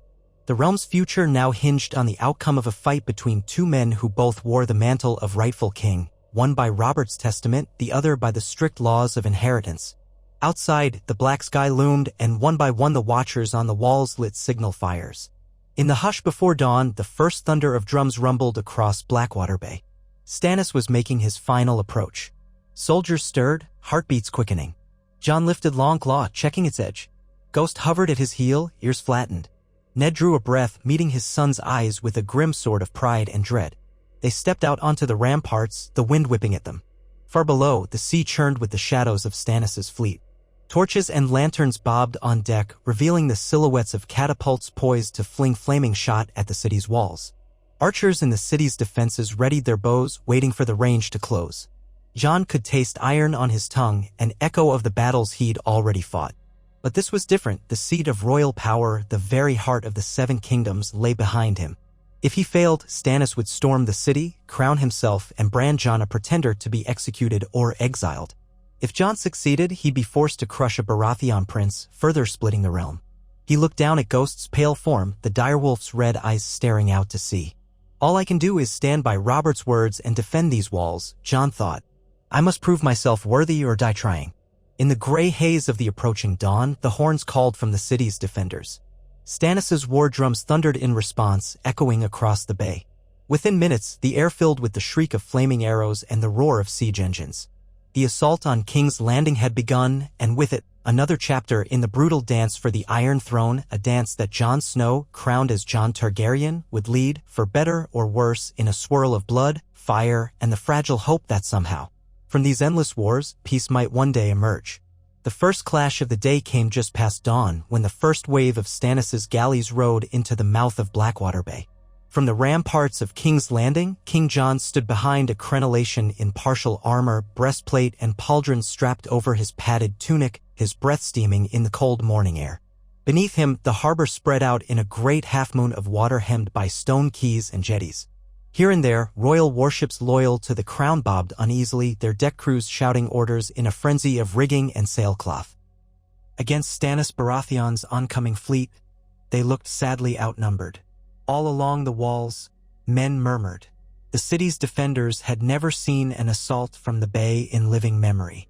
If Robert Baratheon had been here, he might have laughed off any notion of an enemy daring to strike the seat of his power by sea. But Robert was gone. Now Stannis, stern and implacable, had come to claim what he deemed rightfully his. And so, in the early light, the horns blew from both sides. The city's watchers calling the alarm, Stannis' drummers beating the slow, steady cadence of an impending siege. Jon peered through the swirl of brackish mist that hovered over the bay. His wounds from the golden tooth still ached, the cut on his neck bound by clean bandages. Though his shoulder was stronger now, any sudden movement brought pain. Ghost crouched at his side, hackles slightly raised. In the courtyard beneath the walls, men carried buckets of pitch and barrels of oil, setting up a line of crude catapults that had been installed overnight. Archers knocked their arrows, waiting for the range to close. Ned Stark stood on Jon's left, clad in partial plate and fur-trimmed leathers. His face looked older than Jon remembered from their time in Winterfell. Deeper lines etched by worry, nights of too little sleep, days filled with the city's intrigues. Yet his voice carried steady authority as he summoned the nearest officer. Ready the archers along the eastern tower.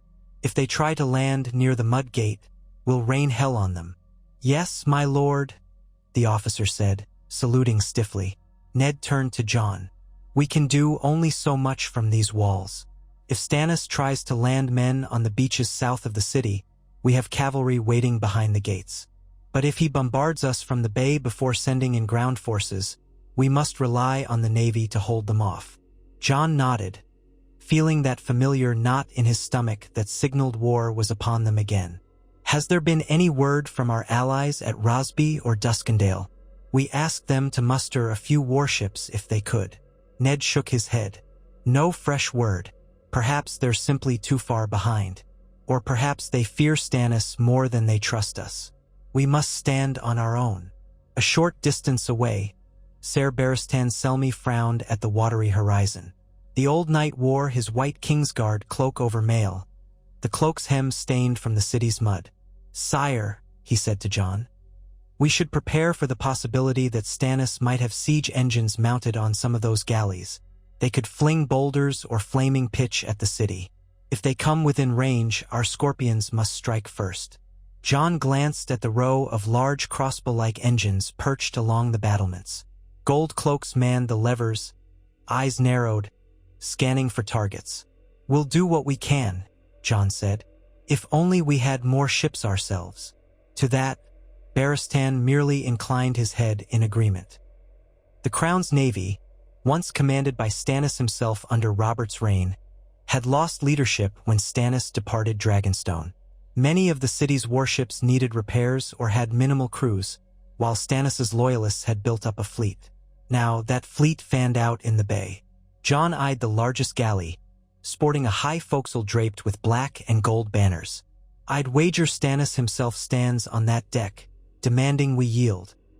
He still recalled that parley on the pier, Stannis's voice hard, eyes shining with cold resolve.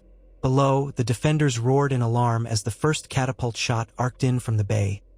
Bundles of oily rags set aflame, launched from a ship-based trebuchet.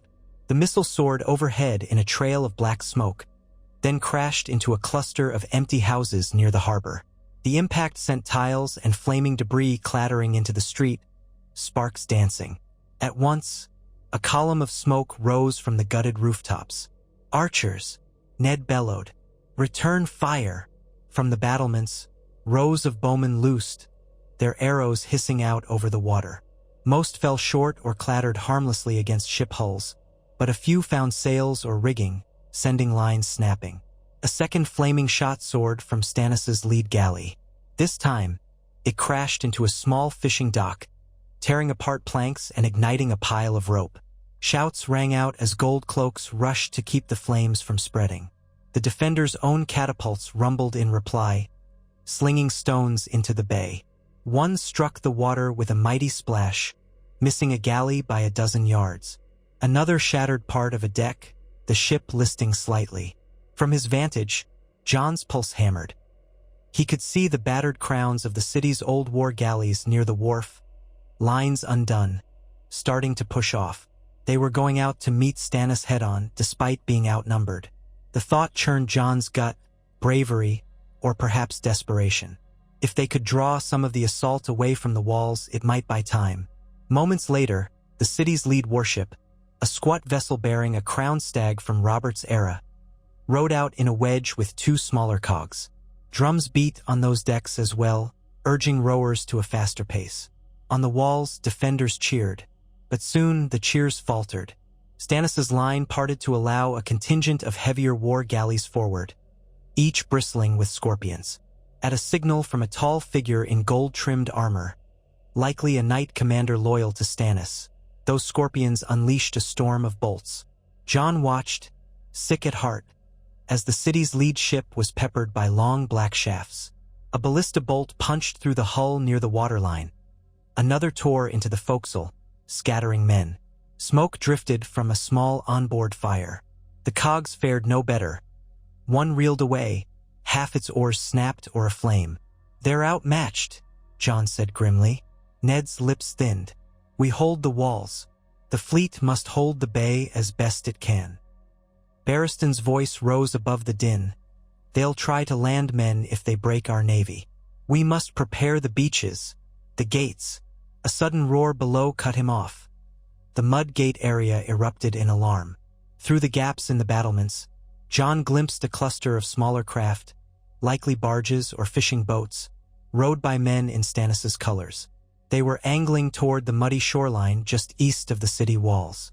It seemed Stannis had no intention of waiting for a drawn-out naval duel. He wanted to put men on the ground swiftly.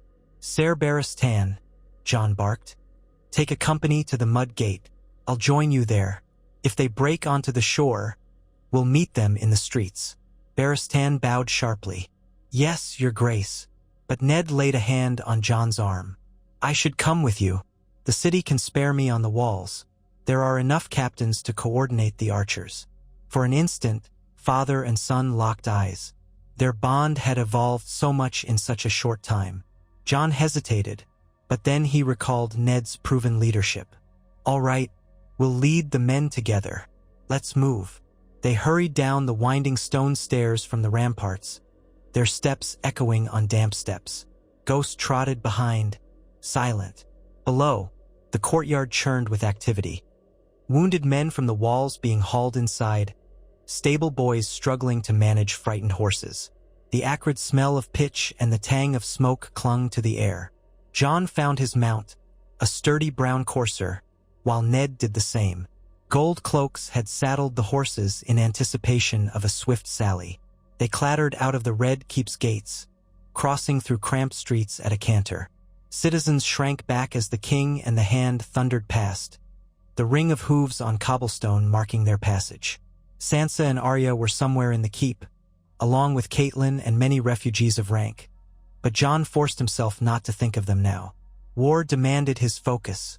Soon they arrived at the mud gate. The gate itself was wide open, lines of foot soldiers pouring out to block any amphibious landing.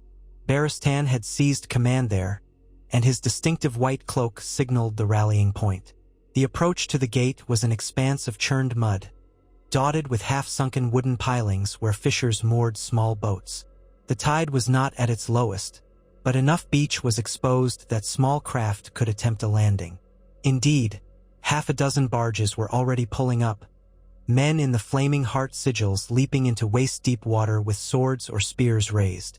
A near panic seized the defenders as flaming arrows from offshore struck the muddy banks, igniting pitch-soaked rags that the city forces had placed as traps. Billowing smoke stung the eyes. The men loyal to Stannis roared war cries, trying to form a shield wall in the shallows. But Barristan wasted no time. He shouted an order, and Crownlanders waded forward, clashing steel against steel. Screams rose. Jon urged his horse forward. Ghost bounded ahead, splashing through the shallows to snap at the ankles of a man who'd just jumped off a barge. The soldier cried out, toppling back into the water.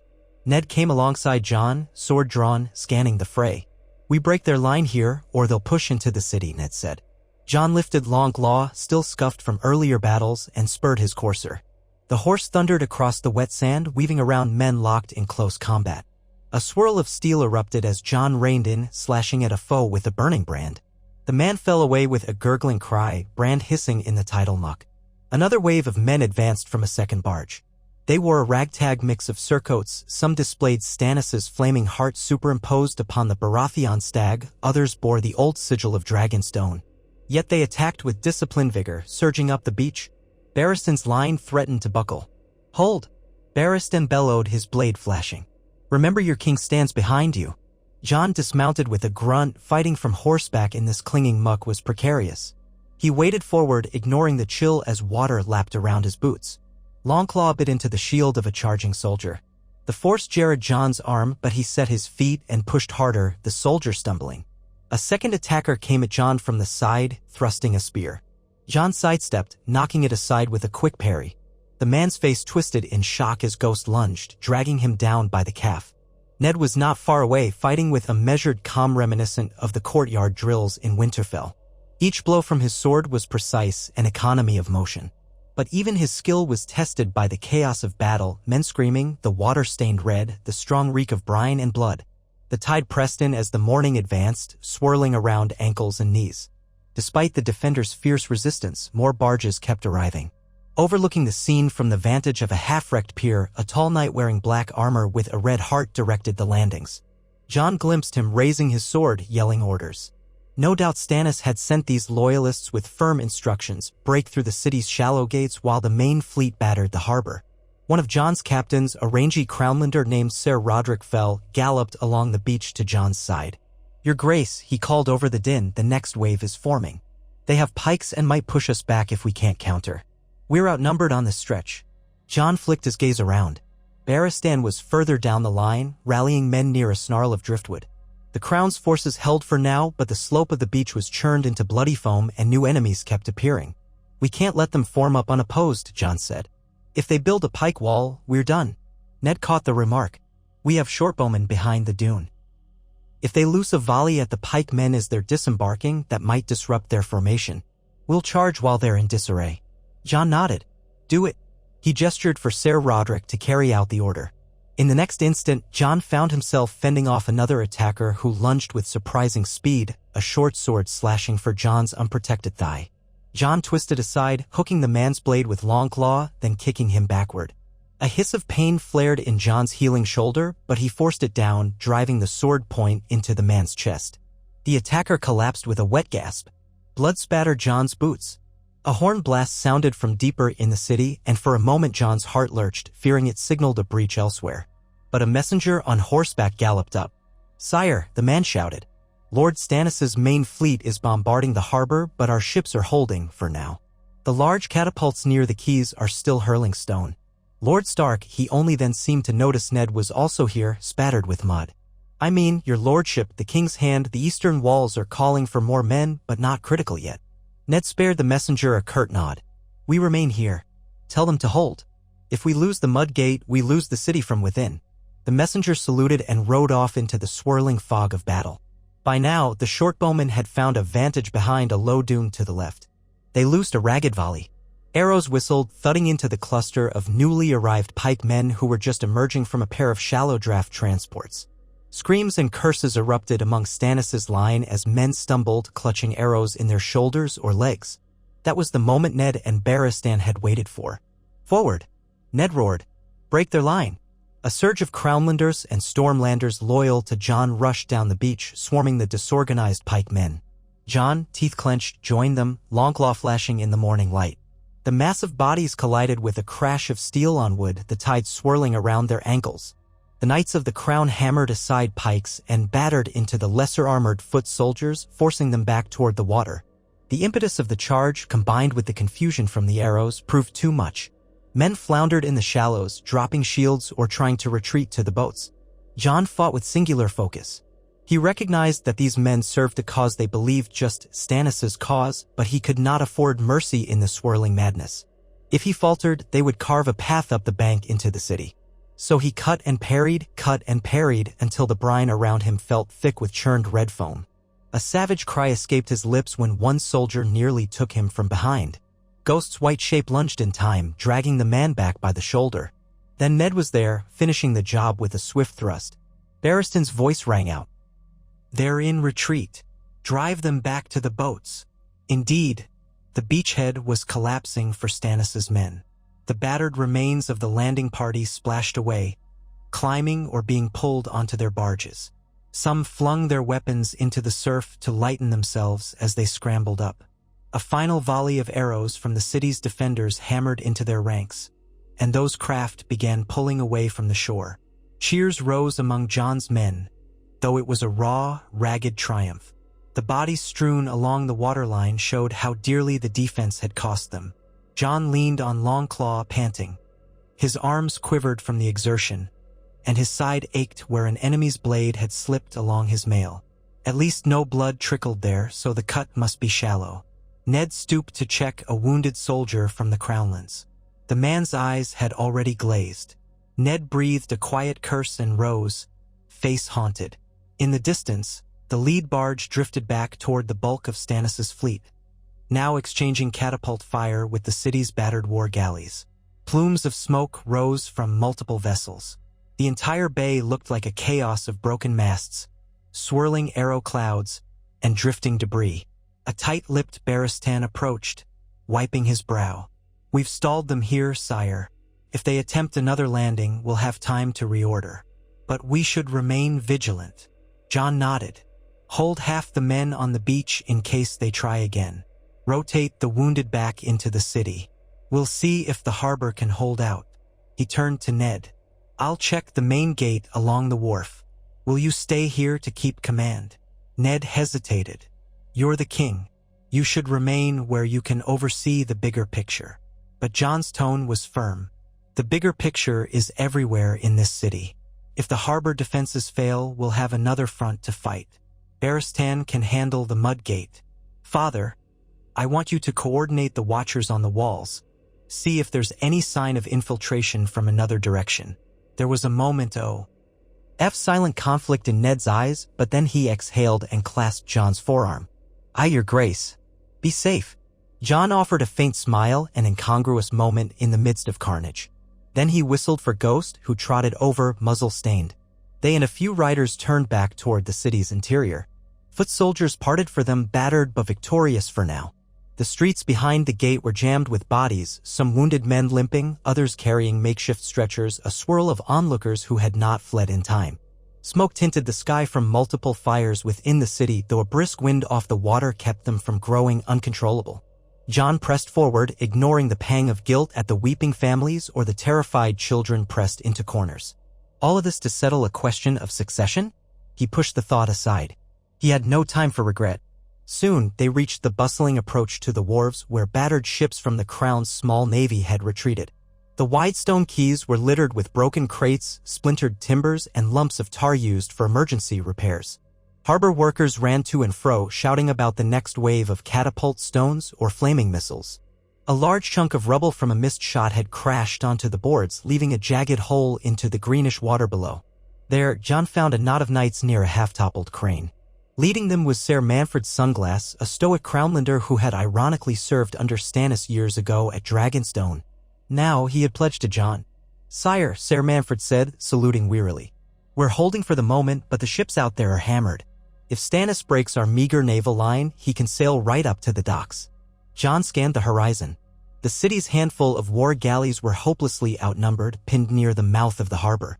They fought valiantly, launching bolts and returning catapult fire, but Stannis had more ships, better captains, and seemingly deeper resolve.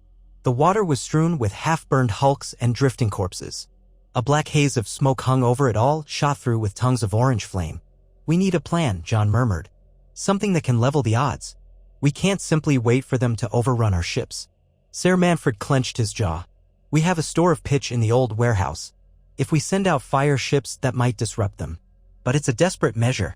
Men would have to pilot those ships out, set them alight, and abandon them at the right moment, or they risk being burned alive. Silent conflict in Ned's eyes, but then he exhaled and clasped Jon's forearm. Aye, your grace. Be safe. Jon offered a faint smile, an incongruous moment in the midst of carnage. Then he whistled for Ghost, who trotted over, muzzle-stained. They and a few riders turned back toward the city's interior. Foot soldiers parted for them, battered but victorious for now. The streets behind the gate were jammed with bodies, some wounded men limping, others carrying makeshift stretchers, a swirl of onlookers who had not fled in time. Smoke tinted the sky from multiple fires within the city, though a brisk wind off the water kept them from growing uncontrollable. Jon pressed forward, ignoring the pang of guilt at the weeping families or the terrified children pressed into corners. All of this to settle a question of succession? He pushed the thought aside. He had no time for regret. Soon, they reached the bustling approach to the wharves where battered ships from the Crown's small navy had retreated. The wide stone quays were littered with broken crates, splintered timbers, and lumps of tar used for emergency repairs. Harbor workers ran to and fro, shouting about the next wave of catapult stones or flaming missiles. A large chunk of rubble from a missed shot had crashed onto the boards, leaving a jagged hole into the greenish water below. There, Jon found a knot of knights near a half-toppled crane. Leading them was Ser Manfred Sunglass, a stoic Crownlander who had ironically served under Stannis years ago at Dragonstone. Now he had pledged to Jon. Sire, Ser Manfred said, saluting wearily. We're holding for the moment, but the ships out there are hammered. If Stannis breaks our meager naval line, he can sail right up to the docks. Jon scanned the horizon. The city's handful of war galleys were hopelessly outnumbered, pinned near the mouth of the harbor. They fought valiantly, launching bolts and returning catapult fire, but Stannis had more ships, better captains, and seemingly deeper resolve. The water was strewn with half-burned hulks and drifting corpses. A black haze of smoke hung over it all, shot through with tongues of orange flame. "We need a plan," Jon murmured. "Something that can level the odds. We can't simply wait for them to overrun our ships." Ser Manfred clenched his jaw. "We have a store of pitch in the old warehouse. If we send out fire ships, that might disrupt them. But it's a desperate measure. Men would have to pilot those ships out, set them alight, and abandon them at the right moment, or they risk being burned alive. And we have few vessels to spare." Jon recalled old tales from his readings about how King Aegon II or the later Targaryens had sometimes used fire ships to decimate an enemy at sea. He also thought of the rumored wildfire that once was stockpiled under King's Landing, but he had no knowledge of any current supply. "Is there wildfire?" he asked quietly. Ser Manfred shook his head. "Not that I know of, sire. The Alchemist's Guild is practically defunct these days. And if it existed, Ned Stark would never have permitted it to remain stored in the city after the Mad King's fiasco." Jon nodded. "Then pitch and cunning might be all we have." He set his jaw. "We'll do it. Ready 2 of our older cogs, ones that can still move. Fill them with pitch and kindling, rig them so a minimal crew can row them out quickly. Once they near Stannis' main line, those men jump into rowboats or rafts and we set the cogs ablaze. If luck is on our side, the wind will carry them into the densest part of the fleet." Ser Manfred's eyes widened at the boldness, then he bowed his head. "Yes, your grace. I'll see it done." Jon exhaled slowly. He had no illusions about the plan. Even if successful, it would kill many. But war seldom gave them gentler choices. If they failed here, the city would fall. "Be swift," he said. "I'll gather a handful of archers on the quays to cover them. We must time it properly." They set to work at once. The old cogs, battered and half-forgotten, had just enough sail and rigging to move under favorable wind. A dozen men, half volunteers and half pressed by necessity, scrambled to fill the holds with barrels of pitch, crates of tinder, and anything flammable they could find. Meanwhile, Stannis' catapults continued hammering the harbor, though the city's remaining ballistae fought back. More than once, a massive stone sword overhead, slamming into a stone tower behind the wharf with a deafening crunch. Jon oversaw the preparation, his brow slick with sweat despite the chill. Servants rushed to fetch him water. Ghost paced anxiously as though sensing the tension. At one point, Ned arrived on horseback, reporting that the mud gate front was calm for the moment, with no renewed landing attempt. Jon explained the plan for the fire ships. Ned's eyes flicked to the battered cogs rocking at the dock, lines creaking as men loaded them with pitch-soaked netting. "It's a risk. The wind might shift, or Stannis' archers might sink them before they achieve anything." Jon's voice was low. "We have little choice. If we do nothing, the fleet breaks ours in short order and they can sail in unopposed. We must sow chaos out there." Ned gripped Jon's shoulder gently. "So be it. May the gods grant us luck." Then he left to see to other defenses, promising to return once the operation began. That moment arrived near midday when the wind shifted slightly toward the east, blowing from the city's direction out to sea. The smoke overhead churned with the breeze. Ser Manfred signaled that the cogs were ready. Each had a skeleton crew of 5 men, grim-faced and silent as they prepared to push off. Once they were beyond the harbor in range of Stannis' lead ships, they would strike a flint to the pitch and pray the rowboats could pull them clear in time. At the pier's edge, Jon observed the men climb aboard. He couldn't help but notice that some wore expressions of near hopelessness. This was a mission that could easily claim their lives. Jon swallowed hard, stepping forward. "Men of the crown," he called. "I wish I had a safer path for you. You do this for king and realm, and I vow if you survive, you'll be honored among the bravest in the land." They gave ragged salutes, some managing small nods. With that, the mooring lines were cast off. Oarsmen strained, pulling the cogs away from the dock, out into the swirling water. Gold cloaks along the quay started up a chant of encouragement, though it was a tense, unsteady chant that soon died off into an anxious hush. Jon watched from behind crates stacked as a makeshift barricade. He had about 3 dozen archers near him, waiting with flaming arrows to give covering fire. Farther along the quay, a ballista crew readied a heavy bolt in case enemy ships drew too close.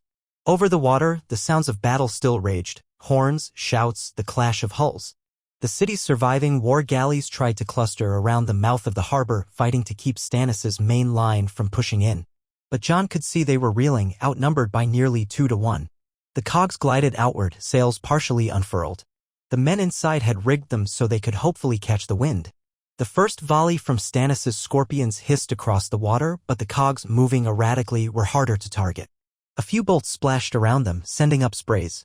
One struck a yardarm on the lead cog, splintering wood but not crippling it. Jon watched, heart pounding, as the cogs pressed forward, steadily gaining ground. Stannis' ships responded, some maneuvering aside to avoid what looked like a potential ramming attempt. But in the cluster, a handful of war galleys remained close together, exchanging fire with the city's battered defenders. "The cogs aimed that way. They're going to see the pitch," one of Jon's archers muttered. "They'll smell the plan." Jon didn't answer. He willed the plan to work. Let them get just close enough. Let them spark that inferno. Let chaos buy us time. The cogs were nearly upon the cluster. Then a sudden swirl of motion, the men on the lead cog scrambled, lowering a small rowboat over the side. The second cog followed suit. Stannis' watchers shouted in alarm, or so Jon guessed from their frantic gestures. Suddenly, lines of archers on the enemy decks began loosing arrows at the cogs, and one volley struck the second vessel, pinning at least 2 men to the deck. But the rest kept to the plan. Sparks of flame. Pitch-soaked netting ignited, tongues of orange and red licking up the rigging. Within heartbeats, the cogs were wreathed in fire, thick black smoke pouring skyward. The skeleton crews tumbled into their rowboats, pushing off. One rowboat overturned under arrow fire, men spilling into the bay. The other bobbed precariously, straining to paddle away from the conflagration. And still the cogs drifted onward, carried by the momentum and the wind, right into the midst of Stannis' nearest war galleys. Jon saw men on the enemy deck scramble to fend off the flaming hulks, hooking them with pikes or cutting rigging in a frantic attempt to break free. But the flames spread too quickly. A swirl of movement told the story. One war galley tried to row backward, collided with another behind it, tangling oars. The lead cog, fully ablaze, slammed into that galley's side. Fire leapt across the gap with terrifying speed. The second cog drifted a bit further and latched onto a second war galley. More flames crackled, racing up the rigging. Within moments, the entire knot of ships was on fire. A thunderous cheer rose from the city's defenders on the wharves. Even from a distance, Jon could feel the heat of that blaze, see the roiling black smoke. Stannis' men on those ships hurled themselves overboard to escape the inferno. Others fought to chop away burning lines, only to be choked by the thick fumes. Timbers popped and hissed as the conflagration grew. Soon, 4 or 5 ships were beyond saving, and the panic spread to nearby vessels that feared the blaze might jump. They rowed frantically in every direction, some crashing into each other. Several tried to flee deeper into the bay or angle away from the harbor mouth. The city's war galleys, battered but still afloat, took advantage, pressing the scattered foe, launching catapult stones and arrows at the disordered line. Jon sagged against a crate, relief flooding him. A measured success. Some of Stannis' advantage was undone by the carnage. He prayed that at least some of the men who set those cogs ablaze had survived in their rowboats. Shouts from the walls suggested that watchers could see rowboats being hauled onto the city's ships. Perhaps a few had made it. Ser Manfred, panting, arrived at Jon's side. "Look!" he cried, pointing toward the half-dozen burning ships. "They're all in disarray. It's working. We can push them back from the harbor." Jon gave a sharp nod. "Signal our captains to press the advantage. If Stannis can't reform his line, we might hold the mouth of the harbor after all." The city's war horns gave a brassy call, urging the battered navy to surge forth.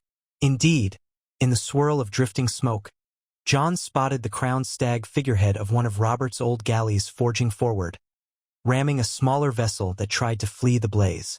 Splintered wood erupted, men yelling in terror. The city's archers rained arrows from the battlements, though the range was extreme. In the near distance, the cluster of fires raged, joined by the shrieking wind that scattered embers over the water. For a moment, it seemed as though the entire sea was aflame. The dawn turned to midday under a sky thick with sooty clouds. Stannis' fleet, or at least a portion of it, reeled away. Some ships listed, half-broken. Others tried to circle around the flames to keep up the attack, but that initial momentum was broken, replaced by confusion. Jon stood there, chest tight, as men around him whooped in triumph. Smoke stung his eyes, and he coughed, fighting the acrid taste in his throat. Send word to Ned, he told Ser Manfred. Tell him we've driven off the direct harbor assault for now. But warn him that some of Stannis' ships might still circle and attempt to land on the far side of the Blackwater. We can't let down our guard. Ser Manfred saluted and hurried to a cluster of riders. The archers on the wharf tried to snipe at any stragglers in the water. A few surviving enemy sailors struggled to swim ashore only to be seized by gold cloaks. Jon watched them drag the half-drowned men out, uncertain if they'd be treated kindly or tossed into the dungeons. War's cruelty weighed on him again. Gradually, as the hours crept on, the thunder of catapults died down. Stannis' surviving warships retreated to regroup beyond the burning hulks, out of range of the city's scorpions. The battered city galleys limped back to the piers, carrying their own wounded. The entire bay stank of charred wood and rotting fish. Bloated corpses drifted. Ash rained from the smoke overhead. When Ned rejoined Jon near the wharf, the older man's armor was streaked with mud. He wore a heavy expression. We've scouted the beaches. So far, Stannis has not attempted another landing. His men must be reeling from the defeat here. Our city stands, at least for the moment. Jon nodded, letting out a breath he hadn't realized he'd been holding. I never wanted it to come to this, he said softly. Those men out there are loyal soldiers serving a man they believe is the rightful king. Now they burn or drown. Ned's face was grim. Better them than our people if there must be a choice. A deep silence stretched between them, broken only by the moans of the wounded. Then Ned placed a hand on Jon's shoulder. We should go see to the rest of the city's defenses, ensure no other surprise awaits, and gather the lords to decide our next steps. Stannis may yet circle around to land south of the city. Or he might attempt a siege from the water. We can't know. Thus, they left the wharf under heavy guard, weaving through the throngs of cheering or weeping citizens. The rumor already flew that the king had turned the tide with cunning and fire. Some praised the dragon wolf as a handful had begun calling him. Others demanded to know when the war would end. Jon answered none of them, only pressing on to the Red Keep. Within the keep's walls, the halls were a swirl of anxious courtiers and servants. Sansa found Jon near the central staircase, relief flooding her face. She was dressed in a practical gown, wrinkled as though she had been wearing it for days, her hair bound back. You're all right, she said, voice shaking. Jon mustered a gentle nod. We held them back. For now. She reached out as if to touch his arm, then hesitated, her gaze flicking to the dried blood and grime caking his armor. Is it yours? She whispered. He glanced at the dark stains. Some. Not too much. I've survived worse. Arya lurked behind her, looking half-dazed, fists clenched. Ghost sniffed at her boots, and she offered a shaky grin, rubbing the direwolf's head. Jon wanted to hug them both, but a swirl of onlookers prevented him.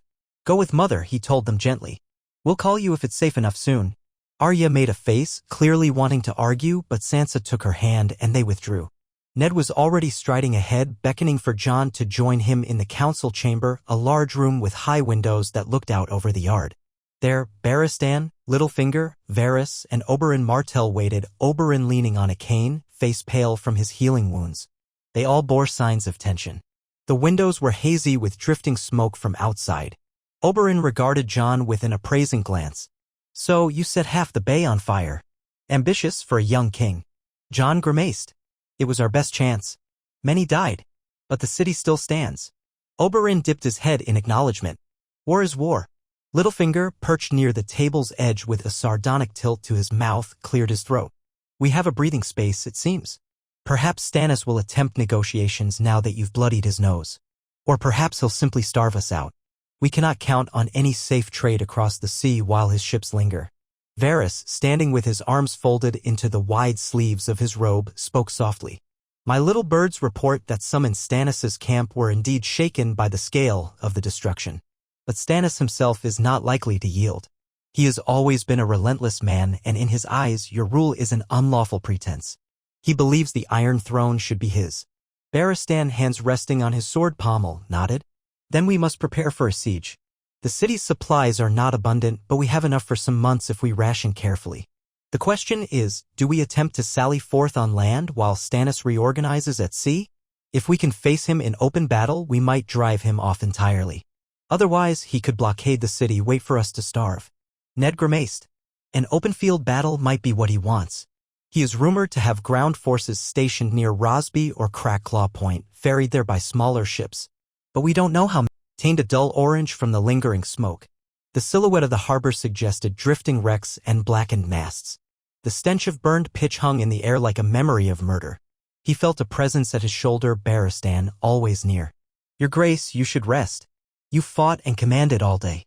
Jon shook his head. There's too much to do. Barristan's eyes were kind but firm. A king's mind must be clear. If you collapse, who leads? Let your father handle some tasks. Let me or others. He hesitated. You remind me of Robert in his youth, driven, unstoppable. But Robert had men around him to handle the details. War is not a sprint. Jon pressed his lips together. All right, I'll take an hour, perhaps. He glanced about. But see that the men at the mud gate remain on high alert. Stannis might strike again. With that he trudged from the chamber, Ghost at his heels. He found a small bedchamber in the keep that had been assigned to him, hardly the sumptuous king's apartments. Those were still overshadowed by memories of Robert's final days. Once inside, he sank onto a narrow bed, the tension of the day's battles throbbing in every muscle. The dryness in his throat told him he was on the edge of dehydration. A jug of water stood on the table. He poured a cup and drank deeply, letting the water trickle down his chin. Ghost patted around, sniffed at the corners, then settled near the bed. Jon removed his breastplate and sword belt, wincing as he discovered fresh bruises. He let his head rest against the bed's thin pillow and closed his eyes, if only for a moment. Half-formed images haunted his brief doze, flaming ships drifting across the sea, men drowning, Stannis's cold gaze, Tywin Lannister marching through the west, the Iron Throne looming like a beast of swords. He jerked awake, heart pounding. The candle by his bedside had burned lower, so perhaps half an hour had passed. A quiet knock sounded at the door. Come, he called, sitting up. Ghost rose, ears alert. A squire slipped in, bowing. Your Grace, I'm sorry to disturb you. Lord Stark requests your presence in the courtyard. There is an envoy from Stannis arrived under a flag of truce. Jon swung his legs off the bed, ignoring the protests of his stiff body. A truce? So soon after the battle? Yes, Your Grace. They're waiting near the main gate. Jon strapped on his sword belt again and hurried out, feeling the prickle of adrenaline return. The corridors were calmer now, as many courtiers had locked themselves in private rooms or ventured to the sept to pray. Guards snapped to attention as Jon passed. His footfalls echoed. Ghost trotted at his side, silent as ever. In the courtyard, torches glowed, illuminating Ned Stark, Barristan, and a handful of knights facing two men. One wore a stained surcoat bearing the flaming heart, the other had the look of a standard-bearer. The swirl of smoke in the sky overhead lent an eerie cast to the flickering torchlight. Ned turned as Jon approached. Your Grace, he said softly. These men come on behalf of Stannis. They claim to bring terms. The envoy stepped forward, removing his leather helm. His face was gaunt, with heavy lines around the mouth. I am Ser Justin Massey, sworn to Lord Stannis Baratheon. I come under a peace banner to deliver his demands. Jon forced a measured tone. Speak. Ser Justin inhaled, gaze flicking warily to Ghost. Lord, King Stannis calls upon you to surrender the throne, open the gates, and yield the city. In return, he grants you safe passage to the north or across the narrow sea if you prefer. He claims you have no rightful claim, that your birth as a Targaryen bastard is an insult to the realm's rightful laws of succession. Barristan snorted softly, but Jon lifted a hand for calm. And if we refuse? Ser Justin's mouth twisted. Then Stannis will see this through.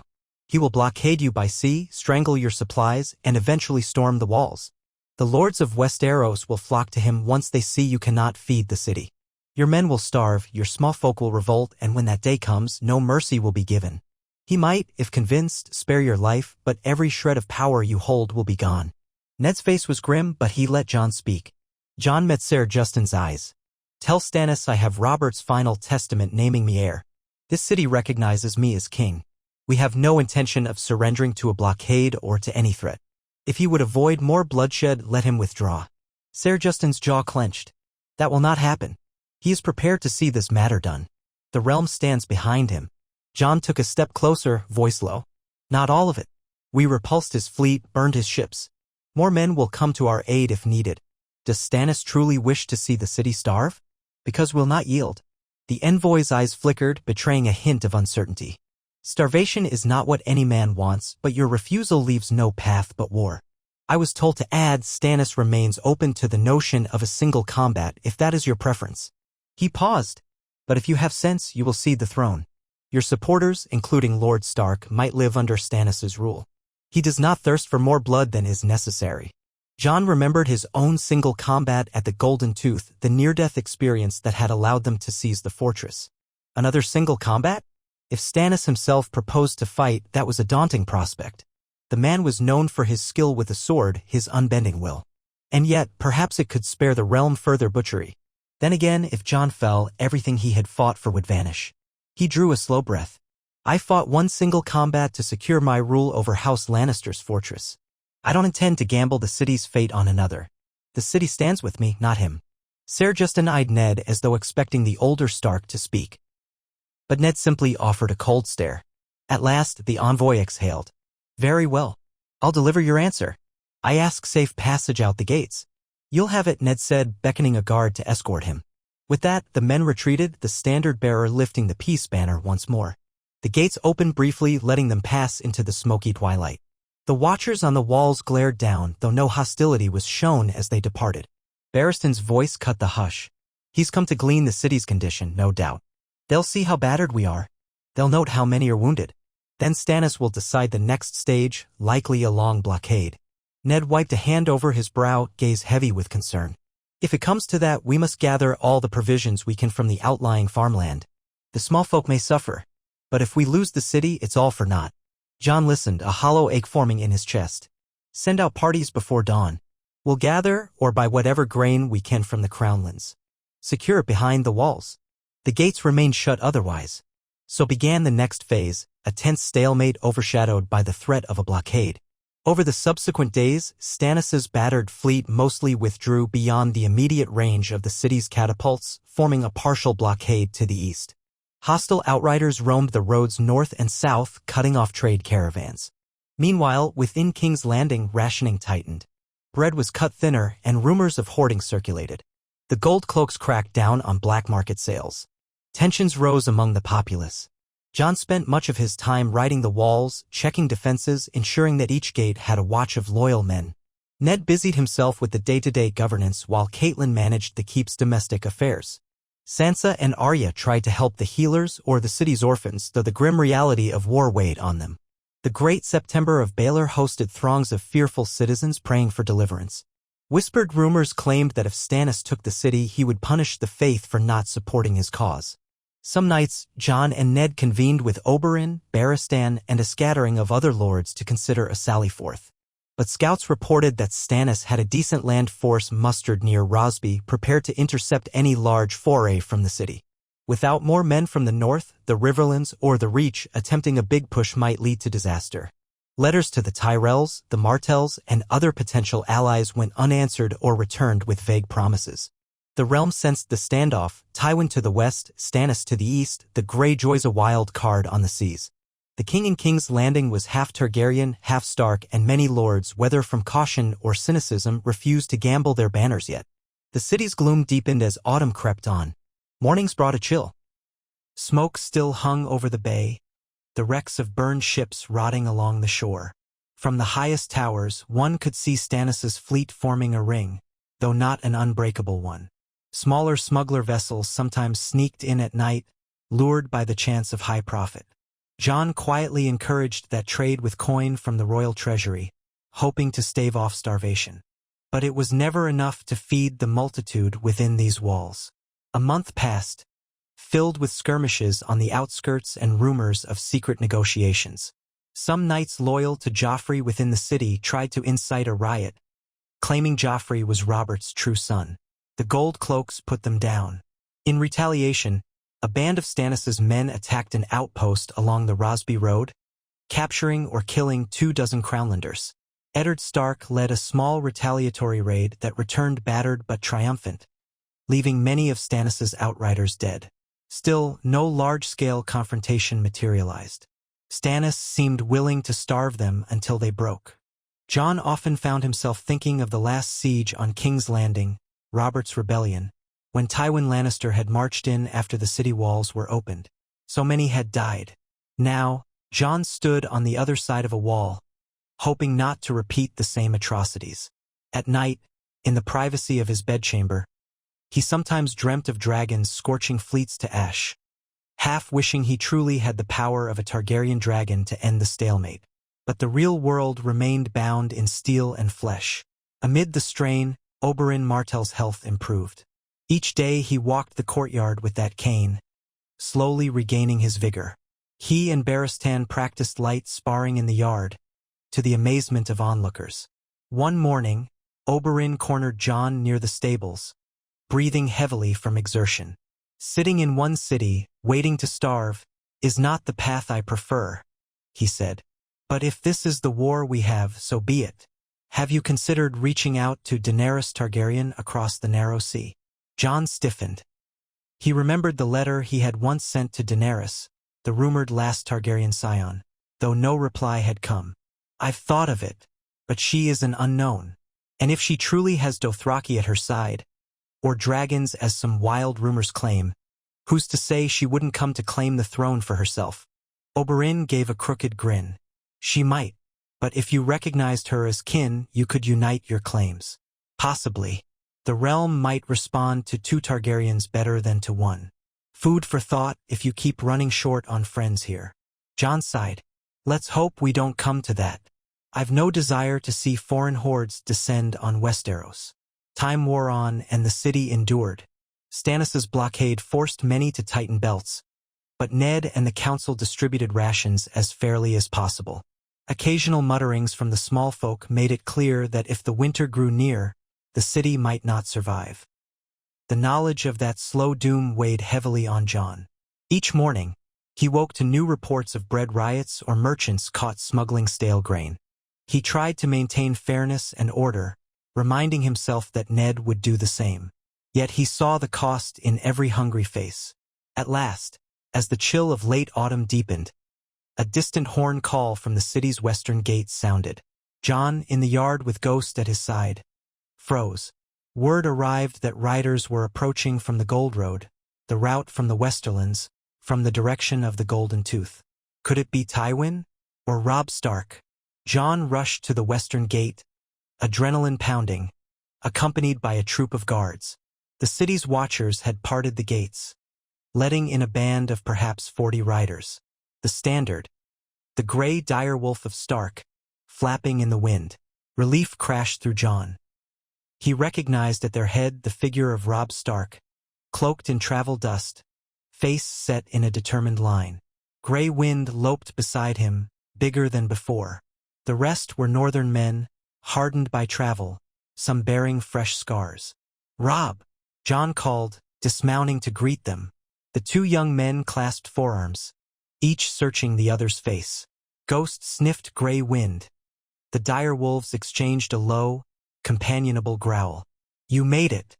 Does this mean you've abandoned the Golden Tooth?" Robb's lips curved in a tired smile. "We still hold it, but I left Lord Umber and others in charge. Word reached us that Stannis was blockading you here, so I brought what men we could spare. Maybe 800 behind me, spread in separate columns to avoid detection. If we can slip them into the city, you'll have more swords." Jon's relief was palpable. "You risked the roads, which might be controlled by Stannis' outriders. That's brave or mad. But I'm grateful. Where is Tywin?" Robb's expression hardened. "He's still out west, dealing with the Ironborn. The Greyjoys keep raiding near Lannisport, from what we hear. Tywin's pinned. So we decided the best help we could offer was reinforcing you before Stannis breaks the city. Another portion of our men remain at the Golden Tooth in case Tywin tries something. But it's a standoff there as well." Jon nodded. "Everything is a standoff these days. Come in. The city's battered, supplies are thin, but your arrival might shift the tide. We can't easily feed 800 more, but we'll try. Let's get you to Father." They made their way through the winding streets. Onlookers stared at Robb and the other northerners, some cheering. News of reinforcements brought a spark of hope. As they passed the Red Keep gates, Ned himself emerged, amazement shining in his eyes. Robb dismounted, hurrying to embrace his father, who clutched him fiercely. Catelyn and the sisters, hearing the commotion, rushed out soon after. The courtyard filled with the swirl of familial reunion, a bright moment amid the city's gloom. But the respite could not last long. Within the hour, Robb stood in the same council chamber, giving a more thorough account of the West. Tywin had effectively secured the interior of the Westerlands from rebellion but could not chase the Greyjoy raiders far offshore. The Golden Tooth still flew Jon's banner, patrolled by a skeleton force.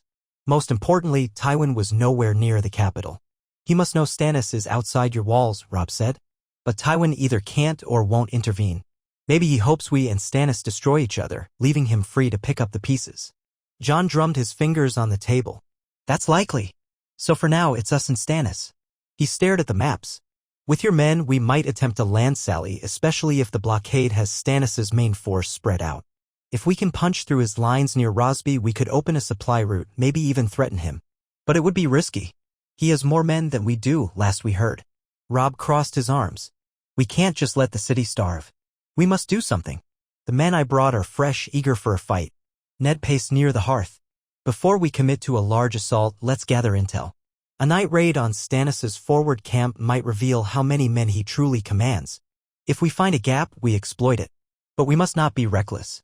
So was laid another plan. Under cover of darkness, a small infiltration force of northerners led by Robb himself would slip out the city's northern gate, circle around through hidden tracks, and reconnoiter Stannis' nearest encampment.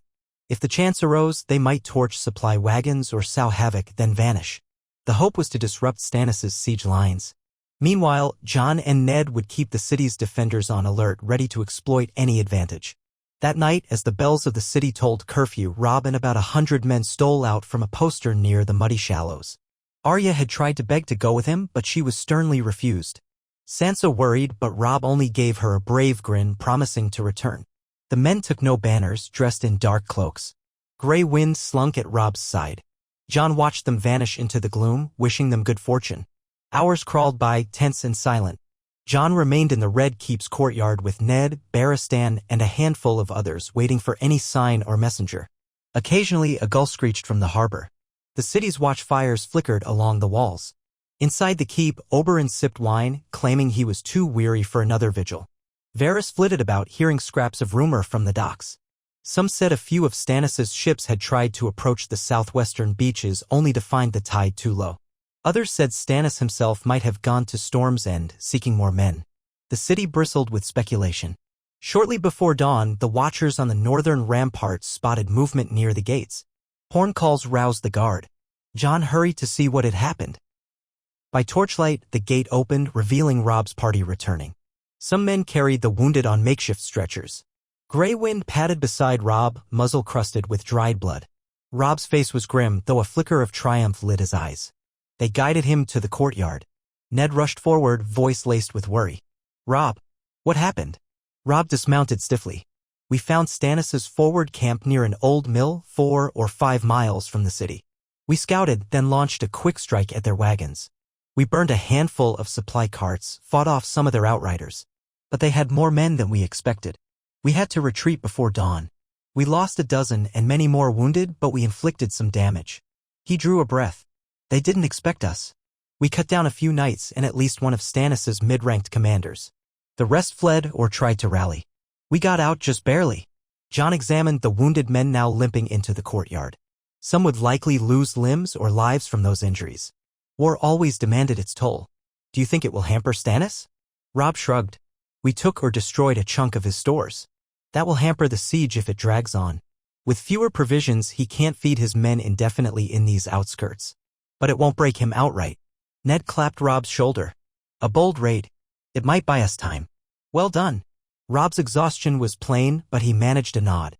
"We do what we must. Has there been any sign of Tywin or an attack by sea?" "No," Jon answered. "All quiet but for a few rumored landings that came to nothing. The blockade still stands. We continue to ration." Robb's eyes drifted to the wounded men. "I'll see them to the maesters." He led them away, grey wind at his heels, the courtyard echoing with the groans of the injured. Soon after, Ned and Jon retreated to the council chamber once more. They found Oberyn awake, expression sharpened by curiosity.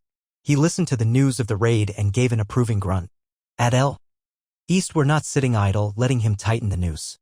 Barristan spoke from near the tall window. "Still, Stannis is a stubborn foe. He might press from another angle. We must keep watch along all roads."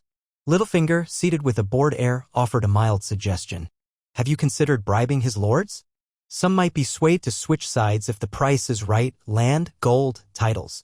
Ned frowned. Stannis' supporters are notoriously loyal. He is not known for indulgence or corruption. They follow him for his perceived justice. Jon rubbed the stubble on his chin. We'll remain vigilant. If his lines start to fray from lack of supplies, perhaps more small raids will weaken him enough that he's forced to retreat or negotiate. But we mustn't overreach. He still outnumbers us if he commits fully. Thus the next chapter of the stalemate war on skirmishes, feints, small attempts to starve the other. Winter threatened at the edges of the realm, though the official word of the maesters was that the season had not fully turned. In the city's cramped neighborhoods, discontent grew.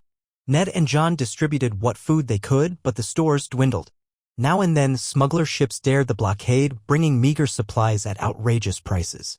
Riots flared, put down by gold cloaks. At the Mudgate, a crowd demanded the king find a solution. The Great September was filled with desperate prayers. One day, as the last leaves fell from the withered trees in the Godwood, a raven arrived carrying the seal of Mace Tyrell.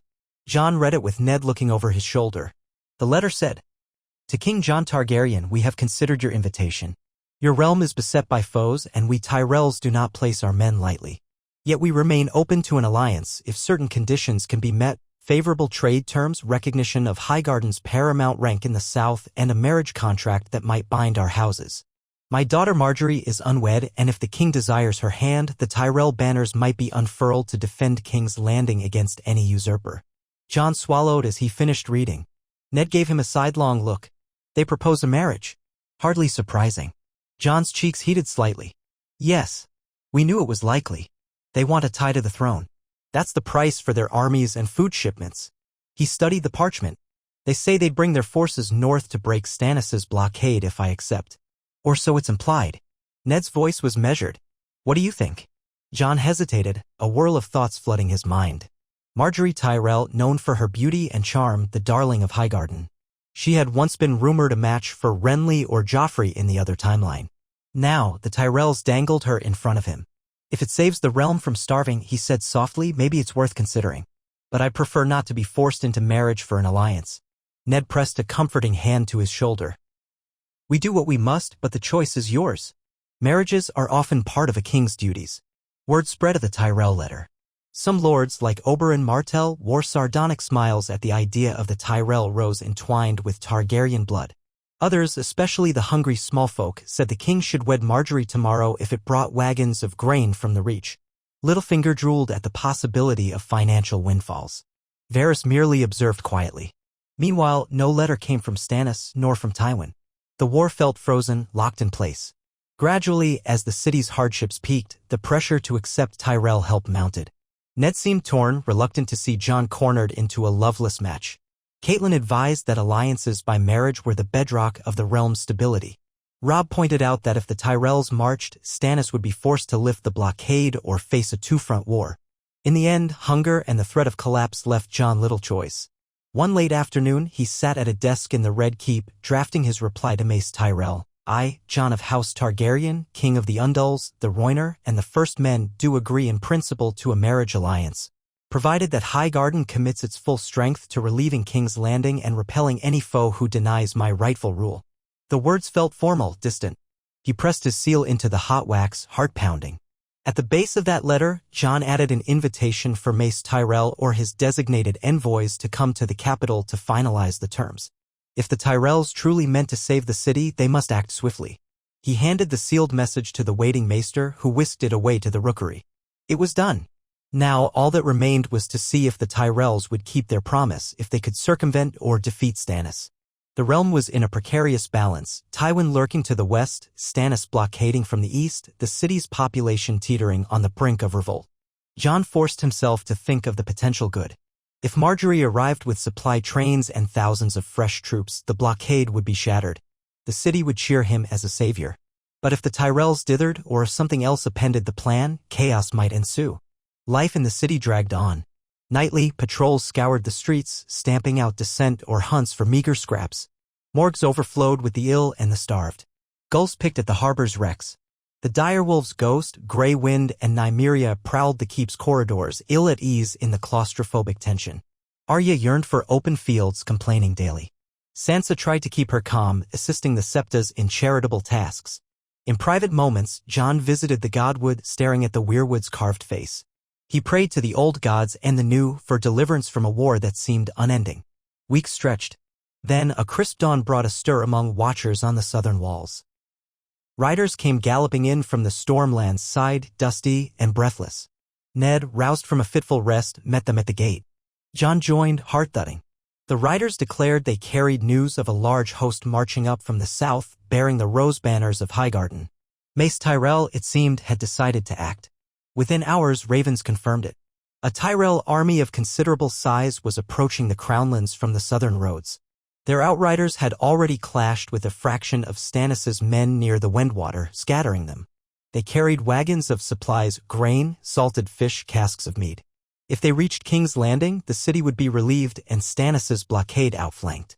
At once, the Red Keep buzzed with fresh energy. Guards rushed to prepare for the Tyrell arrival, uncertain whether they should trust them fully. If the Tyrells were truly on Jon's side, Stannis might find himself trapped between the city's defenders and the new southern host. Some wondered if Stannis would retreat to Dragonstone. Others speculated that he'd try one last assault before the Tyrells arrived. Jon braced for a new wave of conflict. He told Ned to muster every able soldier within the walls. If Stannis decides to launch a final blow, we must meet him. We can't let him slip away easily or he'll regroup. Ned nodded, though caution lined his face. Remember, even with the Tyrells on our side, men can die quickly in a pitched battle. Let's see how Stannis reacts. We might force him to a parley that spares further bloodshed. The next day, ravens arrived with more details. Mace Tyrell indeed marched under a green banner. He claimed to have a force near 15,000 strong, though some might be local levies, not all hardened knights. Leading a vanguard was Ser Loras Tyrell, the famed Knight of Flowers, known for his skill in tournaments. Another portion was commanded by Randall Tarley, a stern soldier who had little love for Targaryens but obeyed Mace's command in pursuit of forging a royal alliance. They advanced rapidly, setting up field camps along the Rose Road that meandered east of the city. Stannis, for his part, showed signs of alarm. His outriders, once so bold, withdrew. Rumor had it he scrambled to call in reinforcements from Dragonstone or the Massey lands. The blockade at sea loosened somewhat, with some of Stannis's warships sailing away to reposition near Storm's End, possibly to secure a route of escape. The city's watchers cheered, seeing fewer enemy sails in the bay each morning. Had Stannis decided to yield? Jon could not be sure. A man like Stannis might attempt one final blow. He told Ned, "We'll ride out if the Tyrells come within sight, linking our forces to crush Stannis between us. But we must keep the gates guarded in case it's a ruse." Ned nodded. "Agreed. I'll lead the left flank, you the right. Robb can hold the center or coordinate cavalry. If the Tyrells truly appear on our southern flank, we'll drive Stannis away." At last, near midday, horns from the southwestern towers signaled the approach of the Tyrell vanguard. Jon donned his armor, though his side still ached from old wounds. Ghost paced around him. Barristan, Ned, and Oberyn joined him in the courtyard. Robb arranged the cavalry, while many foot soldiers lined up behind the gates, anxious to see if the Tyrells marched in. The city's small folk clambered onto rooftops for a glimpse. The gates yawned open. A dusty column advanced up the Rose Road. Knights in bright green cloaks, footmen carrying banners of the Golden Rose on a green field. In front rode Ser Loras Tyrell, as dashing a figure as rumor claimed. Slender but strong, wearing enameled plate that shimmered in the sunlight. Another man of stouter build accompanied him, Lord Randall Tarley, a stern visage with close-cropped hair. They halted a short distance from the city. Loras stepped forward, removing his helm. The watchers on the walls exhaled collectively. Jon, flanked by Ned and Barristan, rode forth to greet him.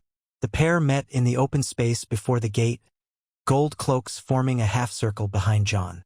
"Your Grace," Ser Loras said, inclining his head with courtesy.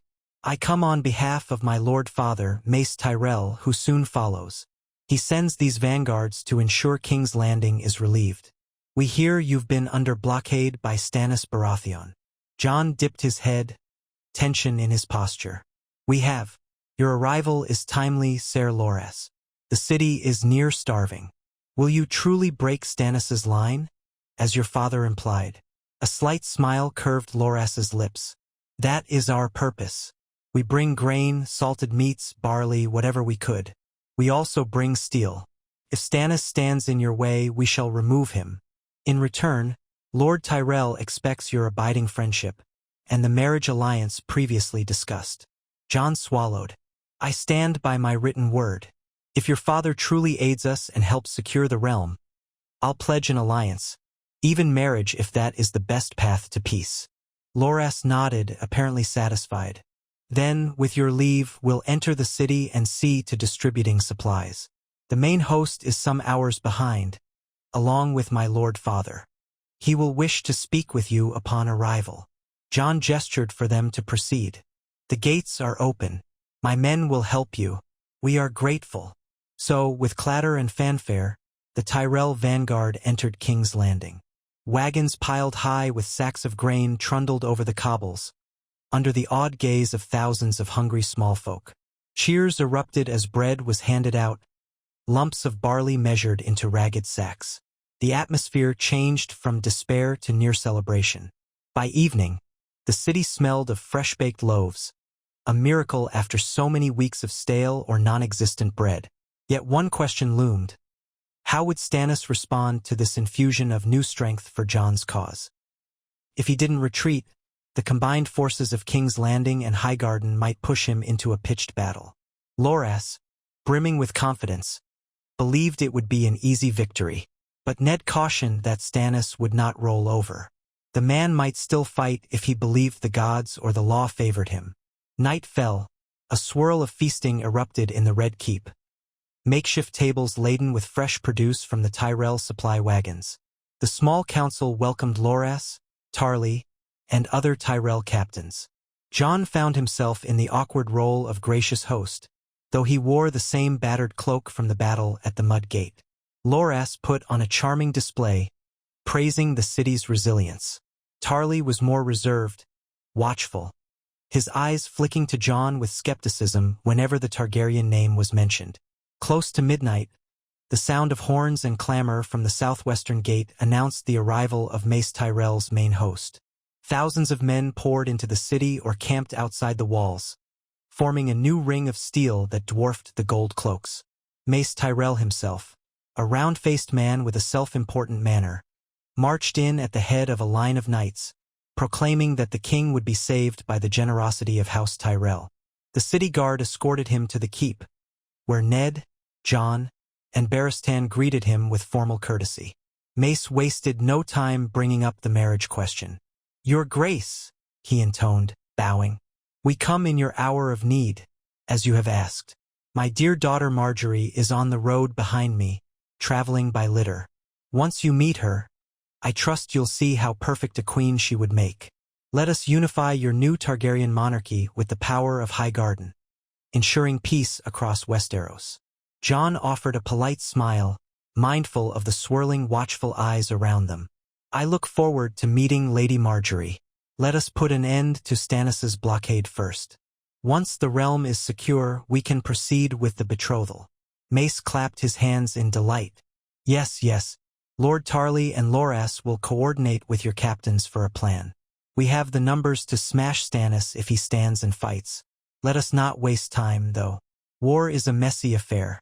Better it ends swiftly, so we can celebrate a wedding without further bloodshed." Jon exchanged a glance with Ned, who gave a subtle nod. The hidden message was clear: be cautious. Mace Tyrell wanted victory without too much cost, but Stannis was no trifling foe. The next day, at a grand war council in the keep's hall, they laid out the plan for an offensive. The Tyrell foot would form the center, with cavalry from the city's defenders on the flanks. Ned and Barristan would co-command the left flank, while Loras Tyrell led the vanguard with Robb Stark. Randyll Tarly, known for discipline, handled the reserve. Jon, as king, would ride behind the lines, directing the overall battle if Stannis engaged. By midday, scouts reported that Stannis's outriders were falling back from their positions near Rosby, likely alarmed by the sudden influx of thousands of Tyrell soldiers. A messenger from Stannis arrived under a white flag, demanding to know if the Tyrells truly intended to put a Targaryen bastard on the throne. Mace Tyrell told the messenger that House Tyrell had recognized King Jon's lawful claim, implying a future marriage to seal it. The messenger departed in fury, saying that Stannis would not yield. That evening, the combined host of Tyrell and royal forces marched out of the city gates in full array. The battered city behind them erupted in cheers, anticipating deliverance. Banners of green roses and the direwolf dragon motif flapped side by side. At last, the realm's precarious tension approached a final showdown. If Stannis fought and lost, the war might be done, at least this front of it. If he triumphed, or if the Tyrells proved less effective than hoped, King's Landing would fall once more into chaos. Jon rode near the center with Ghost keeping pace. The weight of the armor felt heavier than ever, but the presence of so many allied knights gave him renewed confidence. To either side, row upon row of green-cloaked men marched, pikes glinting in the late afternoon sun. Robb led a cavalry unit up ahead, flanked by Loras in shining plate. At intervals, Ned circled back with reports from scouts. The plan was to move east until they forced Stannis to either stand and fight or retreat to his ships. They advanced across the Crownlands, farmland scorched by past skirmishes. Smoke rose from a few burnt-out hamlets. The stench of war lingered. Late that day, as the sun dipped low, the forward outriders returned at a gallop, breathless. They had found Stannis's main force arrayed along a low ridge near a fork in the Rosby Road. Banners of the Flaming Heart and Stag lined the crest. Archers manned shallow trenches. Stannis had made a stand. Perfect, Mace Tyrell declared, exuding confidence. We'll form up at dawn and smash him from both flanks. Ned and Tarly were more cautious, suggesting they scout the ground carefully. Jon listened, remembering the ambushes that had undone so many armies. The Watchers advanced, mapping the ridgeline, confirming the size of Stannis's ranks. Perhaps 8,000 or 9,000 men, battered by limited supplies but still disciplined. Not to be taken lightly, darkness fell. Each side camped within sight of the other's fires, the tension thick as a drawn bowstring. Jon tried to rest, but lay awake in his tent, Ghost curled at his feet. The war might be decided in the morning, he told himself. So much hinged on it. If they won, Marjorie would come, the blockade would be shattered, and Stannis's claim would wither. If they lost, King's Landing might starve. Tywin might move. The realm might descend into deeper chaos. At dawn, horns sounded. The allied army roused, forming ranks in a wide field beneath the ridge where Stannis waited. Loras and Robb took the vanguard, the Tyrell foot in the center, Ned and Barristan on the left flank with Crownland knights, Tarly controlling the reserve. Jon positioned himself behind the center, wearing plain steel plate and carrying Longclaw. Squires fussed with the straps. The cold morning air stung his lungs. Across the field, Stannis's men formed a bristling line of pikes, shield-bearers, archers. Their meager cavalry took the right, an anchored flank near a shallow creek. A hush settled. Then a single trumpet blast from Stannis's lines. Their archers loosed, arrows arcing overhead. The Tyrell bowmen answered. The crisp morning erupted in the screech of missiles, the thump of arrows hitting shields or flesh. Men cried out. Blood stained the frosted grass. Jon's heart pounded. He gave the signal for the center to advance. With a roar, the Tyrell foot surged forward, brandishing spears and halberds. Loras and Robb's cavalry on the far right galloped in a wide arc, aiming to flank Stannis's archers. Ned's flank advanced more deliberately, seeking to pin Stannis's left. The ground shook with the thunder of thousands of boots. War horns brayed. Stannis's line held firm at first. Pikes bristled, warding off the leading wave of Tyrell spearmen. The clang of steel rang out, the air filled with smoke from flaming arrows. Over the tumult, Jon spurred his horse forward, feeling the weight of every living soul behind him. He glimpsed Tarly behind him, eyes scanning for weaknesses. On the left, Ned's banners advanced steadily. A savage melee erupted along the ridge's base. Loras Tyrell's knights crashed into Stannis's flank, but Stannis's men pivoted with surprising discipline, absorbing the charge with a hedge of spears. Horses screamed, knights toppled. Robb's cavalry, too, found itself embroiled in a brutal crush, steel against wood. At the center, the Tyrell foot hammered Stannis' shield wall. Both sides reeled, trading lethal blows. Jon hovered behind the lines, looking for the moment to calm himself. The swirl of confusion made it hard to see. The sun rose, glinting on swirling dust and the glimmer of drawn swords. Shouts and death cries mingled. He saw men bearing the flaming heart pressing forward, driving a wedge into the Tyrell ranks. If they broke the center, all could be lost. Forward! Jon roared, gesturing to Tarly. We can't let them break our center. Tarly bellowed an order, and the reserve marched in. Jon spurred his horse, leading a charge into the thick of it. Ghost bounded alongside. The lines collided with bone-jarring force. Jon swung Longclaw at a pike, splintering its shaft. An arrow whizzed past, nearly striking his helm. He twisted, slashing at a soldier in battered plate. Steel clanged on steel. A second foe lunged at Jon's horse, cutting into its flank. The animal screamed, bucking. Jon kept his seat, driving Longclaw down. Warm blood spattered. Smoke choked his lungs. Around him, the Tyrell foot rallied behind bright green banners, hacking at the men in stags and hearts. Ghost leapt upon an enemy archer. Tarly's voice boomed as he led his own men, smashing aside a cluster of shield-bearers. Slowly, the wedge that threatened to sunder the center began to collapse under the renewed pressure. A horn blasted from the far side. Ned's flank had engaged Stannis' left. Through the haze, Jon glimpsed Crownlanders pushing forward, forcing Stannis' lines back up the ridge. Another wave of arrows rained from Stannis' side, but many fell short or were lost in the press. The allied knights roared, surging higher. Then, near the right flank, a swirl of commotion. Loras Tyrell's cavalry reappeared, having broken some portion of Stannis' defenders. Robb Stark galloped in the lead, sword raised, grey wind bounding. They smashed into Stannis' rear lines. The shock was too great. Stannis' men wavered, the line buckling. Some tried to hold, but others turned to flee downslope. The left flank followed suit, threatened by Ned's push. Stannis himself could be seen on horseback near the ridge crest, face twisted with frustration. He tried to rally a last knot of loyal men, but the allied forces closed in on all sides. For a heartbeat, Jon feared they would slaughter Stannis to a man. He pressed his horse forward, ignoring pain in his side, wanting to see if the Baratheon lord might yield. But Stannis, furious, fought on. Jon glimpsed a swirl of steel as Stannis slashed at a Tyrell knight who pressed too close. Then a thunder of hooves signaled that more of the allied cavalry surged up from behind, scattering what remained of Stannis' line. The ridgeline was lost. Stannis' men turned and fled in chaos, some discarding weapons. Others clustered near him in a last stand. Take them alive if we can, Jon shouted, though he was unsure if any heard amid the din. The battlefield was a roiling chaos, wounded horses screaming, men stumbling over corpses. The crest of the ridge was slick with gore and churned earth. Robb and Loras converged from opposite directions, cornering Stannis' last pocket. Ned arrived on foot, sword bloodied, ordering the men to cease if Stannis would yield. The ring tightened. Stannis' handful of loyalists glared defiantly, forming a circle of shields.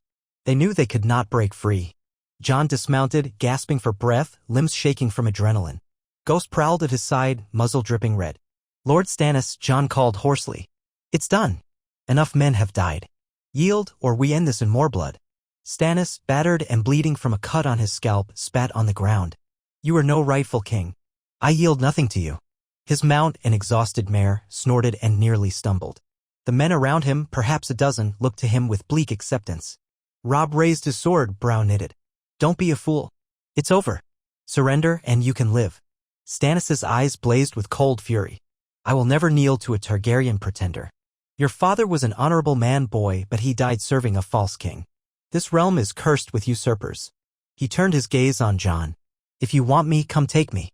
Jon felt the eyes of Ned, Robb, Loras, the entire circle upon him. This was the moment. If Stannis refused to yield, they would have to kill or capture him by force. The blockade, the war, everything hinged on this. He swallowed, stepping forward. Lord Stannis, if you force me to kill you here, your men will see the rightful heir overcame you. If you yield, perhaps we can find some measure of mercy. Otherwise, your rebellion ends in your death. Stannis' jaw clenched. Blood dripped from the cut on his brow. For a moment, he said nothing, eyes flicking across the circle of enemies. Then he let out a slow exhale, almost a hiss. Very well. If the gods have abandoned me, so be it. I will not kneel, but I will set down my sword if it means saving the lives of my men. A bitter smile tugged at his lips. You are no rightful king in my eyes, but I suppose I lack the strength to fight on." With a jerk, he tossed his sword to the ground.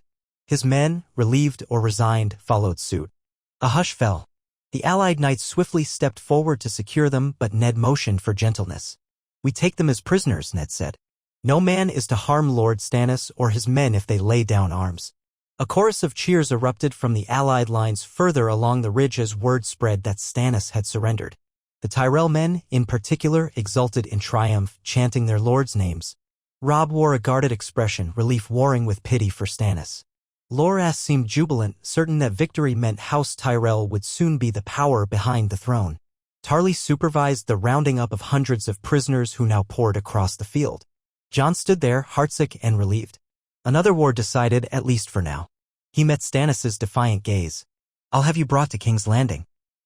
You'll be treated with respect if you do not attempt further rebellion. We'll let the realm judge the rest." Stannis said nothing, setting his jaw. Men led his horse away, pressing him down from the saddle. Bound or not, he was a captive to the new order, forcibly replaced as the next heir to Robert's line. Thus ended the Battle of the Crownlands, with the Tyrell host and King Jon triumphant, Stannis Baratheon a prisoner. In the aftermath, corpses were gathered, pyres lit. Many knights from both sides were carried off with grievous wounds. Ned and Jon oversaw the field, ensuring minimal brutality, mindful that the realm's wounds were deep enough. A hush of finality clung to the ridge, as if the gods themselves had grown weary of such strife. The blockade broken, King's Landing soon teemed with supply wagons. Mace Tyrell presided over feasts for his victorious lords. The small folk, once starving, devoured bread and salted meats from the reach. Wine flowed in the taverns, though sadness lingered for those who had lost loved ones. It was said, with wonder, that Stannis' entire claim collapsed in a single day's battle. In the Red Keep, Ned Stark presided over the formal acceptance of Stannis' men who pledged new oaths or accepted captivity. Stannis himself was confined to comfortable quarters, heavily guarded. Some whispered that Ned might push for the king's mercy to send Stannis to the wall. Others demanded the man's head.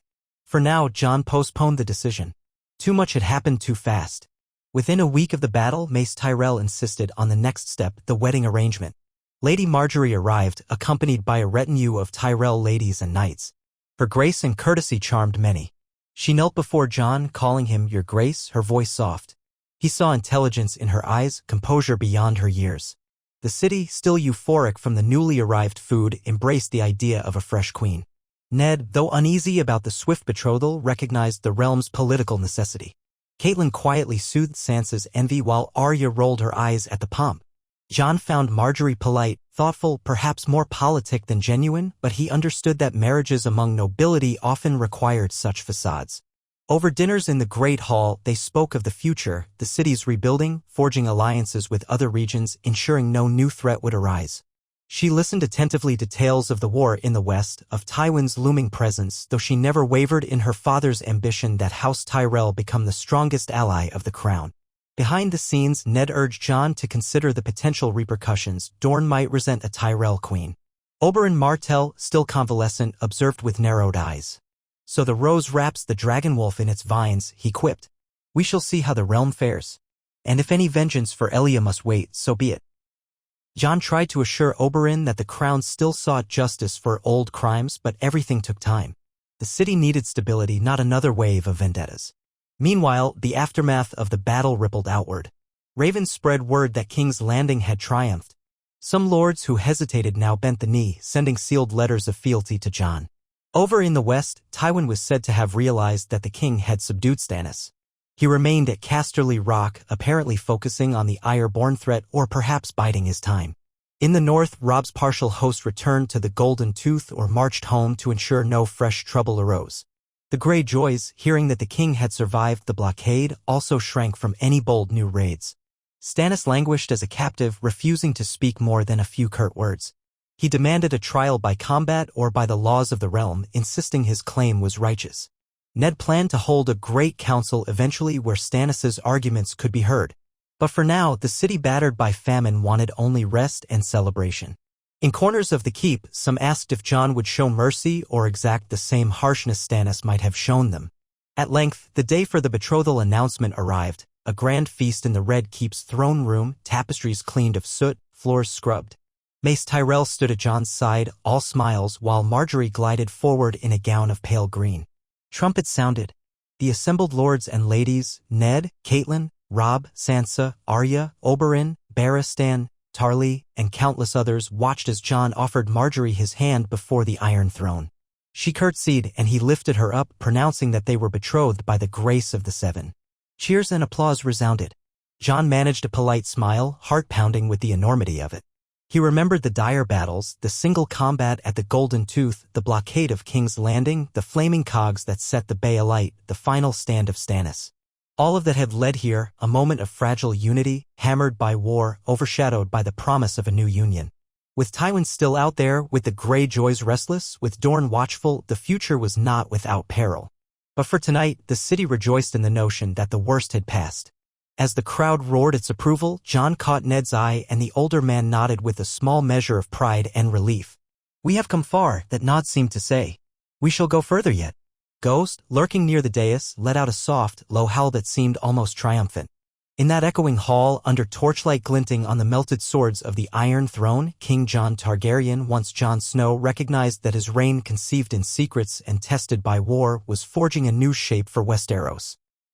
And though he bore the scars of the battles behind him, for this single moment, as Marjorie Tyrell's hand settled gently in his, the realm glimpsed a fragile sense of peace, if only until the next storm rolled in from the horizon.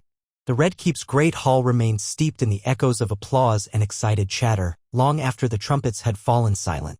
King Jon Targaryen, once Jon Snow, stood beside Marjorie Tyrell on the dais before the Iron Throne, the newly announced betrothal sealing the alliance between the Crown and Highgarden. Torches along the walls smoked and crackled, their light rippling across the polished floor. Around them, lords and ladies in gleaming attire pressed for a closer vantage, voices raised in congratulations, speculation, or thinly veiled envy. For many in King's Landing, the betrothal ceremony felt like a culmination of salvation. The Tyrells had marched north in the nick of time to break Stannis Baratheon's blockade, flood the city with fresh provisions, and confirm that this young king, half Stark and half Targaryen, had the power to protect his subjects. To the city's starving masses, that meant deliverance. To the nobility, it signaled a seismic shift in power, for the Tyrell host now rivaled, if not surpassed, what remained of the royal army. In the blink of an eye, Mace Tyrell became the second most influential man at court, trailing only the king himself. Yet as the jubilant throng milled about, a subtle tension lingered beneath the polite smiles. Ned Stark, Warden of the North and Hand of the King, observed from near the dais with a hooded gaze. He had stood at Jon's side from the moment the boy set foot in King's Landing, and while he recognized the necessity of the betrothal, he also knew that alliances hammered out in times of crisis could founder if tested too soon.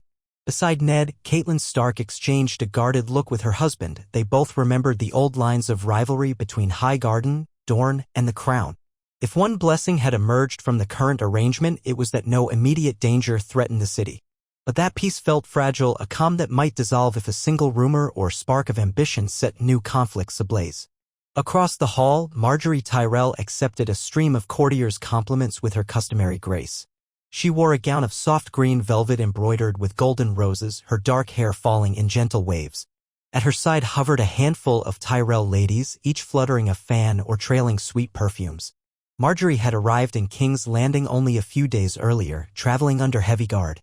Already, her presence exuded a calming warmth that many found charming. She offered kind words to older lords, sweet smiles to starry-eyed young knights, and a few modest pleasantries to the less savory courtiers who formed the necessary tapestry of royal governance.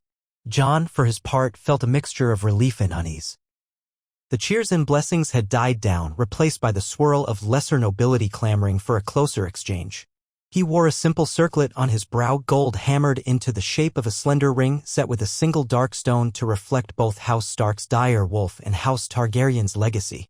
He had grown used to wearing a crown in public ceremonies, but it still felt heavier than any helmet of steel. He yearned for simpler times, the wall, the training yard at Winterfell. Yet his place now was in King's Landing, forging alliances, dispensing justice, and shepherding the realm away from further disaster.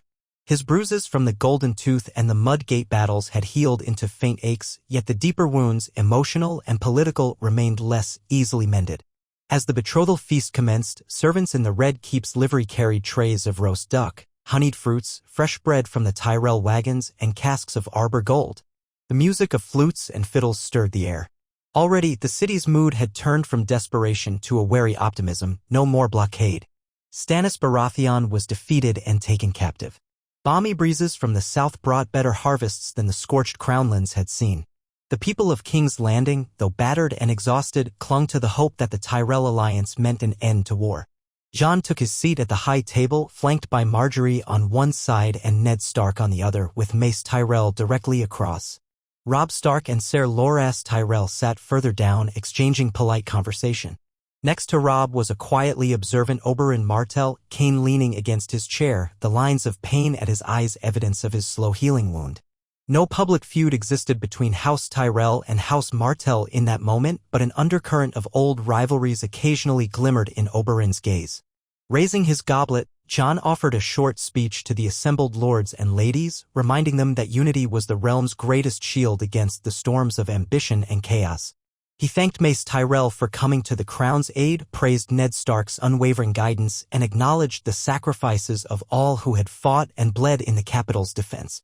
The crowd applauded, though some with more enthusiasm than others. In Margaery's eyes, as she turned a slight, appreciative smile on him, Jon saw a mixture of sincerity and the well-honed skill of a courtly lady who knew precisely how to charm an audience. When the feast concluded, Jon found himself drawn into 100 small conversations. The master of coin, Peter Baelish, known as Littlefinger, hinted at the Crown's growing debt and the need to replenish the treasury by forging fresh trade pacts with the Tyrells. Grand Maester Pycelle droned about healing the city's wounded. Lords from the Stormlands, uncertain of Stannis' future, pressed for clarity on whether he would stand trial for treason or be granted the option to join the Night's Watch. Even a few northern bannermen who had arrived with Robb hovered near, asking when Jon might travel north to see Winterfell. Jon answered with careful politeness. The war in the west still simmered and Tywin Lannister loomed in the shadows. Between these fractured conversations, Margaery managed to slip to his side, cunningly weaving through the throng. Up close, she emanated a gentle confidence. "Your Grace," she began, dipping her head. "I realize this evening's celebrations are only the beginning of our duties. Father wishes to speak with you soon about the formal terms of our betrothal, the dowry, the wedding date, the role House Tyrell might play in your small council. Perhaps tomorrow." He inclined his head. "That would be wise, my lady. I'll have the hand arrange a meeting.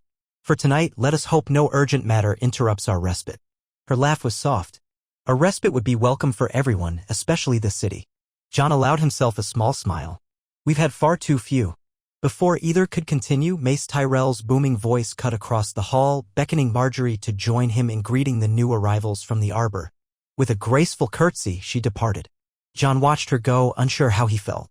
She was pleasant, certainly attractive, and it helped that she seemed neither naive nor cruel. Yet the notion that the realm's future might rest on a political marriage settled in his stomach like a stone. He pictured the dire wolves of the north, the Targaryen dragons of old, and the swirl of blood that had brought him here, culminating in a betrothal to the daughter of a man he barely knew. Shaking off the weight, he excused himself from the hall, longing for fresh air. Slipping out into the Red Keep's courtyard, he found a stone bench in the shadows, near a brazier that lent some warmth. The sky overhead was spattered with faint stars, the moon half-shrouded by drifting clouds. King's Landing's lights twinkled below. Ghost padded up, silent as a wraith, and settled at Jon's feet. Beyond the keep walls, the once-besieged city slept in a cautious peace. If not for the distant snatches of music floating from the feast hall, it might have been almost serene. He heard a tread of boots and glanced up to see Ned Stark approaching.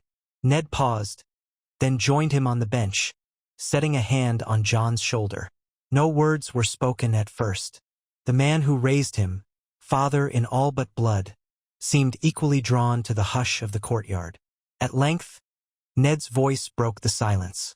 "It has been a long road." Jon nodded. "It has, and I'm not certain it's over. Tywin is still out there. The Greyjoys lurk. Dorne's support is uncertain. Even with the Tyrells on our side, the realm doesn't feel truly united." Ned sighed. "True enough. But we've survived Stannis' siege. The city is fed. The crown stands." He studied Jon's face. "How do you feel about the betrothal? If there's any reluctance." Jon managed a faint smile. "You'd let me choose otherwise? The realm needs this. I can't deny it." Margaery seems gracious. "I'm sure it will be a good match politically." Ned's gaze settled on him. "I told your mother, Catelyn, that we must be careful not to rush you into anything. But we also know that if alliances are not cemented in times of crisis, ambition festers. Lord Tyrell won't maintain his troops here indefinitely if we give him reason to doubt." Jon kept silent. A swallow scraped down his dry throat.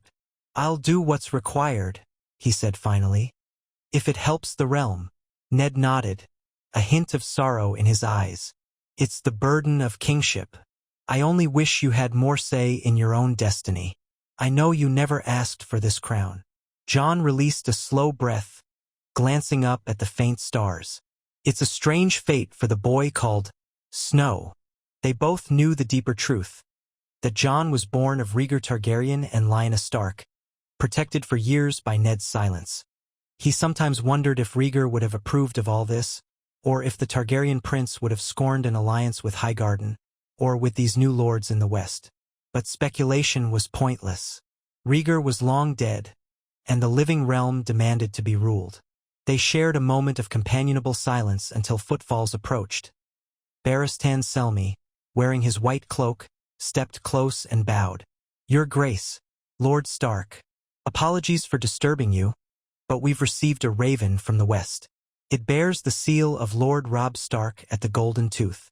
Jon rose, posture tensing. "News from Robb? Is everything all right?" Barristan cleared his throat. "The letter says that Tywin has begun to move again, mustering men near the crag and Ashmark. The Ironborn raids have lessened of late, which presumably frees him to gather a host. Lord Robb is uncertain of Tywin's target. He may attempt to retake the Golden Tooth or march on Riverrun.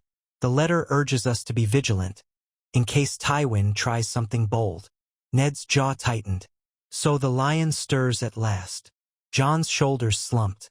The realm never gave him more than a day of peace. "We can't let Tywin slip behind us. Nor can we abandon King's Landing. The city's stable now, but if we strip away the Tyrell troops to fight in the west, we risk letting chaos fester here." Barristan nodded. "We have more men now, but splitting them between multiple fronts is still perilous." Ned stroked his chin. "We do have the advantage that Stannis' threat is dealt with, for now.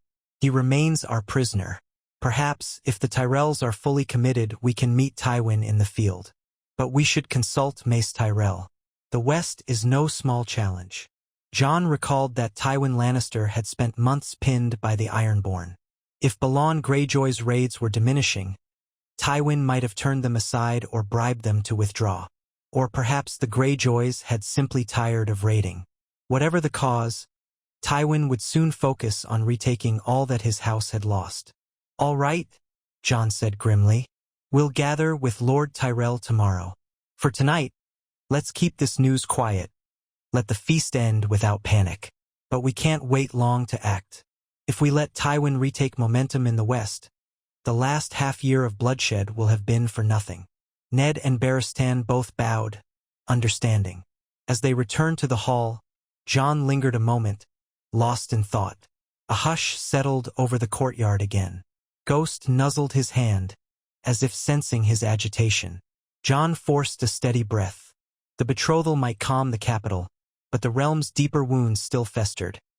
Tywin in the west, Oberyn's thirst for justice against the Lannisters, Dorne's simmering resentments, the uncertain loyalty of some northern houses that had grudgingly accepted a Targaryen king. Not to mention the rumors of Daenerys Targaryen across the sea and the Ironborn's ambitions. He had to stand firm, for everyone's sake. Eventually, he re-entered the feast, accepting more toasts and forced pleasantries. Marjorie smiled when he reclaimed the seat beside her, though she read the tension on his face. She asked if anything was amiss. He gave a practiced denial that all was well, reminding himself that private details about Tywin's movements should remain in a small circle for now. The next morning, a new war council convened in the Red Keep's council chamber, a once cluttered room cleared for maps. Jon presided at the head of a broad table. Ned Stark sat to his right, Barristan to his left. Mace Tyrell occupied a plush chair, wearing fine garments of green satin. Seated near him were Randyll Tarly, stern and silent, and Loras Tyrell, whose handsome features bore a mixture of pride and caution. Oberyn Martell hovered in a corner, arms folded. Littlefinger and Varys listened from the margins. Jon relayed the contents of Robb's letter for all to hear. Mace Tyrell's brow furrowed. So Tywin Lannister gathers an army in the west. With Stannis subdued, he likely sees an opening. My men did not march here to watch from the sidelines while a new threat rises. We can crush Tywin if we move swiftly. Ned drummed his fingers on the table. We have to be mindful that the city still needs a garrison. Stannis may not be in a position to strike anymore, but there are other factions within the capital. Joffrey Lannister, Robert's rumored son, still has supporters, albeit fewer now. The city could tear itself apart if we remove all the Tyrell soldiers. Mace pursed his lips. We can leave a sizable contingent to maintain peace. The rest shall follow your king to the west, finish this war once and for all. House Tyrell does not fear the lions. Jon let his gaze shift to Tarly, who had thus far said little. Lord Tarly, you commanded soldiers in the field for many years. How do you see it? Tarly's dark eyes assessed Jon coolly. Tywin is cunning. He waits for the perfect moment to strike. If we gather a great host and march west, we risk him drawing us into a prolonged campaign. The west is hilly with numerous strongholds. He could mount a defense that stretches across months. Meanwhile, the crown invests heavily in war and the small folk suffer. Yet letting Tywin roam free is equally dangerous. The man thrives on methodical conflict. He might retake the Golden Tooth or even threaten the Riverlands. A swift blow could end him, but it must be precise. Ned nodded. We also have to consider the Greyjoy threat. If Balon is merely feigning retreat, we could be caught between two enemies. Mace Tyrell's face reddened slightly. The Ironborn are bandits and pirates. A nuisance, but not a threat for a grand army. The priority is Tywin. Jon mulled over the arguments. He turned to Oberyn. Prince Oberyn, your men came north with you but remain few. Are you prepared to march west if needed? Oberyn arched an eyebrow. My spears have healed somewhat, but we're no massive force. I fight so that one day Tywin Lannister faces justice for what he did to my sister Arya. If you ride west, I'd gladly join. But Dorne is not so quick to commit thousands more. My brother is cautious. Jon exhaled.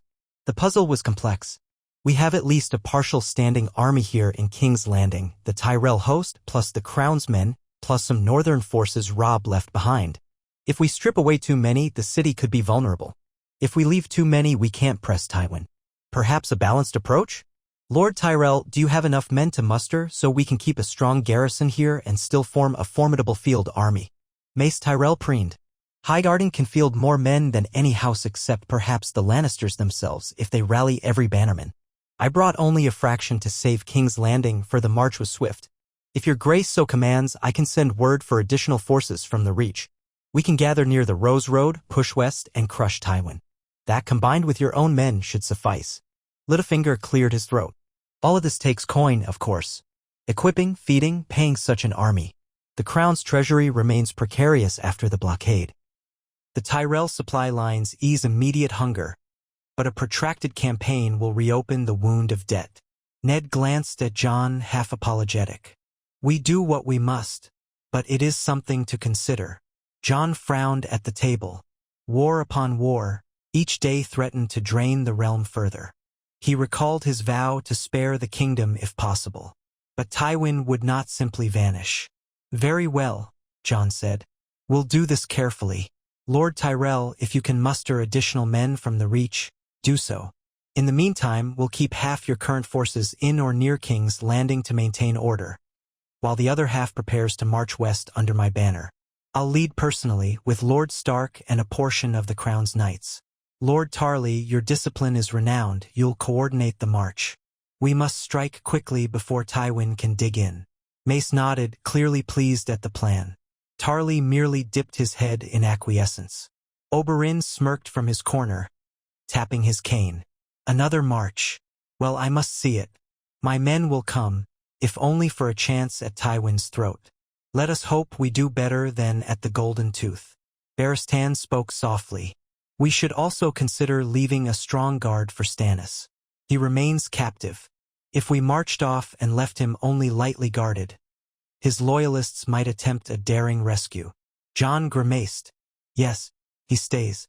I'll appoint men to watch him. Perhaps we can make final decisions about him after Tywin is dealt with. The meeting soon adjourned, each lord dispersing to his tasks. Mustering men, sending ravens, or ensuring the city's peace.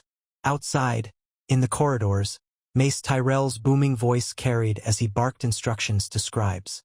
Loras Tyrell conferred with Robb Stark about tactics. Oberyn limped away, humming under his breath. Jon felt the pressure return. He had just promised to lead yet another campaign, after so many battles. But what choice did he have? If Tywin marched unopposed, all their victories might crumble. He spent the remainder of the day drafting orders with Ned. Ravens flew to the Riverlands, asking for Edmure Tully's cooperation. Others flew north, updating Robb's captains at the Golden Tooth. A final few soared to the Crownland's lords, summoning them to gather near King's Landing. Mace Tyrell sent his own messages south, calling upon Randall Florent, Lord Rowan, and other mighty lords to dispatch reinforcements. The Red Keep turned into a hive of scribes copying letters, stable boys preparing horses, quartermasters piling supplies. Late that afternoon, Jon paused to visit the Tower of the Hand, where Ned had taken rooms. Ghost followed, alert to the swirl of new faces in the corridors. Arriving at Ned's solar, Jon knocked gently. A muffled invitation to enter sounded. Inside, Ned sat at a table strewn with maps, a cup of cooled tea at hand. Catelyn stood near a window, gazing down at the courtyard where new Tyrell guards drilled. She turned at Jon's arrival, and her expression softened. Once she had harbored resentment toward Jon, believing him a bastard overshadowing her trueborn children.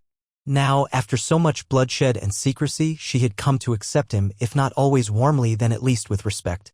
She inclined her head. "Your Grace," she said softly. "No need for formality," Jon replied, feeling self-conscious. "We're family, after all."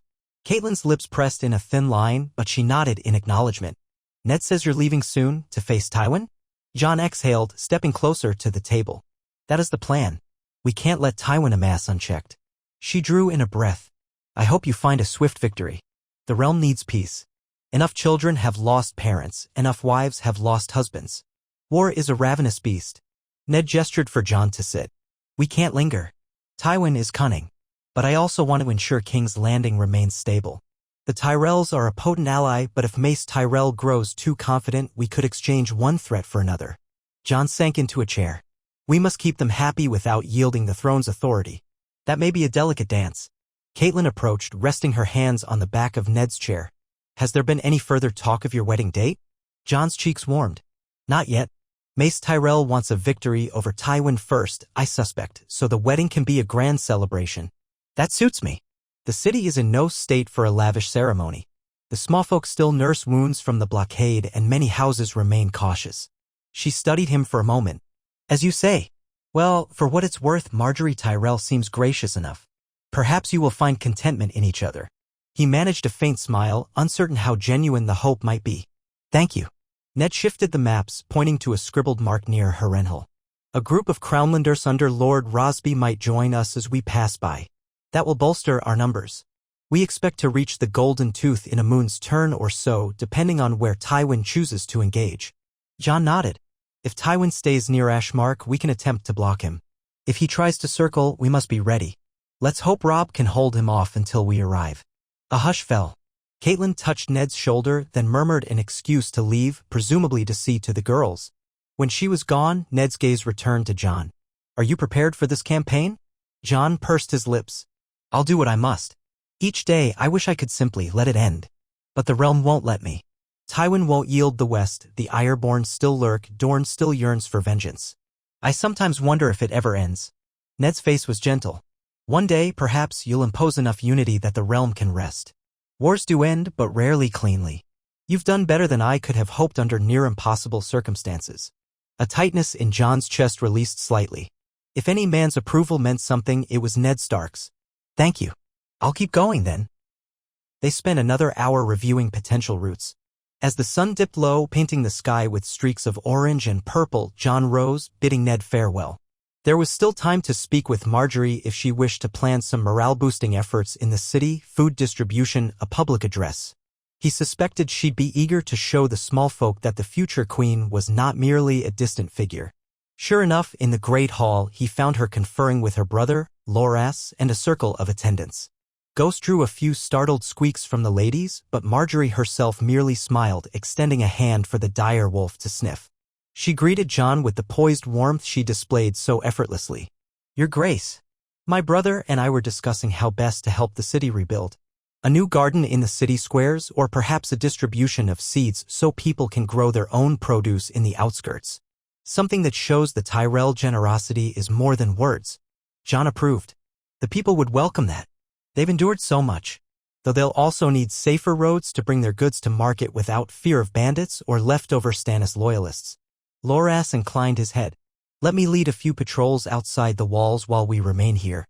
We'll clear any stragglers or criminals. A demonstration of Tyrell steel, if you will." Jon hesitated, recalling that Loras could be brash in the field, yet his skill was undeniable. "Very well. Coordinate with the city watch and Barristan so we maintain discipline." Marjorie's dark eyes brightened. "Excellent. I'll see to the seeds and the distribution. If we can cultivate some beauty amid the rubble, the small folk might begin to hope again." He gave her a respectful nod. "Thank you, my lady. If we manage to keep the city stable while we're gone, that would be a boon indeed." She smiled. "I only wish I could do more. We are forging a future together, are we not?" A murmur of assent escaped him, though it lingered with a bittersweet note. Politically, they were forging that future, but personally, he wondered if he'd ever feel the closeness that came with a freely chosen match. Still, Marjorie's unwavering composure reassured him. If he could not yet love her, he could at least respect her and she him. For a realm in desperate need of calm, that might suffice. Days passed. The swirl of preparations for the Western campaign intensified. Ravens from the Reach confirmed that thousands more Tyrell bannermen were assembling near Bitterbridge, ready to march under Mace's orders. Mace himself strutted through the Red Keep with the satisfied air of a man who believed he already controlled half the kingdom. Meanwhile, Tarly quietly oversaw the logistics, wagons of grain, fodder for horses, the forging of new weapons to replace those lost or damaged in the battles against Stannis. Grooms readied horse teams, blacksmiths hammered day and night, and tailors stitched new tabards displaying the combined sigils of the king's direwolf dragon and the Tyrell rose. One evening, Robb Stark returned from patrolling the northern roads with Loras. They arrived in the courtyard after dusk, muddy and weary, but laughing about how swiftly a band of brigands had fled at the sight of an armored knight and a direwolf. While Loras boasted of the easy victory, Robb came to find Jon in the armory, wanting to share a quieter perspective. "They were half-starved peasants turned bandits," he murmured as Jon checked a newly fitted breastplate. "Some of them surrendered rather than fight. Loras is a fine knight, but he sees everything in terms of chivalry. The realm is not that simple. We need more bread, more compassion. Or we'll face never-ending petty rebellions." Jon frowned. "We're distributing seeds and supplies, but the region is ravaged. If Tywin had not stirred, we might focus on rebuilding. As it stands, we must again ride to war." Robb nodded. "I'll come with you if you need me. I left the Golden Tooth in the hands of the great Jon. The fortress is secure enough. If we plan to clash with Tywin, we should have a Stark presence there as well." Jon gripped his cousin's arm. "Thank you. I'd be glad to have you at my side. Father, Uncle Ned will come as well. We'll keep enough men here so the city doesn't unravel, but we'll form a corps that can face Tywin on the field." The day of departure soon arrived. King's Landing had not seen such a martial display since the early days of Robert's reign. Thousands of Tyrell and Crown soldiers gathered along the main thoroughfare.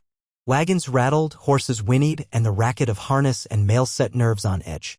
The small folk lined the streets to watch, some cheering, some fearful. Memories of war were fresh, but the presence of the Tyrell banners gave a sense of grandeur that overshadowed the capital's battered walls. Atop the Red Keep's ramparts, Gary bid Jon farewell in an unexpectedly tender manner. She wore a cloak of green trimmed with white fur, her hair braided back. Cupping his hands, she said, "I pray for your swift victory and safe return, your grace. If the gods are just, we'll soon celebrate your triumph with a wedding feast that outshines even last week's festivities." Jon bowed over her hand, pressing a polite kiss to her knuckles. "I'll do my best not to delay. Keep the city well. Our betrothal stands, and I trust you to maintain the small folks' hope. We must preserve the peace we've gained." She nodded, her eyes shining. "Go with the blessings of the Seven." With that, he descended the steps, meeting Ned in the courtyard. Ghost prowled behind him, drawing startled glances from many Tyrell men who had only heard tales of the direwolf. Ned mounted a dark mare, grim-faced. Barristan led a detachment of King's Guard in crisp formation. Oberyn, leaning on his cane, declared that he would ride in a litter with a small group of Dornish spearmen determined to see the war's end. Tarly, exuding quiet confidence, barked orders to subordinate captains. Somewhere near the front, Robb Stark awaited with grey wind, forging a stirring sight for those who recalled the old days of the Wolf King from the north. The City Watch saluted. Mace Tyrell took up a place of prominence, clad in resplendent green armor, ringed by a personal retinue of bannermen. The horns sounded, echoing off the keep's walls. The portcullis rose. King Jon Targaryen, uniting Tyrell forces and the crown, rode out at the head of a great column. It seemed half the city turned out to watch or throw flowers. Banners rippled, the rose of Tyrell, the direwolf of Stark, and the newly fashioned banner combining the Targaryen sigil with the wolf's silhouette. Jon caught glimpses of children perched on window ledges, waving small scraps of cloth. He felt a pang of responsibility so vast it nearly stole his breath. If Tywin outmaneuvered them, these same people might starve again or face a new wave of bloodshed. Crossing the city's gates, they entered the open roads of the Crownlands. Autumn's chill had taken hold, the leaves had turned russet and gold, blanketing the ditches. The column stretched for miles. Scouts rode ahead, scanning for stray bandits. Supply wagons lumbered behind, hoping to keep pace. The plan called for them to head north first, skirting Harrenhal, then west across the Riverlands. Edmure Tully had pledged to open Riverrun's stores to them if needed, and from there they could push on to the Golden Tooth or further if Tywin advanced. During the initial days, the march proceeded uneventfully. Local peasants, emerging from the shadow of war, watched the column pass with wary relief. Barristan took charge of daily drills each morning, ensuring the men didn't grow lax. Loras Tyrell and Robb Stark rode at the vanguard, forging an unlikely camaraderie. Ned and Tarly conferred about the roads, picking routes that minimized risk. Jon spent his evenings reviewing maps or talking with Oberyn, who occasionally teased him about the betrothal. The night sky brought cooler temperatures, and once or twice a light frost dusted their tents. After crossing the Trident near the ruins of Harrenhal, they rendezvoused with a small party of river lords sent by Edmure Tully, 100 men bearing the Trout sigil plus several supply wagons. The river lords expressed guarded hope that King Jon's forces would put an end to the war that had ravaged their lands. In the battered villages along the Green Fork, peasants still recalled Lannister pillaging during the early chaos. They offered bread or fruit to the king's men when possible, receiving thanks. Many simply asked to be left in peace. Jon recognized the weariness in their eyes, reminiscent of Flea Bottom's haunted stairs. About halfway to Riverrun, news arrived via Raven. Tywin had indeed mustered a significant army near Ashmark, rumored to be at least 10,000 strong. Reports said he probed the edges of the Riverlands, testing for weaknesses. The Golden Tooth remained in Robb's control, though threatened by roving Lannister patrols. A wave of relief spread that the fortress still held, but time was short. Tywin would not wait idly if he sensed an opportunity to strike a crippling blow. Thus, the column quickened its pace. Tarly demanded longer marches, fewer rest days, to close the distance. Mace Tyrell sometimes complained about the strain on his knights, but Ned politely reminded him that Tywin would not stand politely aside. If they arrived too late to reinforce the Golden Tooth, Tywin could wedge the approach and isolate them. So on they marched, forging muddy roads in spots, crossing farmland that had only recently begun to recover from prior battles. One evening, a cold rain drenched the camp near a tangle of woods. Jon's cloak soaked through. He gathered with Ned, Tarly, Robb, and Barristan in a large pavilion lit by smoky lanterns. Ghosts curled near the entrance, glaring at every dripping messenger who entered. The outer edges of the tent flapped, letting in occasional gusts. A messenger from Robb's men at the Golden Tooth delivered the latest updates. Tywin's outriders circled within a day's ride of the fortress, but no open assault had begun. The Greyjoy's presence helped keep morale high, yet supplies were dwindling. If King Jon's host did not arrive soon, the fortress garrison might be forced to sally forth for supplies and risk losing the advantage of strong walls. Jon eyed the map spread across a makeshift table. His finger traced the route. We're perhaps a week away if the weather holds. Less if we push harder. Tarly, arms folded, gave a curt nod. We can attempt forced marches. That will exhaust the men but might catch Tywin off balance. Robb frowned. If Tywin sees us coming from that direction, he may shift to attack from behind or lay an ambush. We need to coordinate with the Great Jon so he can sally out at the right moment, striking Tywin from the fortress while we hit them in the field. Ned's voice was calm but stern. Agreed. We'll send a rider tonight telling the Grey Jon to watch for us in about 6 days. Then we close the jaws on Tywin. If all goes well, we can force him into a pitched battle he can't easily escape." Barristan pursed his lips. "We should be mindful that Tywin might retreat to the crag or another fortress if threatened. He has no reason to fight a battle he believes he'll lose. He may try to drag this out until we're short on supplies." Jon lowered himself onto a damp stool. "Then perhaps we pin him at the Golden Tooth.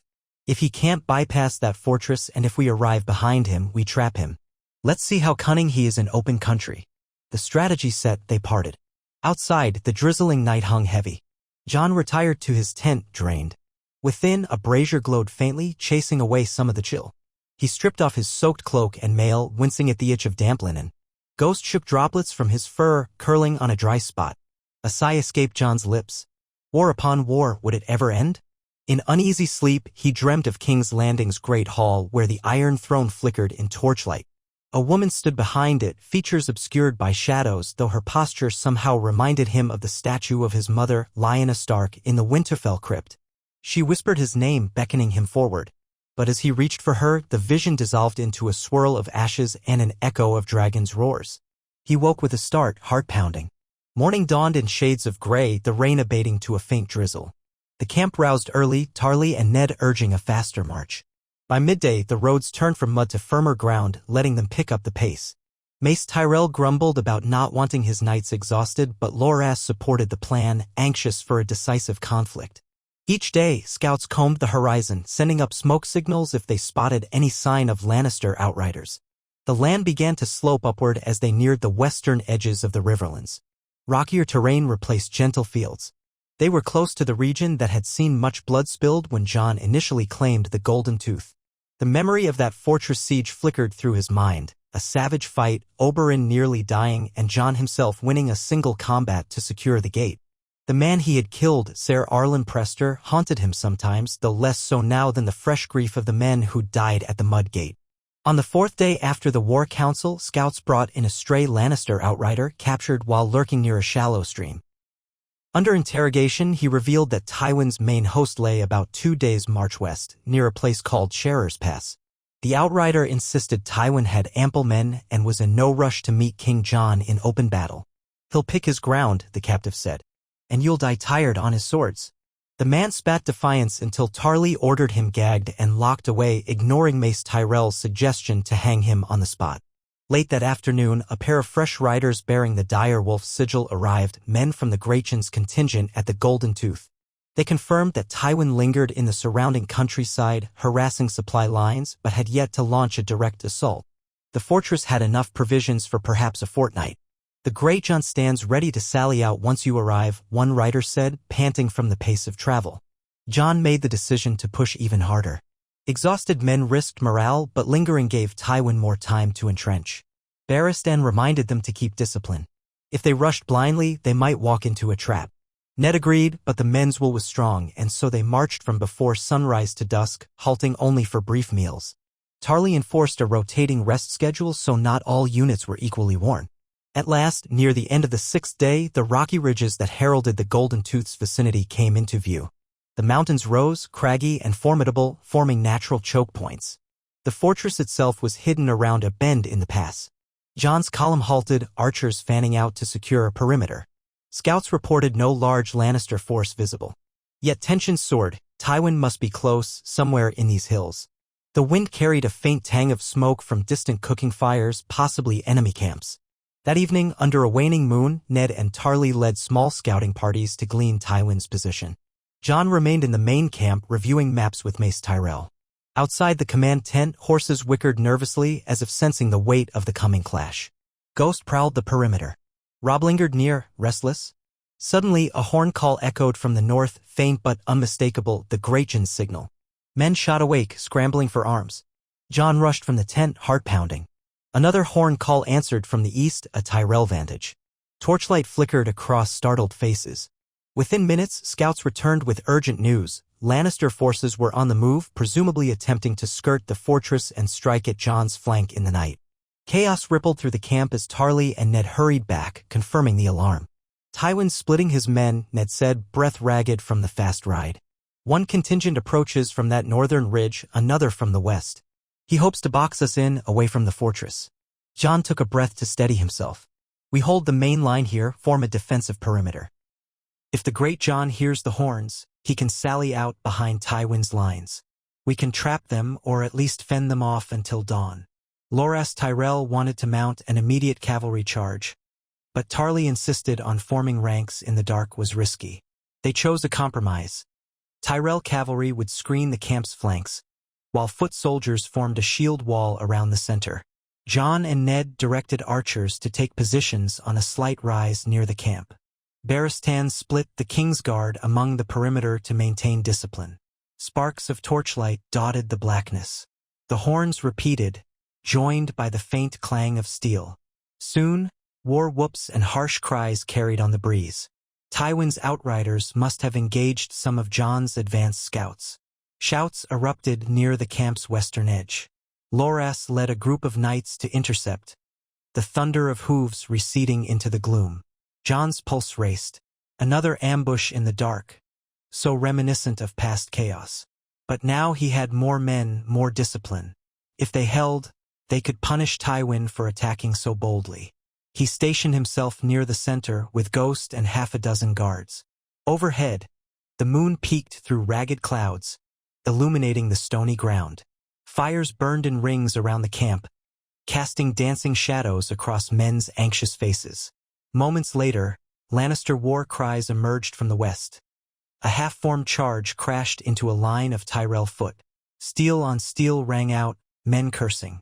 Flickers of orange light revealed glimpses of the swirling melee.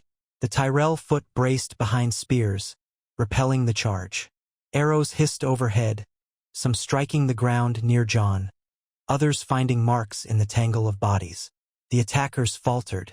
At the northern side, a second clash erupted, presumably Tywin's other contingent testing the defenses.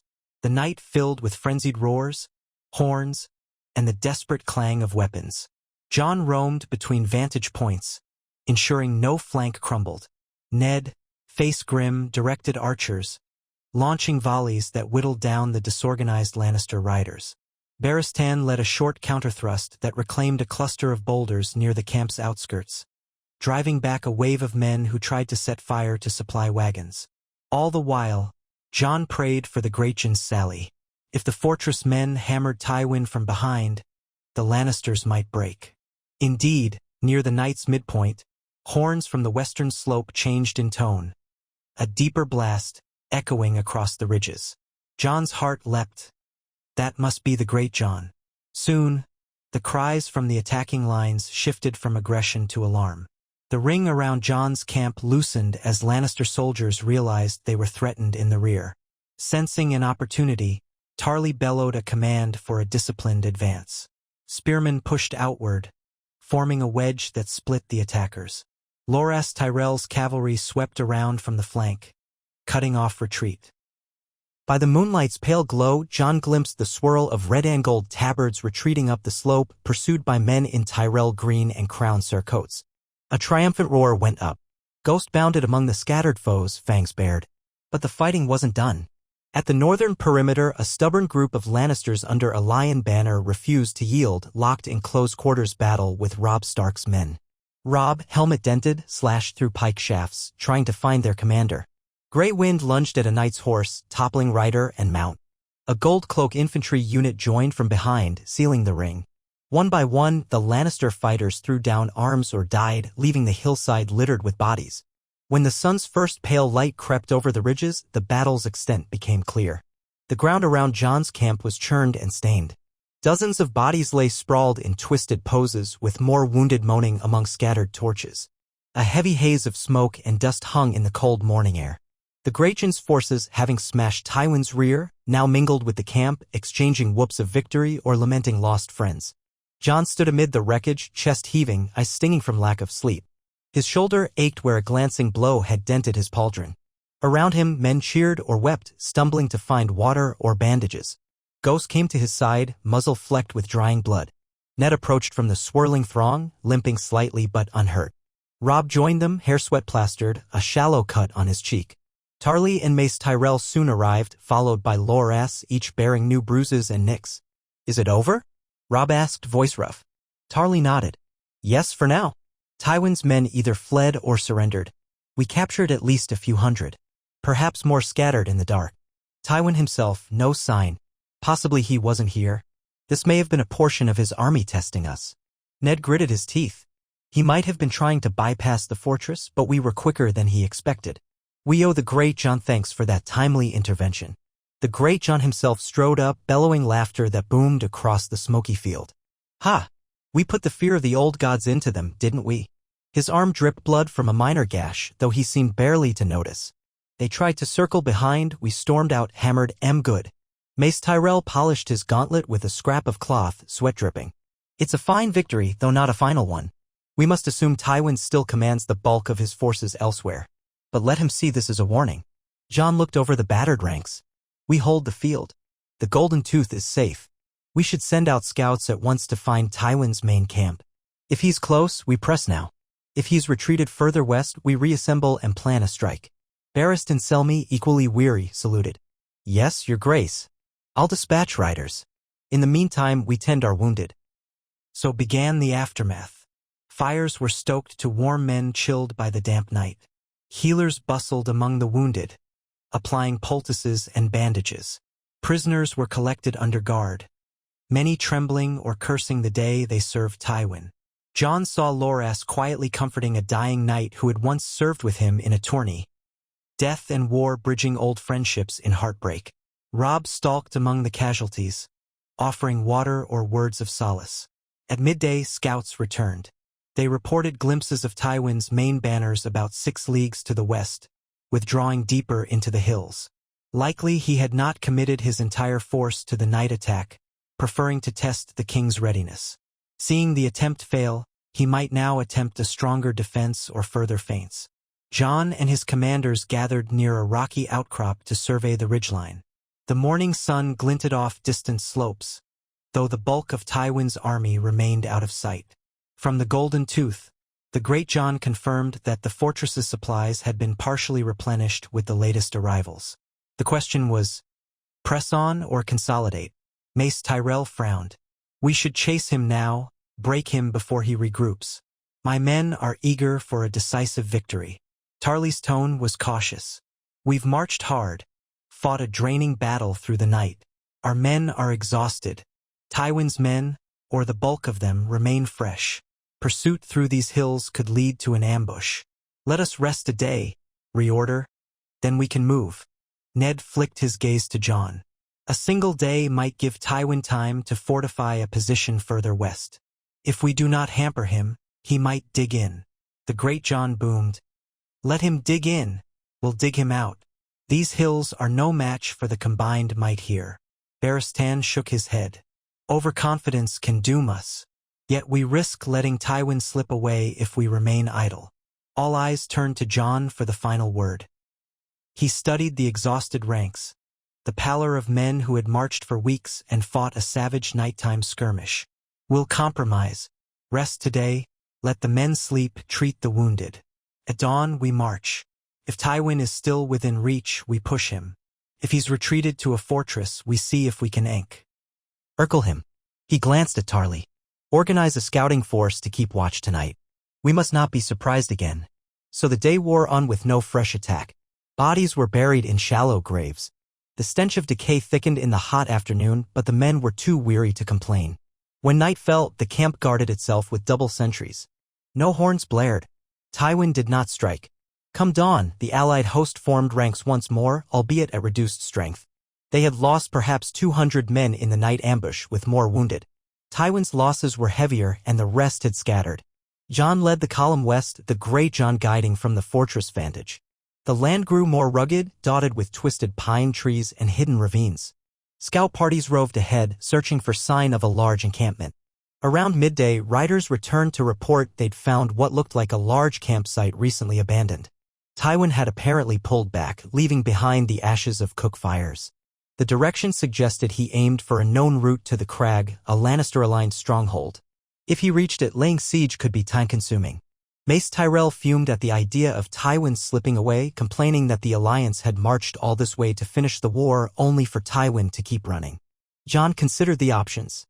If they rushed to intercept him on the Crag Road, they might catch him mid-march. Tarly agreed that with a forced march, they might close the distance. Once more, the men were driven to their limits, pressing through the hills at a grueling pace.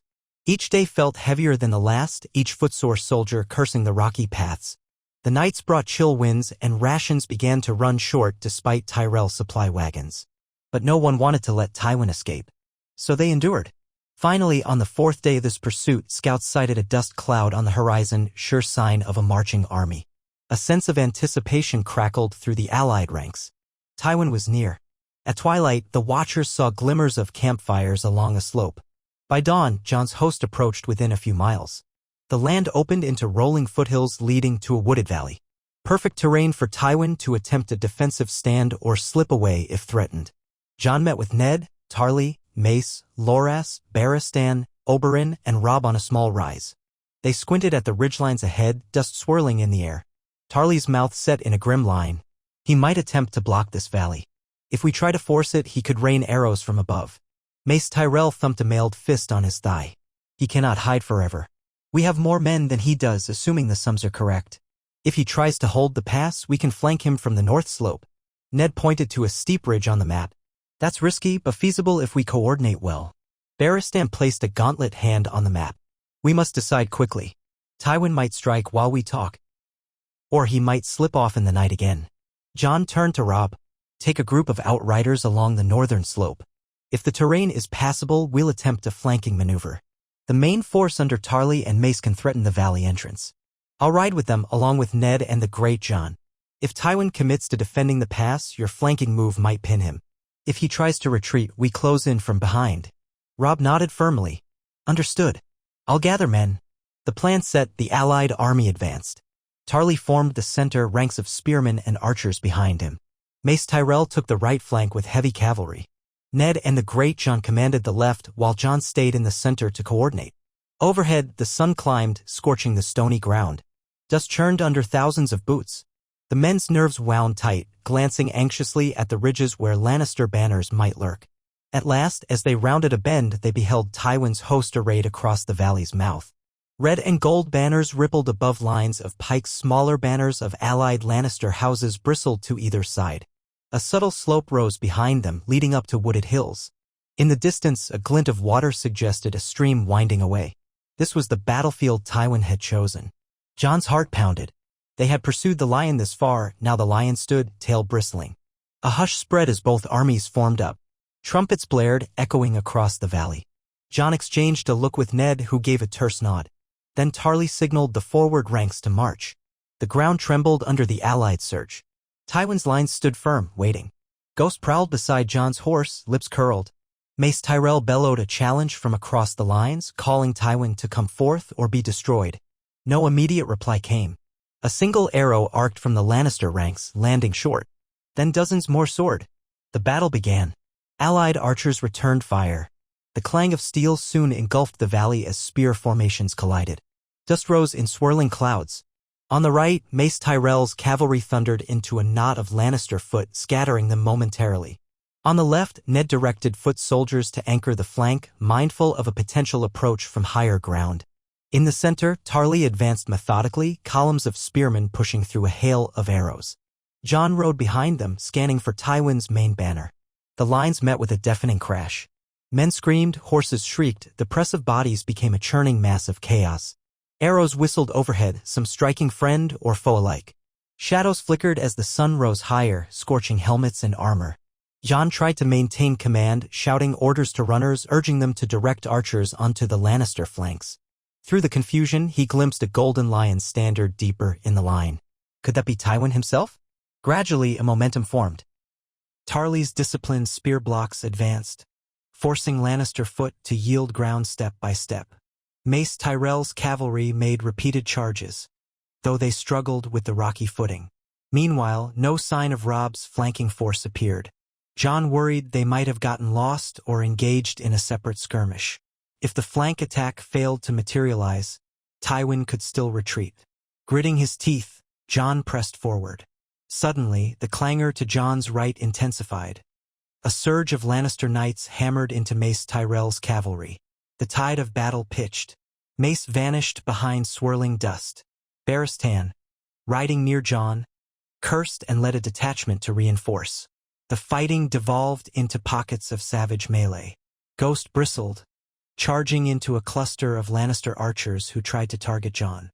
The direwolf's ferocity scattered them, but one managed to loose an arrow that clanged off Jon's cuisse, bruising his thigh. Up ahead, Tarly faced the brunt of Lannister pikes.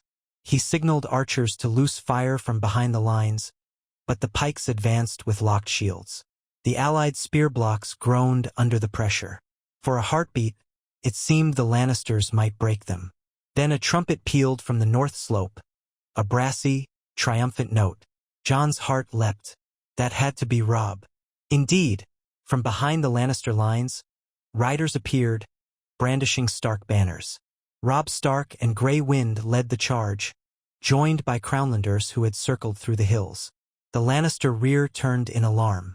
Some pivoted to face the sudden threat, fracturing their formation. Tarly seized the opening, driving the allied center forward with renewed force. Mace Tyrell's cavalry regrouped, launching another hammer blow from the right.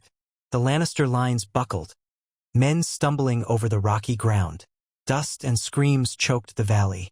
Jon urged his horse onward, bounding over bodies, reining in near Tarly. "Press them!" Jon shouted, voice cracking. Tarly nodded, bellowing for a full advance. The allied ranks roared, smashing into the disoriented foe. Lannister men threw down pikes or were trampled. Some attempted to flee up the slope, only to encounter Robb's riders. Somewhere in the swirl, Jon caught sight of the gold lion banner, half fallen. He spurred his horse closer. His throat tightened at the thought of confronting Tywin directly. Guards in Lannister colors rushed, spears leveled. Jon parried one thrust, hacking the spear shaft. Another guard lunged from the side, but Ned Stark appeared, cutting him down with a swift blow. They pressed on. A small ring of heavily armored men formed a protective circle around a figure with pale blonde hair, though his face was half obscured by a helm. Tywin Lannister. Ned barked a challenge. "Yield, Tywin. The realm is tired of your wars." Tywin's gaze was frosty, but he did not simply bow. He gestured, and his guards closed ranks, launching a desperate stand. Jon advanced, longclaw in hand. Ghost snarled at his side. The swirl of battle parted around them, men giving space to the confrontation. Dust clogged Jon's lungs. He coughed, bracing for a savage fight. One Lannister guard slashed at Jon's horse. Jon twisted, slicing downward, biting into the guard's shoulder. Another guard thrust at Ned. Ned blocked, but the spear grazed his arm, drawing blood.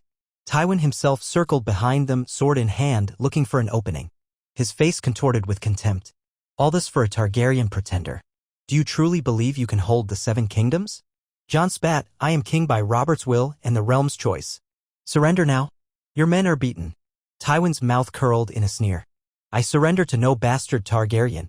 You have no rightful claim." Before more words could be exchanged, a cavalry group under Mace Tyrell stormed up, flattening the last of Tywin's personal guards.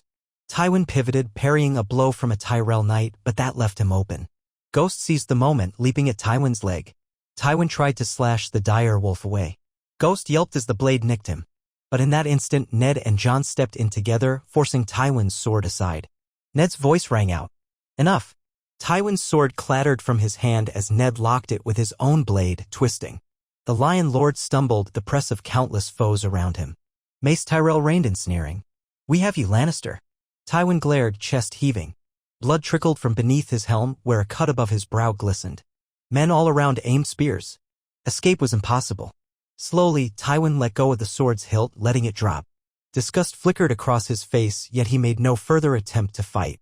Cheers erupted among the allied ranks as news spread that Tywin Lannister had been taken captive. The battle ended swiftly after that. Lannister forces, seeing their lord captured, either fled or threw down arms. The valley filled with the groans of the dying, the stench of blood. In the distance, scattered remnants fled into the hills, pursued by outriders. Within the hour, the allied knights secured hundreds more prisoners. Bodies were piled into grim heaps. War horns and triumphant shouts echoed off the stone slopes. Jon dismounted, trembling with adrenaline and exhaustion. Ghost limped from the sword nick, but it seemed superficial. He offered a silent word of thanks for that. Tywin knelt on the ground, ringed by spears, still wearing a battered helm. Ned yanked it off, revealing Tywin's pale face twisted by rage and humiliation. The once unassailable lion of the west glared at Jon, saying nothing. Robb arrived, breathing hard, gray wind at his side. Mace Tyrell joined as well, short of breath but exultant. Tarly quietly ensured that the men remained disciplined, no wanton slaughter of prisoners. Oberyn appeared, leaning on a spear. His expression seethed with old hatred, though he held it in check. The question unspoken. Would Tywin face vengeance now or later? Jon swallowed, stepping forward. Tywin of House Lannister, he said, voice carrying in the hush. You were taken in arms against the crown. Will you yield? Tywin clenched his jaw. You're a fool if you think this changes anything. The realm is a pit of vipers. Robb growled.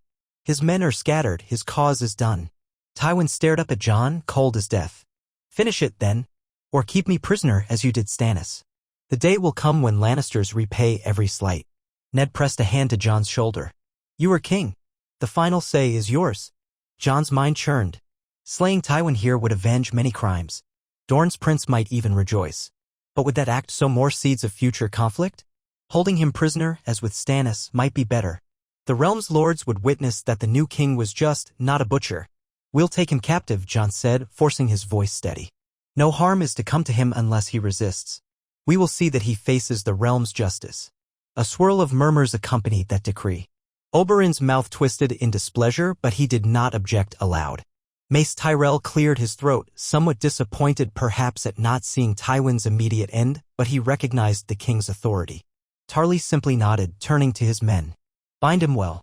No ill treatment, but double the guard. Tywin's eyes flared, but he offered no more protest. His wrists were bound, the golden lion helm tossed aside. Thus, the greatest lord of the West joined Stannis Baratheon in captivity under King Jon Targaryen. The cheers that erupted among the men echoed far beyond the valley, carrying the news that the lion had fallen. Exhausted soldiers slumped to the ground, laughing or crying, uncertain if this truly meant peace or just another shift in the game. At day's end, the field belonged to Jon's alliance. Another war ended, or so it seemed. The cost lay in the thousands of bodies littering the slopes, the moans of the wounded who might not survive the night, the black smoke from funeral pyres that soared into a saffron-streaked sky. As the sun dipped, painting the ridges in red, Jon gazed over the devastation, heart-heavy. He had won again, but each victory tasted of ash. Ned joined him, placing a comforting hand on his shoulder. It's done. Tywin is vanquished, if not dead. The West will have to submit now. Jon nodded, swallowing hard. The West, the North, the South. All these pieces. Maybe now we can rest. Ned's solemn eyes reflected that faint hope. We'll see. In the aftermath, riders scrambled to deliver the news far and wide. Tywin Lannister was captured, his army routed, House Lannister effectively broken. A hush of relief might settle across the realm. King Jon Targaryen had subdued Stannis, tamed Tywin, and forged an alliance with the Tyrells. The Watchers whispered that no rebellion remained to threaten the newly formed monarchy. Yet beyond the horizon lurked the unknown, Balon Greyjoy, Dorne's simmering vendettas, the fate of Joffrey Lannister, and rumor of a Targaryen princess overseas. Still, for one blessed moment, the realm seemed to exhale. That evening, the battered host pitched camp near the battlefield. Healers treated the wounded, while Mace Tyrell busied himself with arrangements for a triumphant parade back to King's Landing. Jon, though too weary for ceremony, understood the practical need to show the realm that House Tyrell and the crown had vanquished Tywin. Tarly oversaw the disposal of the dead, ensuring no men were left to rot. Robb, battered and blood-spattered, tried to find a measure of comfort among northern friends. Oberyn stood at the edge of the Lannister prisoner pen, silently watching Tywin with a predator's stare. Jon withdrew to a quiet corner with Ned, Barristan, and Ghost. He ran his fingers through Ghost's fur, searching for the cut from earlier. It was shallow, already clotted. The direwolf let out a low, weary sound. Jon shared that weariness. We'll chain Tywin as we do Stannis, he murmured. Transport him to King's Landing for justice. The West will have to kneel once they learn he's captured. We can set new wardens, or perhaps negotiate with House Lannister for peace. Barristan's expression was reflective. And thus the Great War ends with the two prime rivals of your reign in chains. The realm can breathe. Jon glanced at Ned, remembering all the secrets that had led here, Rhaegar's child hidden, Robert's testament, the swirl of betrayal and alliances. Let's hope so. We must be wise, or another conflict will arise. But for now, let us rest. The realm has bled enough. So they bedded down in a camp overshadowed by funeral pyres, the stench of smoke and charred flesh swirling on the wind. Yet, in that grim scene, many soldiers found relief that a great shadow over the realm was lifted. Daylight would see them gather the spoils, bury the dead, then march back east in triumph, bearing Tywin Lannister as prisoner. King Jon Targaryen, once the unwanted snow of Winterfell, had faced the West's might and emerged victorious. In the silence of his tent, Ghost pressed close, body warm against Jon's leg. Jon closed his eyes, haunted by the images of the day, Tywin's hateful glare, the thunderous cavalry charges, the cheers of men who wanted an end to war. Sleep came fitfully, but with it came a thread of hope that from these ashes a stable kingdom might rise at last, fueled by alliances, a half-Targaryen king's determination, and a promise of peace. And if new storms brewed beyond the horizon, Balon Greyjoy, Dorne's unsettled scores, or even the faint rumor of another Targaryen across the sea, those storms would have to wait for another day. For this night, the realm found a pocket of respite, a battered hush that felt closer to peace than anything the Seven Kingdoms had known in years. For 3 days, the Allied army lingered in the rocky valley where Tywin Lannister had been taken prisoner, tending wounds, burying the dead, and gathering whatever rations could be foraged in the surrounding foothills. The tang of funeral smoke saturated the air, giving a bitter flavor to every mouthful of water or bread. By day, men scoured the high ridges and narrow trails for fugitive Lannisters who might still pose a threat. By night, the exhausted victors collapsed around low-burning campfires, haunted by the memory of Tywin's final stand. Jon Targaryen, once Jon Snow, spent much of that time in sober contemplation. He and Ned Stark visited the makeshift infirmaries erected under canvas, where moans of pain intermingled with the rasp of saws. The realm's best healers applied poultices or amputated crushed limbs. Soldiers from the Crown, from the Reach, from the North, and even a few Dornishmen lay side by side in agony, each having fought for a common cause. Jon tried to offer words of encouragement, but the scope of suffering dwarfed any reassurance he might give. The cloying odor of blood and boiled herbs clung to his clothes, a reminder that while the realm might celebrate victory, the cost remained carved into living flesh. Meanwhile, Tywin Lannister was kept in a guarded tent near the center of camp. A ring of Tyrell knights surrounded him night and day, supplemented by a handful of Northmen loyal to Ned. No chance existed for him to escape. Despite the thick rope binding his hands and the bruises left by his defeat, Tywin maintained a steely composure that unnerved some of his captors. He refused to speak except in curt responses to the guards' questions about his comfort or injuries. On the second day, Jon arrived to question him personally, accompanied by Ned and Tarly. Within that lantern-lit tent, Tywin sat on a low stool, ankles also shackled.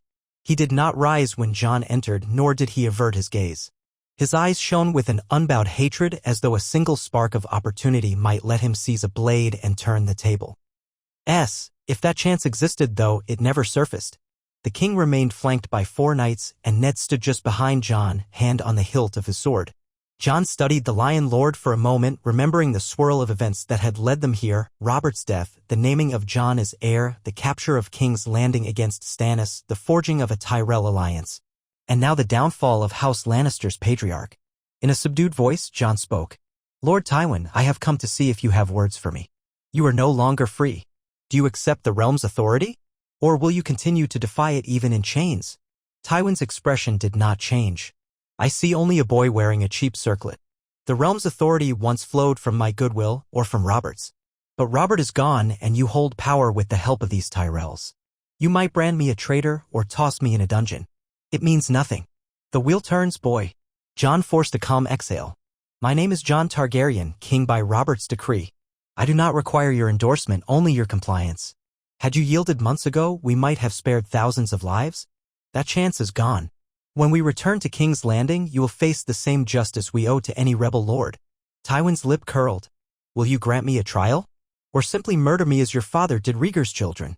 At the mention of Rhaegar, Jon's true father, Ned stiffened. Jon's jaw tightened. "I do not condone the atrocities committed at the sack of King's Landing. That was your doing, if memory serves.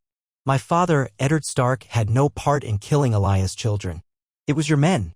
Perhaps the realm will recall that during your trial." Tywin's face remained cold. I did what was necessary to end that war quickly. You speak of justice, but the Targaryen name is hardly free of bloodshed. A hush fell. Even the guards seemed unsettled by the exchange, for the entire realm knew House Lannister's past involvement in brutal acts. Ned's voice was low, gravelly. The time for debate is done. Rest assured, Lord Tywin, that we shall keep you alive until the king's justice is determined. Pray that you find a more merciful hearing than you once offered your enemies. Tywin said nothing, only turned his gaze away, a flicker of contempt in his eyes. Jon and Ned departed without another word, leaving Tarly to stand watch. Outside, the daylight felt harsh after the tense lantern glow. Jon rubbed his temples, wishing the realm had not forced him into such roles: jailer, executioner, or forgiver of men whose crimes stretched back decades. Yet the crown demanded it. On the morning of the fourth day, the allied host broke camp in a solemn procession. The supply wagons rattled over rough ground, carrying both the wounded and the newly captured. Tywin was placed in a secure cart under heavy guard, flanked by horsemen from the north and the Reach. Ser Barristan personally supervised the detail, ensuring no chance of a rescue. A hush clung to the ranks as they marched eastward, away from the battered valley. Each soldier knew that the realm's long war might finally be nearing an end if the prisoners Stannis and Tywin could be kept from stirring more chaos. The route back toward the Golden Tooth proved rough but manageable. Here and there, signs of older battles dotted the landscape: burned farmhouses, arrow-riddled barns, heaps of rubble that once served as local outposts. Jon remembered the first time he'd come through, capturing the fortress in a desperate siege. Now the land felt saturated with ghosts of conflict. A swirl of crows followed the column, cawing at intervals whenever they spied fresh carcasses or a chance for carrion. When the fortress of the Golden Tooth finally rose in the distance, the men let out a ragged cheer. The Greyjoy's banners waved from its ramparts. A cluster of castle guards emerged to greet the returning king, clearing the courtyard so that hundreds of foot soldiers could file inside the walls or pitch tents outside in the shadow of the stronghold. That evening, horns echoed among the high stone, reminiscent of Jon's earlier victory when he had faced single combat. The entire fortress bustled with relief and celebration, though the stench of war and death still clung to every surcoat. Within the fortress keep, Jon was welcomed by the Great Jon and his sworn swords. The Great Jon roared praise for the king's success in capturing Tywin. The lions and chains, eh? Ha! That's a sight I'd pay a cask of ale to see. His boisterous laughter resonated in the hall, overshadowing any flickers of grief. Across from him, Ned offered a mild smile. He, too, recognized the significance of Tywin's imprisonment, though he remained more guarded about what it might portend. Over a hastily prepared feast of roast goat, coarse bread, and mead, the allied lords debated their next steps. Mace Tyrell, in typical fashion, proposed a triumphant march back to King's Landing, parading Tywin through the capital to demonstrate House Lannister's downfall. Tarly was more pragmatic. The West might remain leaderless and resentful, meaning the crown should appoint new wardens or ensure local lords bend the knee. The Great Jon suggested forging a new frontier at the Golden Tooth, stationing strong garrisons to dissuade any future Lannister rebellions. Jon listened, occasionally posing questions but mostly letting the discussion unfold. At one point, Oberyn Martell leaned over from his seat, his cane propped against the table, and murmured, "What of justice for my sister Elia or the crimes done in King's Landing long ago? Tywin orchestrated it. I recall your vow that you would see justice done if the realm emerged victorious." Jon met Oberyn's gaze, seeing the pent-up fury swirling beneath it. "I have not forgotten," Jon answered quietly. "Nor has Ned. We will see Tywin tried, and if found guilty, and I have no doubt he will answer for it. But I must proceed carefully, for the realm is fragile. One misstep and we spark new conflicts." Oberyn pursed his lips. "Dorne is patient, but not endlessly so. If you mean to keep Tywin locked in a tower while the realm dithers, do not expect my men to stand idle." Jon offered a solemn nod. He understood that the Martells craved final retribution. If Tywin lingered too long in a comfortable cell, the Dornish might conclude the crown had no intention of fulfilling old promises. The feast ended without a firm plan, though the consensus was that a portion of the allied forces would remain in the west to supervise the transition to peace. Ned would orchestrate that, while Jon, Mace Tyrell, and the majority of their combined host returned to King's Landing, bringing Tywin as a prisoner. The Great Jon would hold the Golden Tooth with a contingent of Northmen, ensuring no minor Lannister bannermen rose in revolt. Tarly volunteered to remain as well, to keep discipline among the local lords until the crown named a Warden of the West. At dawn, Jon made a final tour of the fortress, recalling the battered walls he had once scaled under arrow fire. The gatehouse still bore black scorch marks from those earlier battles, and the parapets were patched with mismatched stone. Ghost followed him, tail swishing. The men he passed bowed or saluted with a sense of awe. The king's legend had grown from unlikely upstart to conqueror of both Stannis and Tywin. Jon tried not to let the reverence swell his head. The cost of that legend lay in graves scattered across half the kingdom. Outside the fortress, campfires blazed as the allied force formed ranks again. Rations were distributed. The warhorses snorted in the crisp morning air. Ned was harnessing his mare, exchanging words with Tarly about which roads might best handle the returning column. Robb Stark double-checked the wagons carrying the wounded, ensuring that minimal jostling would add to their pain. Mace Tyrell's bannermen were in high spirits, looking forward to parading their success in the capital. Oberyn remained aloof, leaning on his cane near a supply cart, eyes roving for any sign of Tywin's transport. Tywin himself was loaded into a barred wagon, heavily guarded. He stared through the slats with silent fury as men mounted their horses.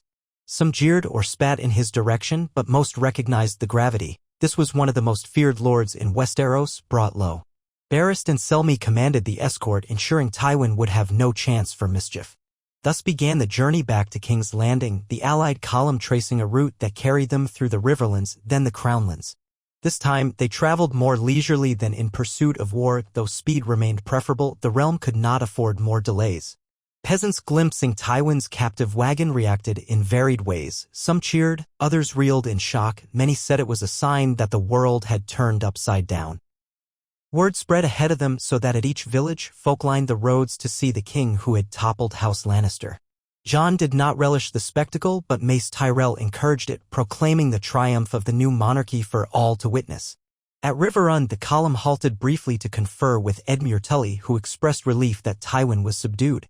Edmure recounted how the Riverlands had long suffered under the threat of Lannister marauders. Now, with Tywin chained, smaller pockets of Lannister loyalists might surrender or vanish. Jon assured Edmure that the realm would not forget the Riverlands' plight. He recognized the Tullys as staunch allies, though no formal reward was arranged beyond the usual promises of protection. By the time they crossed the Red Fork, the first hints of winter's chill cut through the region's autumn haze. Wind gusted more sharply, rattling bare branches. The allied soldiers trudged on with stoic acceptance, setting up camps that began to reflect a calmer order, fewer nightly alarms, fewer sabotage attempts. Tywin's wagon rumbled at the center, watched day and night. Ghosts sometimes circled it, bearing fangs at the captured lord as though reminding him that his day of power had passed. As they approached Harrenhal's blackened ruins, Mace Tyrell insisted they pause for a night's rest outside its haunted walls. The Tyrell knights gawked at the melted towers that once withstood Dragonfire. Oberyn pointedly observed that the ghosts of Harrenhal might welcome Tywin for all the blood he'd spilled. Tywin refused to be baited, ignoring the jibe with stony silence. Jon found the entire fortress oppressive, its massive stones whispered of ancient conquests and cruelty. He was grateful when dawn saw them depart again, heading east. At last, the column entered the Crownlands. The farmland here had begun to recover from Stannis' blockade, thanks to shipments from Highgarden. Thicker roads let them speed up again. They encountered no serious trouble, though a handful of brigands tried to raid the supply wagons, only to be cut down by Tyrell patrols. Near the outskirts of King's Landing, word arrived via outriders that the city's gates stood open to receive them. Sentries had spotted their approach, and Margaery Tyrell, as well as the court, waited to greet the returning host. Cheering erupted from small folk who recognized the Tyrell banners, praising the king's safe return and the rumored capture of Tywin. Bowls of flower petals lined the roads, and children scampered after the cavalry. When Jon finally passed through the massive gates, a wave of emotion washed over him. King's Landing still smelled of waste and fish, but the deeper reek of despair from the blockade was gone. The city thrived anew, thanks to Tyrell supplies and the relief from war. Yet every street corner bore reminders of the chaos that had consumed them: charred timbers, half-collapsed rooftops, and vacant lots where houses once stood. The people gazed upon the returning soldiers with gratitude, relief, or simply dull acceptance. At the Red Keep's courtyard, Margaery herself waited amid a throng of courtiers wearing a pale green gown that matched her eyes. She stood beneath a makeshift canopy, her hair expertly braided, a signet ring with a rose motif glinting on her finger. Seeing Jon dismount, she moved forward with poised grace, dipping a shallow curtsy. "Your Grace," she said, voice carrying across the courtyard. "Welcome home." All King's Landing rejoices at your return. Word has traveled swiftly, the lion's might has fallen. Jon felt a pang of gratitude for her calm presence. He clasped her hand briefly, mindful of the Watchers, including Ned, Robb, Oberyn, and Mace Tyrell. Lady Margaery, thank you for your kindness. The realm's victory belongs to all who stood with us. We bring Tywin Lannister as a prisoner, and with luck, that ends the war. Behind them, Ned dismounted with a faint groan, brushing dust from his cloak. Barristan and Tarly supervised the wagon carrying Tywin, who was marched under guard into the keep's dungeons. The courtyard swirled with tension as onlookers craned necks, hoping to glimpse the once fearsome lord in chains. They saw only a quick flash of pale hair, a stern face, and heavy manacles before the gates clanged shut behind him. Margaery turned to greet her father, Mace, who strode forward to extol the realm's gratitude for House Tyrell's part in the victory. Servants bustled about preparing a hasty feast in the great hall to honor the king's return. Oberyn drifted away, presumably to check on his Dornish spears or to see how Stannis was kept. Stannis remained a captive in a secure tower, overshadowed by the city's new developments. Jon, weary from days of travel, longed for a moment's rest. But duty called. By mid-afternoon, he convened a small council session in the throne room itself, wanting to address key matters at once. Ned, Mace Tyrell, Tarly, Oberyn, Robb, Littlefinger, Varys, and Barristan gathered. Grand Maester Pycelle appeared as well, wringing his hands over the city's next course of action. A hush descended when Jon ascended the dais. He did not yet seat himself on the Iron Throne, preferring to stand with Ghost at his side. We have returned with Tywin as prisoner, Jon began, voice echoing off the vaulted ceilings. He awaits judgment in the dungeons. We also hold Stannis, captured earlier. I propose that we hold a great council in King's Landing so the lords of Westeros might witness the trials of both men. The realm has endured war after war. Perhaps through justice we can lay old grievances to rest. The gathered lords stirred. Ned nodded approvingly. Oberyn's expression sharpened with interest. A public trial could finally address Elia Martell's murder and the sack of King's Landing. Tarly said nothing, but Mace Tyrell licked his lips, apparently picturing the grandeur of such an event. He might relish being at the center of the realm's largest gathering in decades. Jon continued, we must also consider how to rule the West. Tywin's imprisonment leaves House Lannister leaderless. Jaime Lannister remains a king guard, not in a position to inherit. Tyrion Lannister is rumored overseas or possibly in the Vale, no one seems certain. That leaves few direct heirs to hold Casterly Rock. We must tread carefully to avoid plunging the West into further unrest. As for the rest of the kingdom, we have begun to restore order, but bandits and brigands remain. Mace Tyrell spoke up, voice brimming with confidence. Your Grace, House Tyrell stands ready to assist in governing the West until a new warden is appointed. We can provide garrisons or administrators if you so wish. The lion's seat must not remain vacant. Oberyn let out a low chuckle. From one overlord to another, then? The West might not love to see Highgarden's men occupying them. Tread lightly, King Jon. Mace bristled. We do not speak of occupation. Only assistance. Many Lannister bannermen surrendered after Tywin's capture. Someone must keep them in line. Jon raised a hand for calm. I appreciate the offer, Lord Tyrell, but let us not impose on the West before we have given them the chance to bend the knee of their own accord. We'll send ravens announcing Tywin's capture and the coming Great Council. If any Lannister bannerman refuses to yield, we'll address it. Meanwhile, a modest garrison from the Crown and allied houses can ensure stability. We do not want to spark resentment by flooding the West with foreign soldiers. Mace nodded, though a hint of disappointment flickered. Tarly, silent thus far, spoke quietly. That is prudent, Your Grace. We do not want to incite fresh rebellions or push other houses to see House Tyrell as a new conqueror. Jon inclined his head. Agreed. On the matter of Stannis, he, too, will stand trial. The realm deserves to hear his defense, though it's clear he levied war against the crown. We must consider that some houses still revere him for upholding a strict interpretation of Baratheon succession. Perhaps we can show leniency if it spares further division. Littlefinger cleared his throat, wearing his usual half-smirk. Magnanimity is a princely virtue, but do recall that King Aegon the Unlikely once faced chaos by pardoning too many rebels. Balance is key. If you show weakness, others might follow in their footsteps. Jon's jaw clenched. Mercy and justice are not weaknesses. We will weigh each case fairly. Let that be the message we send. Ned stepped in. The king is correct. We do not want another war. Stannis' rebellion ended in his defeat, and the realm does not want to see him executed out of hand. A trial before a great council with witnesses might quell future uprisings. Let all see that the crown need not be cruel to be strong. Barristan nodded. Then we plan for a great council. When shall it be? Jon mulled the logistics. We'll send ravens immediately, inviting the major houses to attend within 2 moons' time. That gives them enough notice to travel. Meanwhile, we must keep Tywin and Stannis secure. We can also see to the West's stability. If necessary, we'll finalize a new Warden of the West at the council. The city is safer now, thanks to House Tyrell's vigilance, so we can host a large gathering. Oberyn studied Jon with narrowed eyes. And what of justice for Elia Martell? Will that matter be part of the trial? A hush fell. Many eyes flicked to the Dornish prince. Jon braced himself. Yes, Prince Oberyn. If Tywin is found culpable for the murders of Elia's children, he will be held accountable. You have my word that this will not be brushed aside. Satisfied, Oberyn merely inclined his head, though the tension in his posture remained. He had waited years to see Tywin confronted. A few more weeks would test his patience, but he would abide. The meeting adjourned. Courtiers flooded the throne room, clamoring for an audience, but Jon deferred them to a later date. He felt physically and mentally spent from the march and the constant demands of leadership. As he descended from the dais, Margaery was waiting, offering her arm. Your Grace, she said softly, leading him away from the throng. The city has readied a welcoming feast, but I sense you might prefer rest first. Shall we postpone the festivities until tomorrow? Jon gave a weak smile of relief. That would be kind. A smaller meal will suffice tonight. I'm sure the men are eager for some celebration, though. I wouldn't deny them.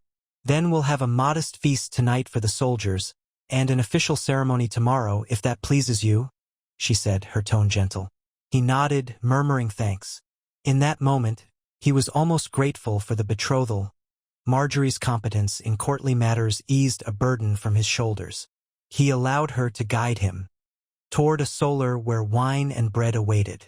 Ghost trailed along, ignoring the scandalized looks of courtiers unaccustomed to a dire wolf indoors.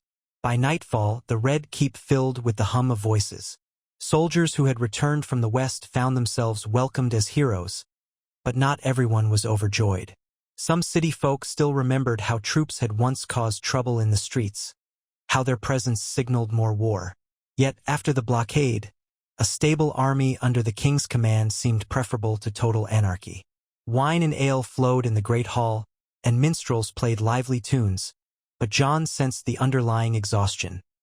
The realm had endured so many wars and intrigues that even victory tasted muted. Near the hall's far corner, Ned Stark engaged quietly with various lords, ensuring no new conspiracies brewed. Robb, freshly bathed and wearing a simpler doublet, accepted toasts for his role in flanking Tywin. The great Jon, still at the Golden Tooth, was absent, but his name was invoked by men recalling the savage cheers he had unleashed upon capturing Lannister outriders. Mace Tyrell basked in the attention, recounting the charge of his knights. Randall Tarley, less enamored of pomp, conversed with a few Crownlander captains about readiness for the next campaign or garrison duties. Oberyn drifted about, occasionally exchanging short remarks with foreign visitors or suspicious lords. His eyes flicked repeatedly to the dais, where Jon and Margaery sat, presumably seeking any sign that the king might renege on his vow of justice for Elia. Each time Jon glanced his way, Oberyn offered a tight nod.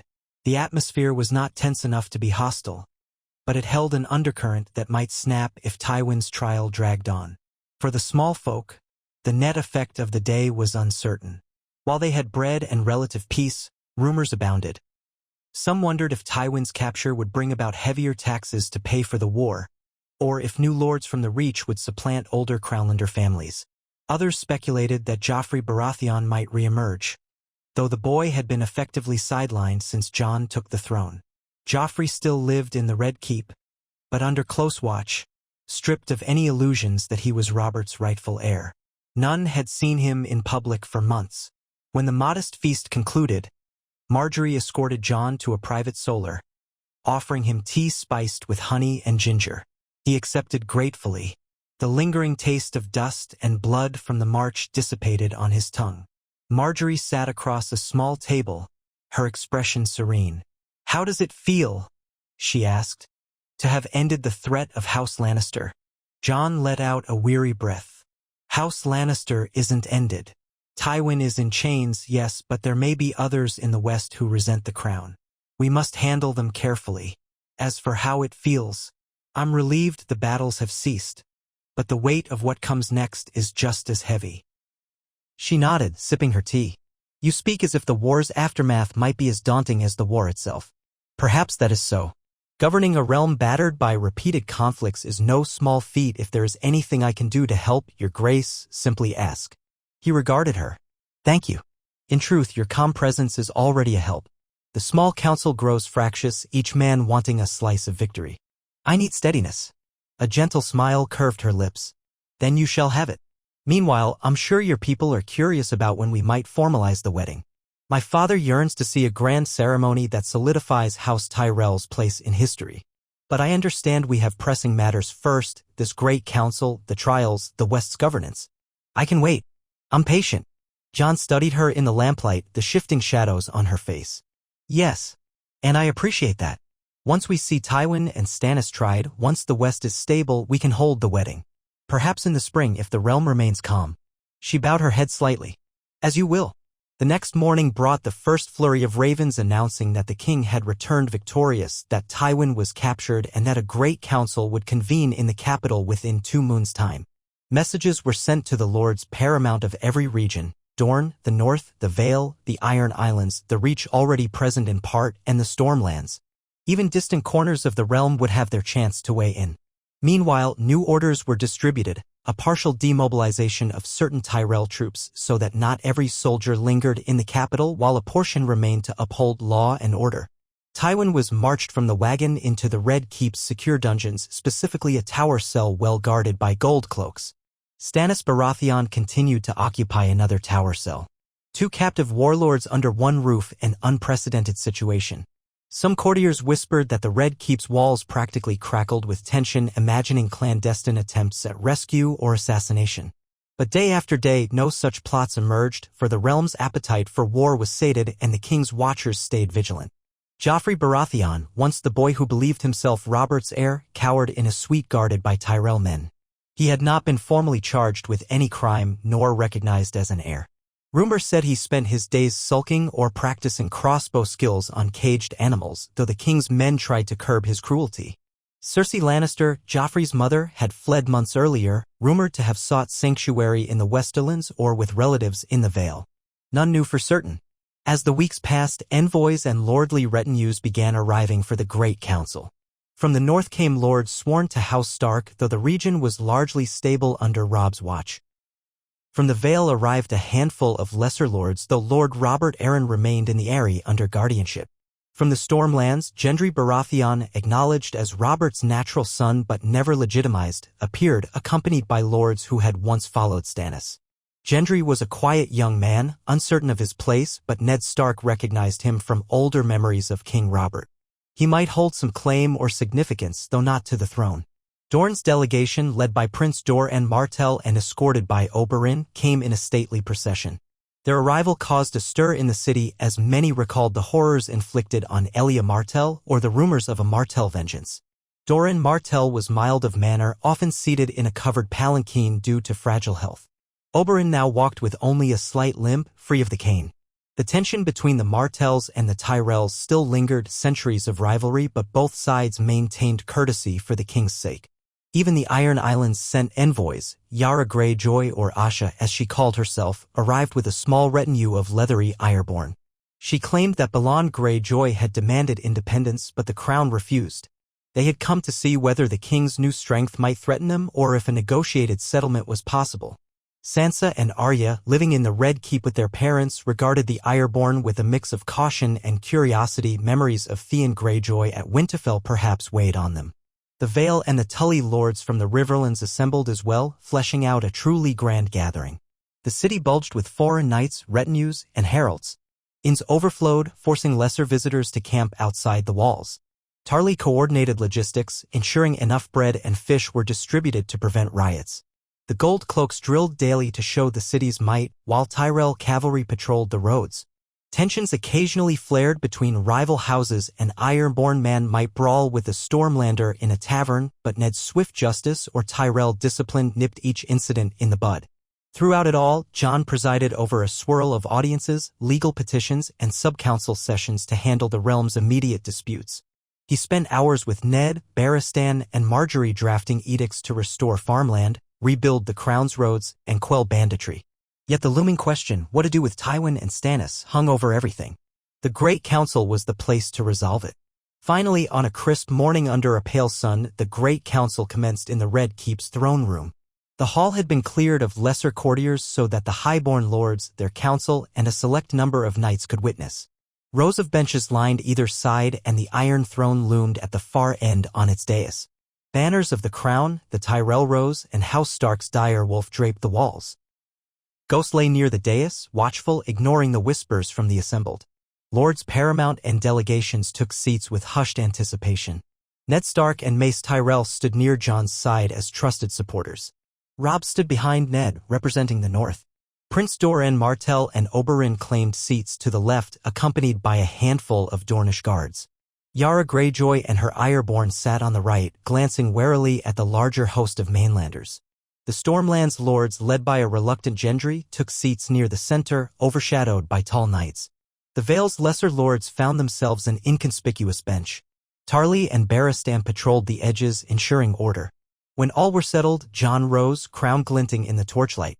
He wore his black and silver doublet, the half-Targaryen, half-Stark sigil embroidered at the collar. His voice carried through the hush. Lords and ladies of Westeros, I call this great council to address the fate of our realm. War has ravaged us from the north to the south, from the east to the west. Now we have subdued those who challenged the crown. Yet we must bring justice, not endless bloodshed. Here we judge the fates of Stannis Baratheon and Tywin Lannister, each in turn. Should any lord claim a grievance or demand be heard, we shall weigh it as well. He gestured to Barristan, who signaled a side door to open. Guards marched in with Stannis Baratheon shackled at the wrists. The once proud master of ships wore plain clothes soiled from his confinement. A bruise discolored the side of his jaw. Yet his stare remained unbroken, scanning the assembled lords with disdain. The guards led him to stand before the Iron Throne's dais. Murmurs rippled across the hall, some pitied him, others glowered at the man who had nearly starved the city. Jon addressed the gathering. Stannis Baratheon has claimed that, by blood, he is Robert's rightful heir. He levied war against the crown, besieged King's Landing, and spilled the blood of many loyal subjects. Yet he was defeated and taken alive. Let any who support his claim speak, or let Stannis himself declare his defense. Silence draped the hall. A few Stormland lords shifted uncomfortably, but none rose to champion Stannis. At length, Stannis himself cleared his throat. I do not deny I fought this war. In my eyes, Robert's children by Cersei were false, and this Targaryen boy, no matter Robert's testament, held no right above me. I strove to claim the throne as law demanded. I stand by that.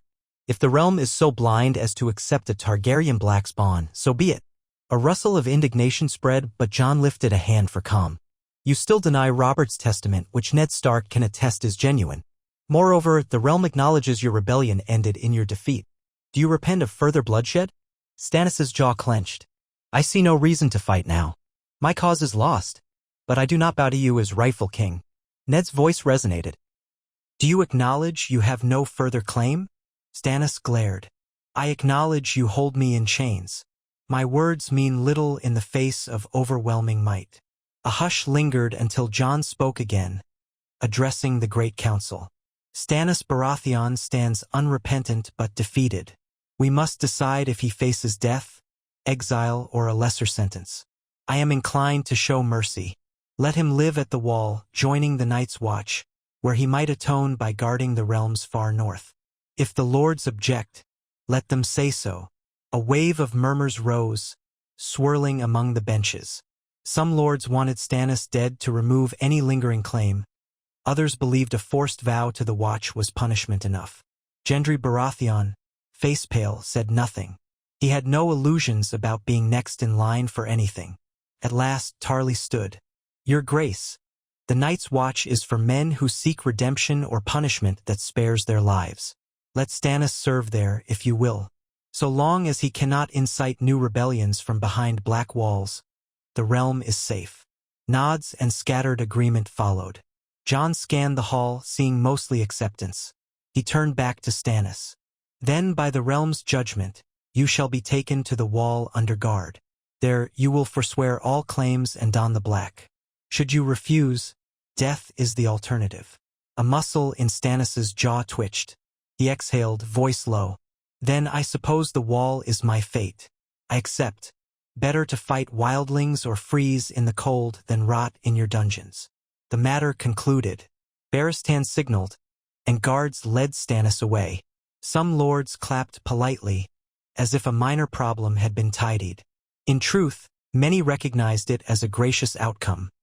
If Stannis had supporters left, they might be assuaged by the king's mercy. Others, including Ned, quietly approved of sparing a man who had once served Robert. Next came Tywin Lannister. The tension in the hall spiked the moment he was dragged in. Chains clinking, shoulders stiff. He had been stripped of his fine garments, left in a simple tunic. Guards flanked him on either side. The hush felt louder than any roar, for this man had overshadowed the realm for decades, shaping wars, toppling houses, and installing kings. Now he stood before them in shame. Jon's voice resonated. Tywin Lannister, once Lord of Casterly Rock and Warden of the West, stands accused of rebellion against the crown by refusing the lawful king and waging war upon him. Furthermore, we have grave charges related to the murder of Elia Martell and her children during the sack of King's Landing. Prince Oberyn Martell demanded justice for that crime. Let any who would speak for or against Tywin do so now. A faint murmur spread, but no defenders stepped forward. Many Western lords were absent or subdued, having lost morale when Tywin fell. Some had come but sat with bowed heads. Tywin, for his part, gave no sign of contrition. His glare swept the hall with icy contempt. Oberyn emerged from his seat, crossing the floor with measured steps until he stood near Tywin, though outside the guard's reach. His voice was a whip of anger. For years, Dorne has waited to see House Lannister answer for Elia Martell, for her children, for the blood spilled that day. Men in your service, Gregor Clegane, Amory Lorch, committed unspeakable atrocities. You commanded them or tacitly approved their butchery. You sought to curry favor with Robert by presenting him the corpses of Targaryen heirs. But it was my sister who paid the price. Do you deny it? Tywin's expression remained unreadable. I do not deny that my men took King's Landing. War is war. Elia Martell's fate was regrettable, but it ended the conflict swiftly. If you seek to brand me a murderer, so be it. I make no apology for saving thousands of lives by finishing the war quickly. A storm of revulsion crossed Oberyn's face. You dare speak of saving lives while you slaughtered babes in their cradle? Tywin held his gaze. Better a short war with terror than a prolonged struggle. That has always been my creed. I care little for your outrage. A ripple of horror coursed through the onlookers. Even those who had followed Tywin in the past found themselves unsettled by his brazen callousness. Prince Doran, from his seat, pressed trembling fingers to his chin. The memory of Elia's death weighed on him. Jon let the hush hang, letting Tywin's words condemn him. Finally, Jon said quietly, "Then you freely admit your role in the atrocities? War does not excuse the butchery of children." Tywin shrugged, the rattle of his chains echoing. "Spare me the moralizing. Many houses have done worse. If you intend to condemn me, do it. But do not pretend your Targaryen line is innocent of such deeds. I recall the Mad King quite well." Ned's voice rose, stern and clear. "This is not about the sins of your enemies. It's about your own crimes. You refused the crown's authority in the present war. You committed unspeakable deeds during the last. The question is not if you are guilty, it is how you shall face the realm's judgment." Oberyn's knuckles whitened on the hilt of his dagger. "I demand his head, your grace. Let him pay in blood for Elia's children." An uneasy stir. Some lords nodded, believing Tywin's death long overdue. Others recalled that House Lannister remained powerful.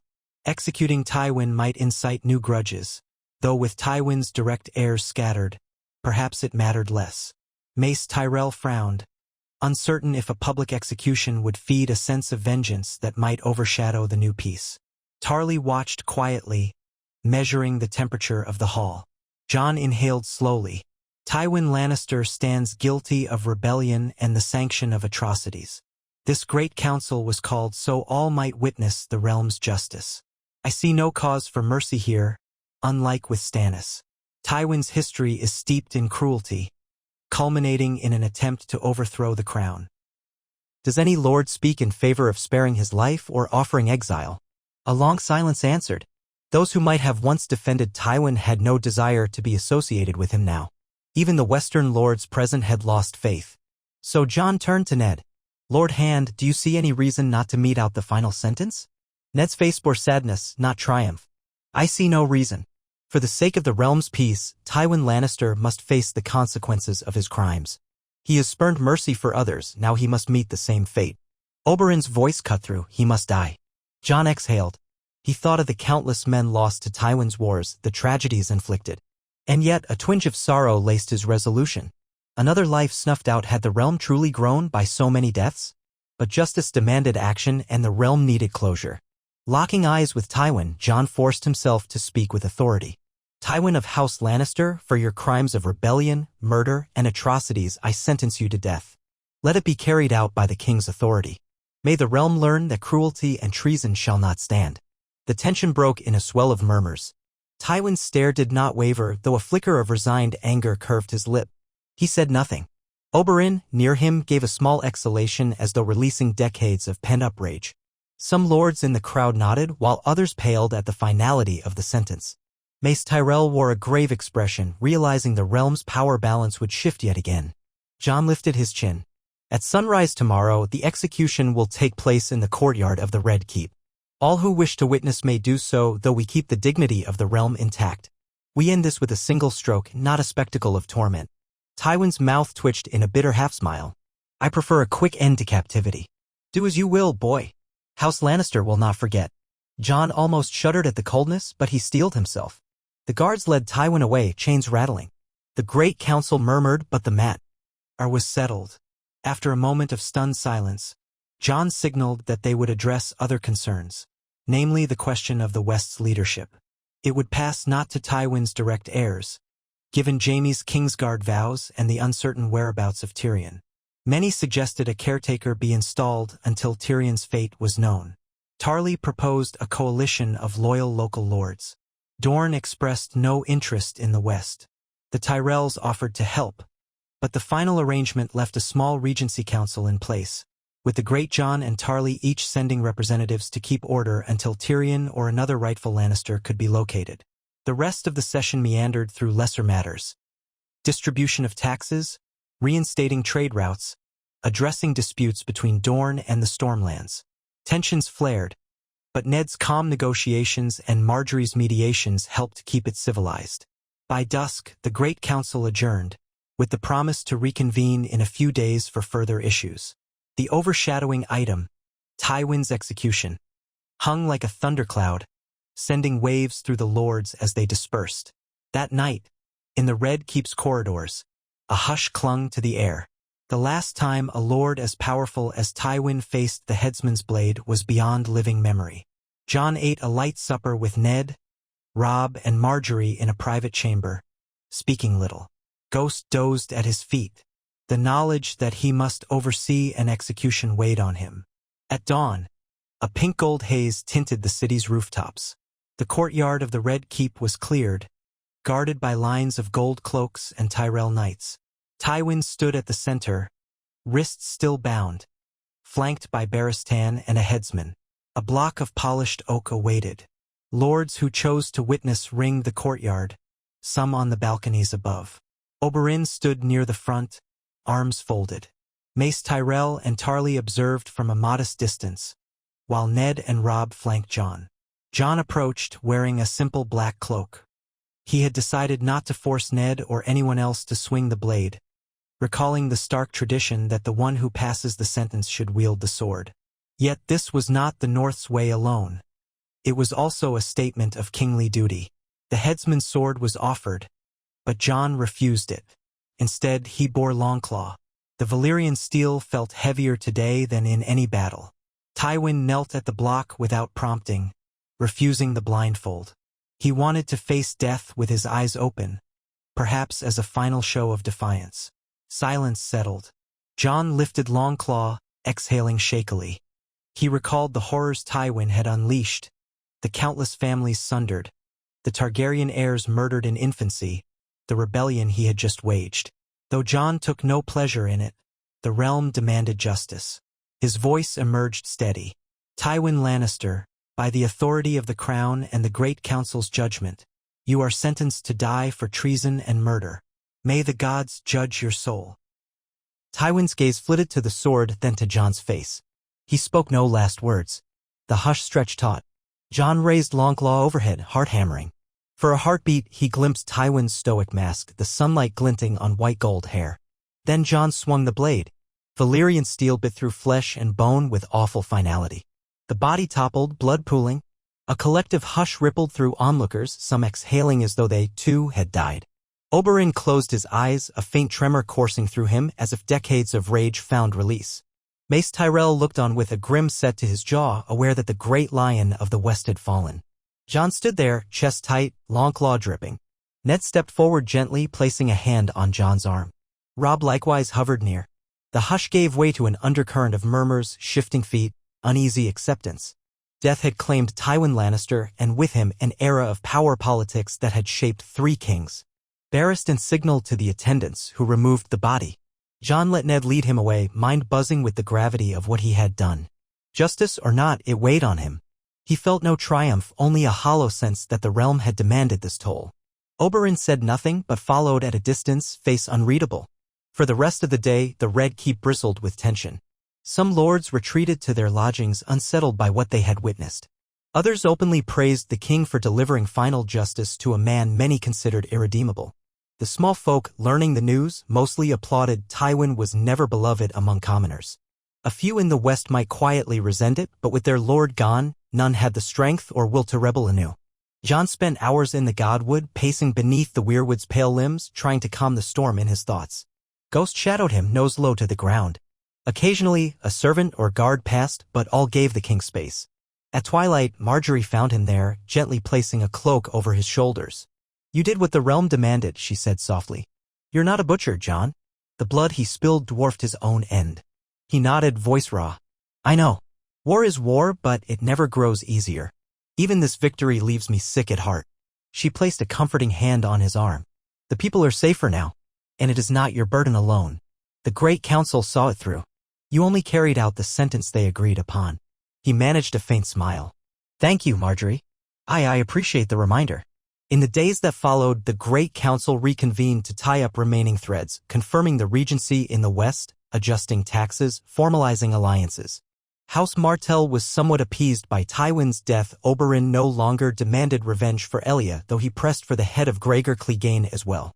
Jon promised that if Gregor still roamed the realm, a bounty would be placed on him. Dornish delegates accepted that as a step toward closure. The Ironborn sought concessions for independence, which Jon refused. Instead, an arrangement offered them limited autonomy in exchange for ceasing raids. Yara Greyjoy bristled, but recognized that with the crown's new stability and the Tyrell fleet at the king's disposal, the Iron Islands stood no chance of open defiance. She returned home with ambiguous results, possibly planning to consult Balon Greyjoy further. The North reaffirmed loyalty to House Stark and by extension to Jon's throne, though some northern lords remained uneasy about a Targaryen king. Robb's presence helped quell that.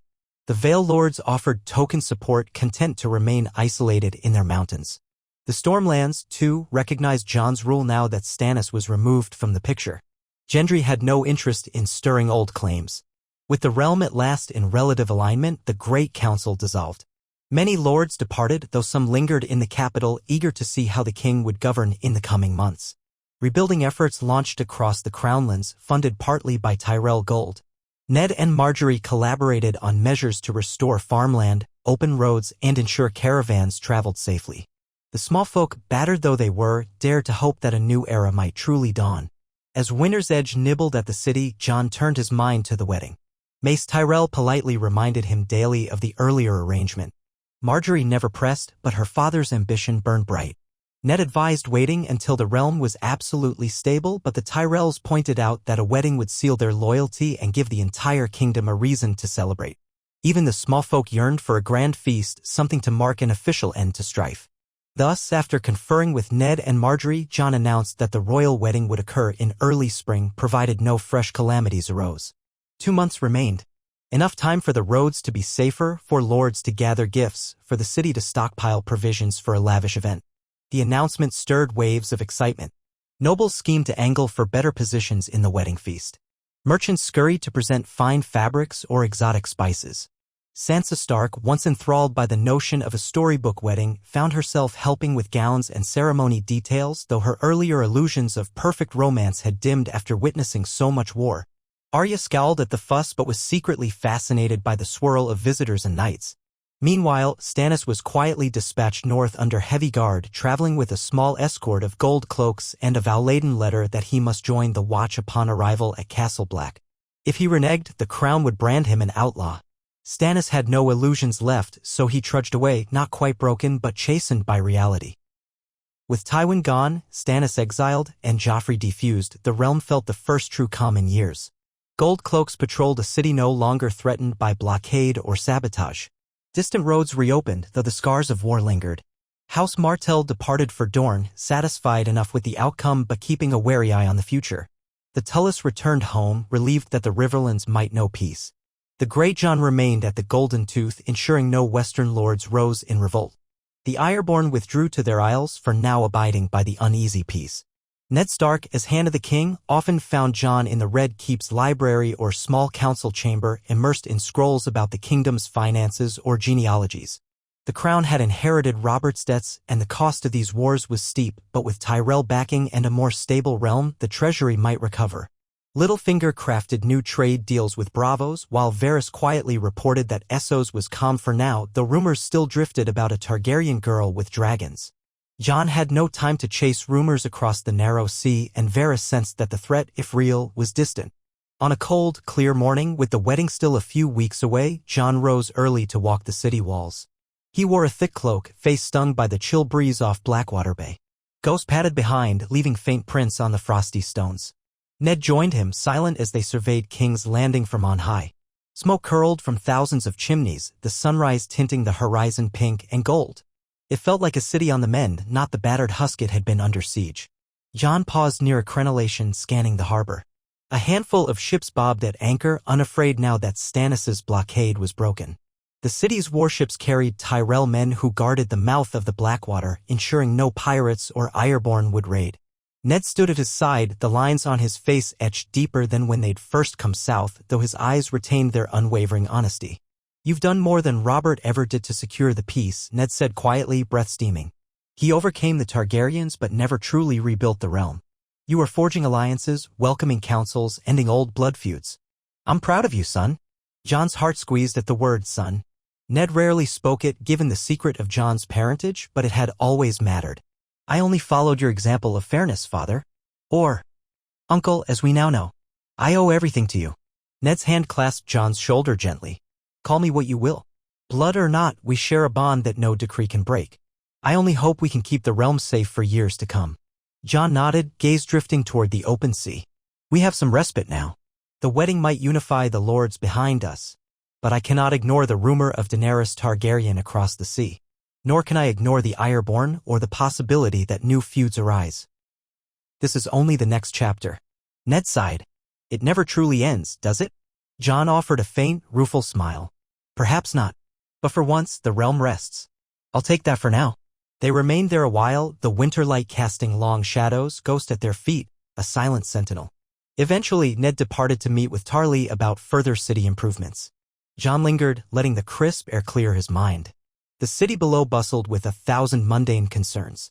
He marveled that after so many battles, so many losses, life persisted. Children laughed, market stalls reopened, craft folk hammered nails to fix roofs. Perhaps that was reason enough to endure the burdens of the crown. By midday he returned to the Red Keep. Marjorie had arranged a small meeting about the wedding details, including which lords would seat where and how the feast might proceed. Sansa contributed suggestions about floral arrangements, recalling the old times she had longed to be a princess in King's Landing. Jon felt a flicker of sorrow that her illusions had been destroyed, but also relief that she seemed to find a measure of purpose in simpler tasks now. Arya, bored by such talk, was likely off training with wooden swords or prowling corridors with Ghost. Weeks turned into a slow march towards spring. Snow did not blanket King's Landing, but the cold was sharper than usual. The wedding day approached, and lords from across the realm, some still in the capital after the Great Council, eagerly prepared for a grand ceremony. Mace Tyrell spared no expense, shipping in wagons of wine, barrels of sweet cider, wreaths of fresh flowers from the Reach's greenhouses. The small folk, though wary of lavish displays, appreciated that the new queen might open more bread lines or sponsor rebuilding. Finally, on a breezy morning marked by clear skies and the promise of warmer days, the royal wedding began. The great September of Baelor was arrayed in green and silver, matching the joint heraldry of House Tyrell's rose and Jon's half-wolf, half-dragon crest. Crowds packed the plaza. Vendors sold pies and honey cakes, children perched on shoulders. The city watch kept order, mindful that any chaos could mar the day. Inside the sept, the High Septon performed the rites. Marjorie walked the marble aisle in a shimmering gown of pale green lace, embroidered with golden filigree shaped like roses. Her hair was woven with silver threads, a small diadem resting upon her brow. Jon stood at the altar in a black and silver doublet, a faint tremor in his hands. Ghost, to everyone's shock, was not inside the sept, though he prowled just beyond the doors, much as a dire wolf might pace outside a quiet glade. The ceremony was solemn and brief. The High Septon invoked the seven, anointing their brows with holy oils. Ned Stark, in a place of honor, watched with a complex swirl of pride and lingering sorrow for the illusions lost. Sansa wept quietly, presumably out of joy or the swirl of emotions. Robb offered a supportive nod. Oberyn, wearing formal Dornish garb, observed from near the front, arms crossed, face set in a polite mask. Mace Tyrell beamed, practically bouncing on his toes. Tarly and Barristan stood like statues, ensuring safety. In the rows behind them, various lords from across the realm, Riverlanders, Crownlanders, Vale Knights, Stormlanders, looked on. Even a small delegation from the Iron Islands had come, bored but present. When the High Septon pronounced them wed, a murmured applause spread. Jon and Marjorie exchanged a ceremonial kiss. Outside, the crowd roared, the sound echoing off the sept's stone facade. Bells rang from every tower in King's Landing, a joyous cacophony that soared into the bright sky. In that moment, the realm seemed to unify in celebration, old grudges overshadowed by the promise of a new queen and a stabilized monarchy. A grand feast followed in the Red Keep's great hall, far more lavish than previous gatherings. Tables groaned under fresh boar, fish from the Blackwater, sweet pastries shaped like roses, and exotic fruits the Tyrells had imported. Wine flowed freely, with Mace Tyrell toasting the king and queen a dozen times over. Minstrels performed epic ballads, praising Jon as the bastard king turned savior, though the term bastard had quietly fallen from polite usage. Ned and Catelyn sat near the dais, exchanging looks of relief. Their daughters, Sansa and Arya, wore modest gowns, Sansa radiant, Arya fidgety. Robb circulated among the guests, forging new alliances. Tarly found corners to speak with lesser lords about defensive measures. Oberyn spent time in conversation with Prince Doran, who had come for the wedding despite frail health, though the older prince mostly kept to the background. At the high table, Jon and Marjorie presided with measured grace. They shared occasional smiles, whispered remarks about who among the guests was drunkest. Marjorie teased Jon lightly that the Ironborn across the hall looked ready to doze off. Jon teased back that at least they weren't trying to kidnap a bride this time. The crowd watched them, judging every nuance of their dynamic, whether this union promised lasting harmony or might hide fractures. So far, all seemed well. After the feast's seventh course, dancing ensued. Loras Tyrell, resplendent in gold-burnished armor, led Marjorie through a graceful swirl, a sibling tradition that set the tone for the rest. Jon also took a turn with Sansa, who glided with surprising confidence. Arya, uninterested in dancing, smirked from the sidelines, occasionally sneaking bits of lemon cake. Ned danced once with Catelyn, awkward but sweet, a small respite from responsibilities. Barristan even accepted an invitation from a court lady, though his movements were stiff from old soldiers' bones. As the night deepened, the crowd demanded the bedding ceremony. Marjorie's cheeks flushed at the rowdy custom, while Jon felt a pang of discomfort. He hardly relished a public spectacle of body hands tearing at their garments. But tradition was tradition, especially in the South. With a wry grin, Margaery guided him from the dais, the watchers forming two lines to separate them for the ritual. Giggling ladies dragged Margaery one way, men jostled Jon another, shouts and jokes filling the corridors. They parted in near darkness. Inside the bedchamber, the door slammed shut behind them, sealing out the roar of revelers. The immediate hush felt jarring after so much noise. A single candelabra lit the plush space, revealing a large bed draped in green silks embroidered with the Tyrell rose and the king's sigil. Margaery stood at one side, smoothing her disheveled gown, the flush of her cheeks a mix of wine and embarrassment. Jon's hair stuck out where lords had pawed him, snickering through the bedding. Their eyes met and a moment of uncertainty flickered. This was the apex of the realm's oldest custom, consummating a union that shaped the entire kingdom's fate. Margaery stepped closer, voice soft. "We can proceed," gently she said. "I understand how awkward this might feel. Duty and all." Jon swallowed.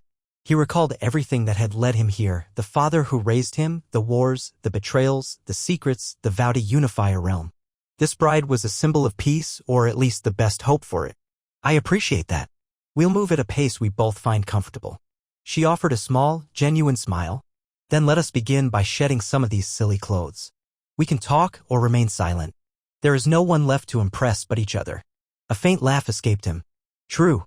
The rest of that night passed in a blur, a mixture of anxious nerves and cautious exploration. If they were not bound by grand passion, at least they shared a mutual respect and a willingness to find a gentler intimacy. By the time dawn's first rays peeked through the curtains, they lay side by side, the tension of the day's spectacle slowly easing into tentative close scenes. Margaery drifted off with her head on Jon's shoulder, and he, though not brimming with the passionate love that minstrels sang of, felt a measure of calm. If this marriage was the cornerstone of the realm's new peace, then so be it. When the news spread that the marriage was consummated, cheers rose anew. Over the next days, the city held more feasts, though none matched the grandeur of the wedding night. Lords gradually departed for their own domains, content that the king's rule was secure. Ned remained in King's Landing as hand, but Catelyn and the girls soon prepared to return north, leaving a smaller retinue behind. Robb debated returning or staying longer to assist his father. In the end, he decided to remain a few months more, ensuring no crisis demanded a quick northern sword. All the while, Jon found himself adjusting to life as a wed king, sharing some daily tasks with Margaery. She proved adept at reading courtiers' moods, smoothing disagreements in the small council. Their marriage bed remained a realm of polite companionship, not fiery romance, but at times Jon caught glimpses of deeper warmth in Margaery's eyes. Perhaps in time they might forge a genuine bond. Late one afternoon, the pair walked the courtyard, arms loosely linked, discussing a plan to refurbish the city's granaries in case winter deepened. Ghost padded behind them, drawing a few stares from Tyrell knights who still found a dire wolf unusual. Partway along the path, a page approached, bowing deeply, and handed Jon a sealed scroll. The wax bore a strange dragon sigil he did not immediately recognize. He broke it open and scanned the contents, frowning. Margaery peered up at him. "Bad news." Jon's voice softened. "A letter from Essos. Signed by a woman naming herself Daenerys Targaryen, daughter of the Mad King, apparently. She writes that she has heard of me, claims the Targaryen name as well, and wonders if I truly rule in Westeros by right or if her claim surpasses mine." Margaery exhaled slowly, eyes flicking to the parchment. "So the rumors are true. Another Targaryen across the sea with talk of dragons. Does she threaten war or merely question your legitimacy?" Jon reread the lines, which spoke of interest in reuniting Targaryen blood, not explicit aggression. "She doesn't threaten, no. She's cautious. She claims to have been told that a boy king in Westeros called himself Targaryen, and she wishes to know if we stand as allies or rivals. She mentions Dothraki once, but no direct mention of an invasion." Margaery arched her brows. "That might yet come. She's testing the waters. Are we to face another war so soon after this peace?" Jon tucked the letter away. "We shall see. For now, I'll compose a reply. Let her remain across the sea if she is wise. Our realm is tired of conflict." Margaery nodded. "We can handle this together, carefully. No more endless wars." Jon squeezed her hand gently. A swirl of the future beckoned.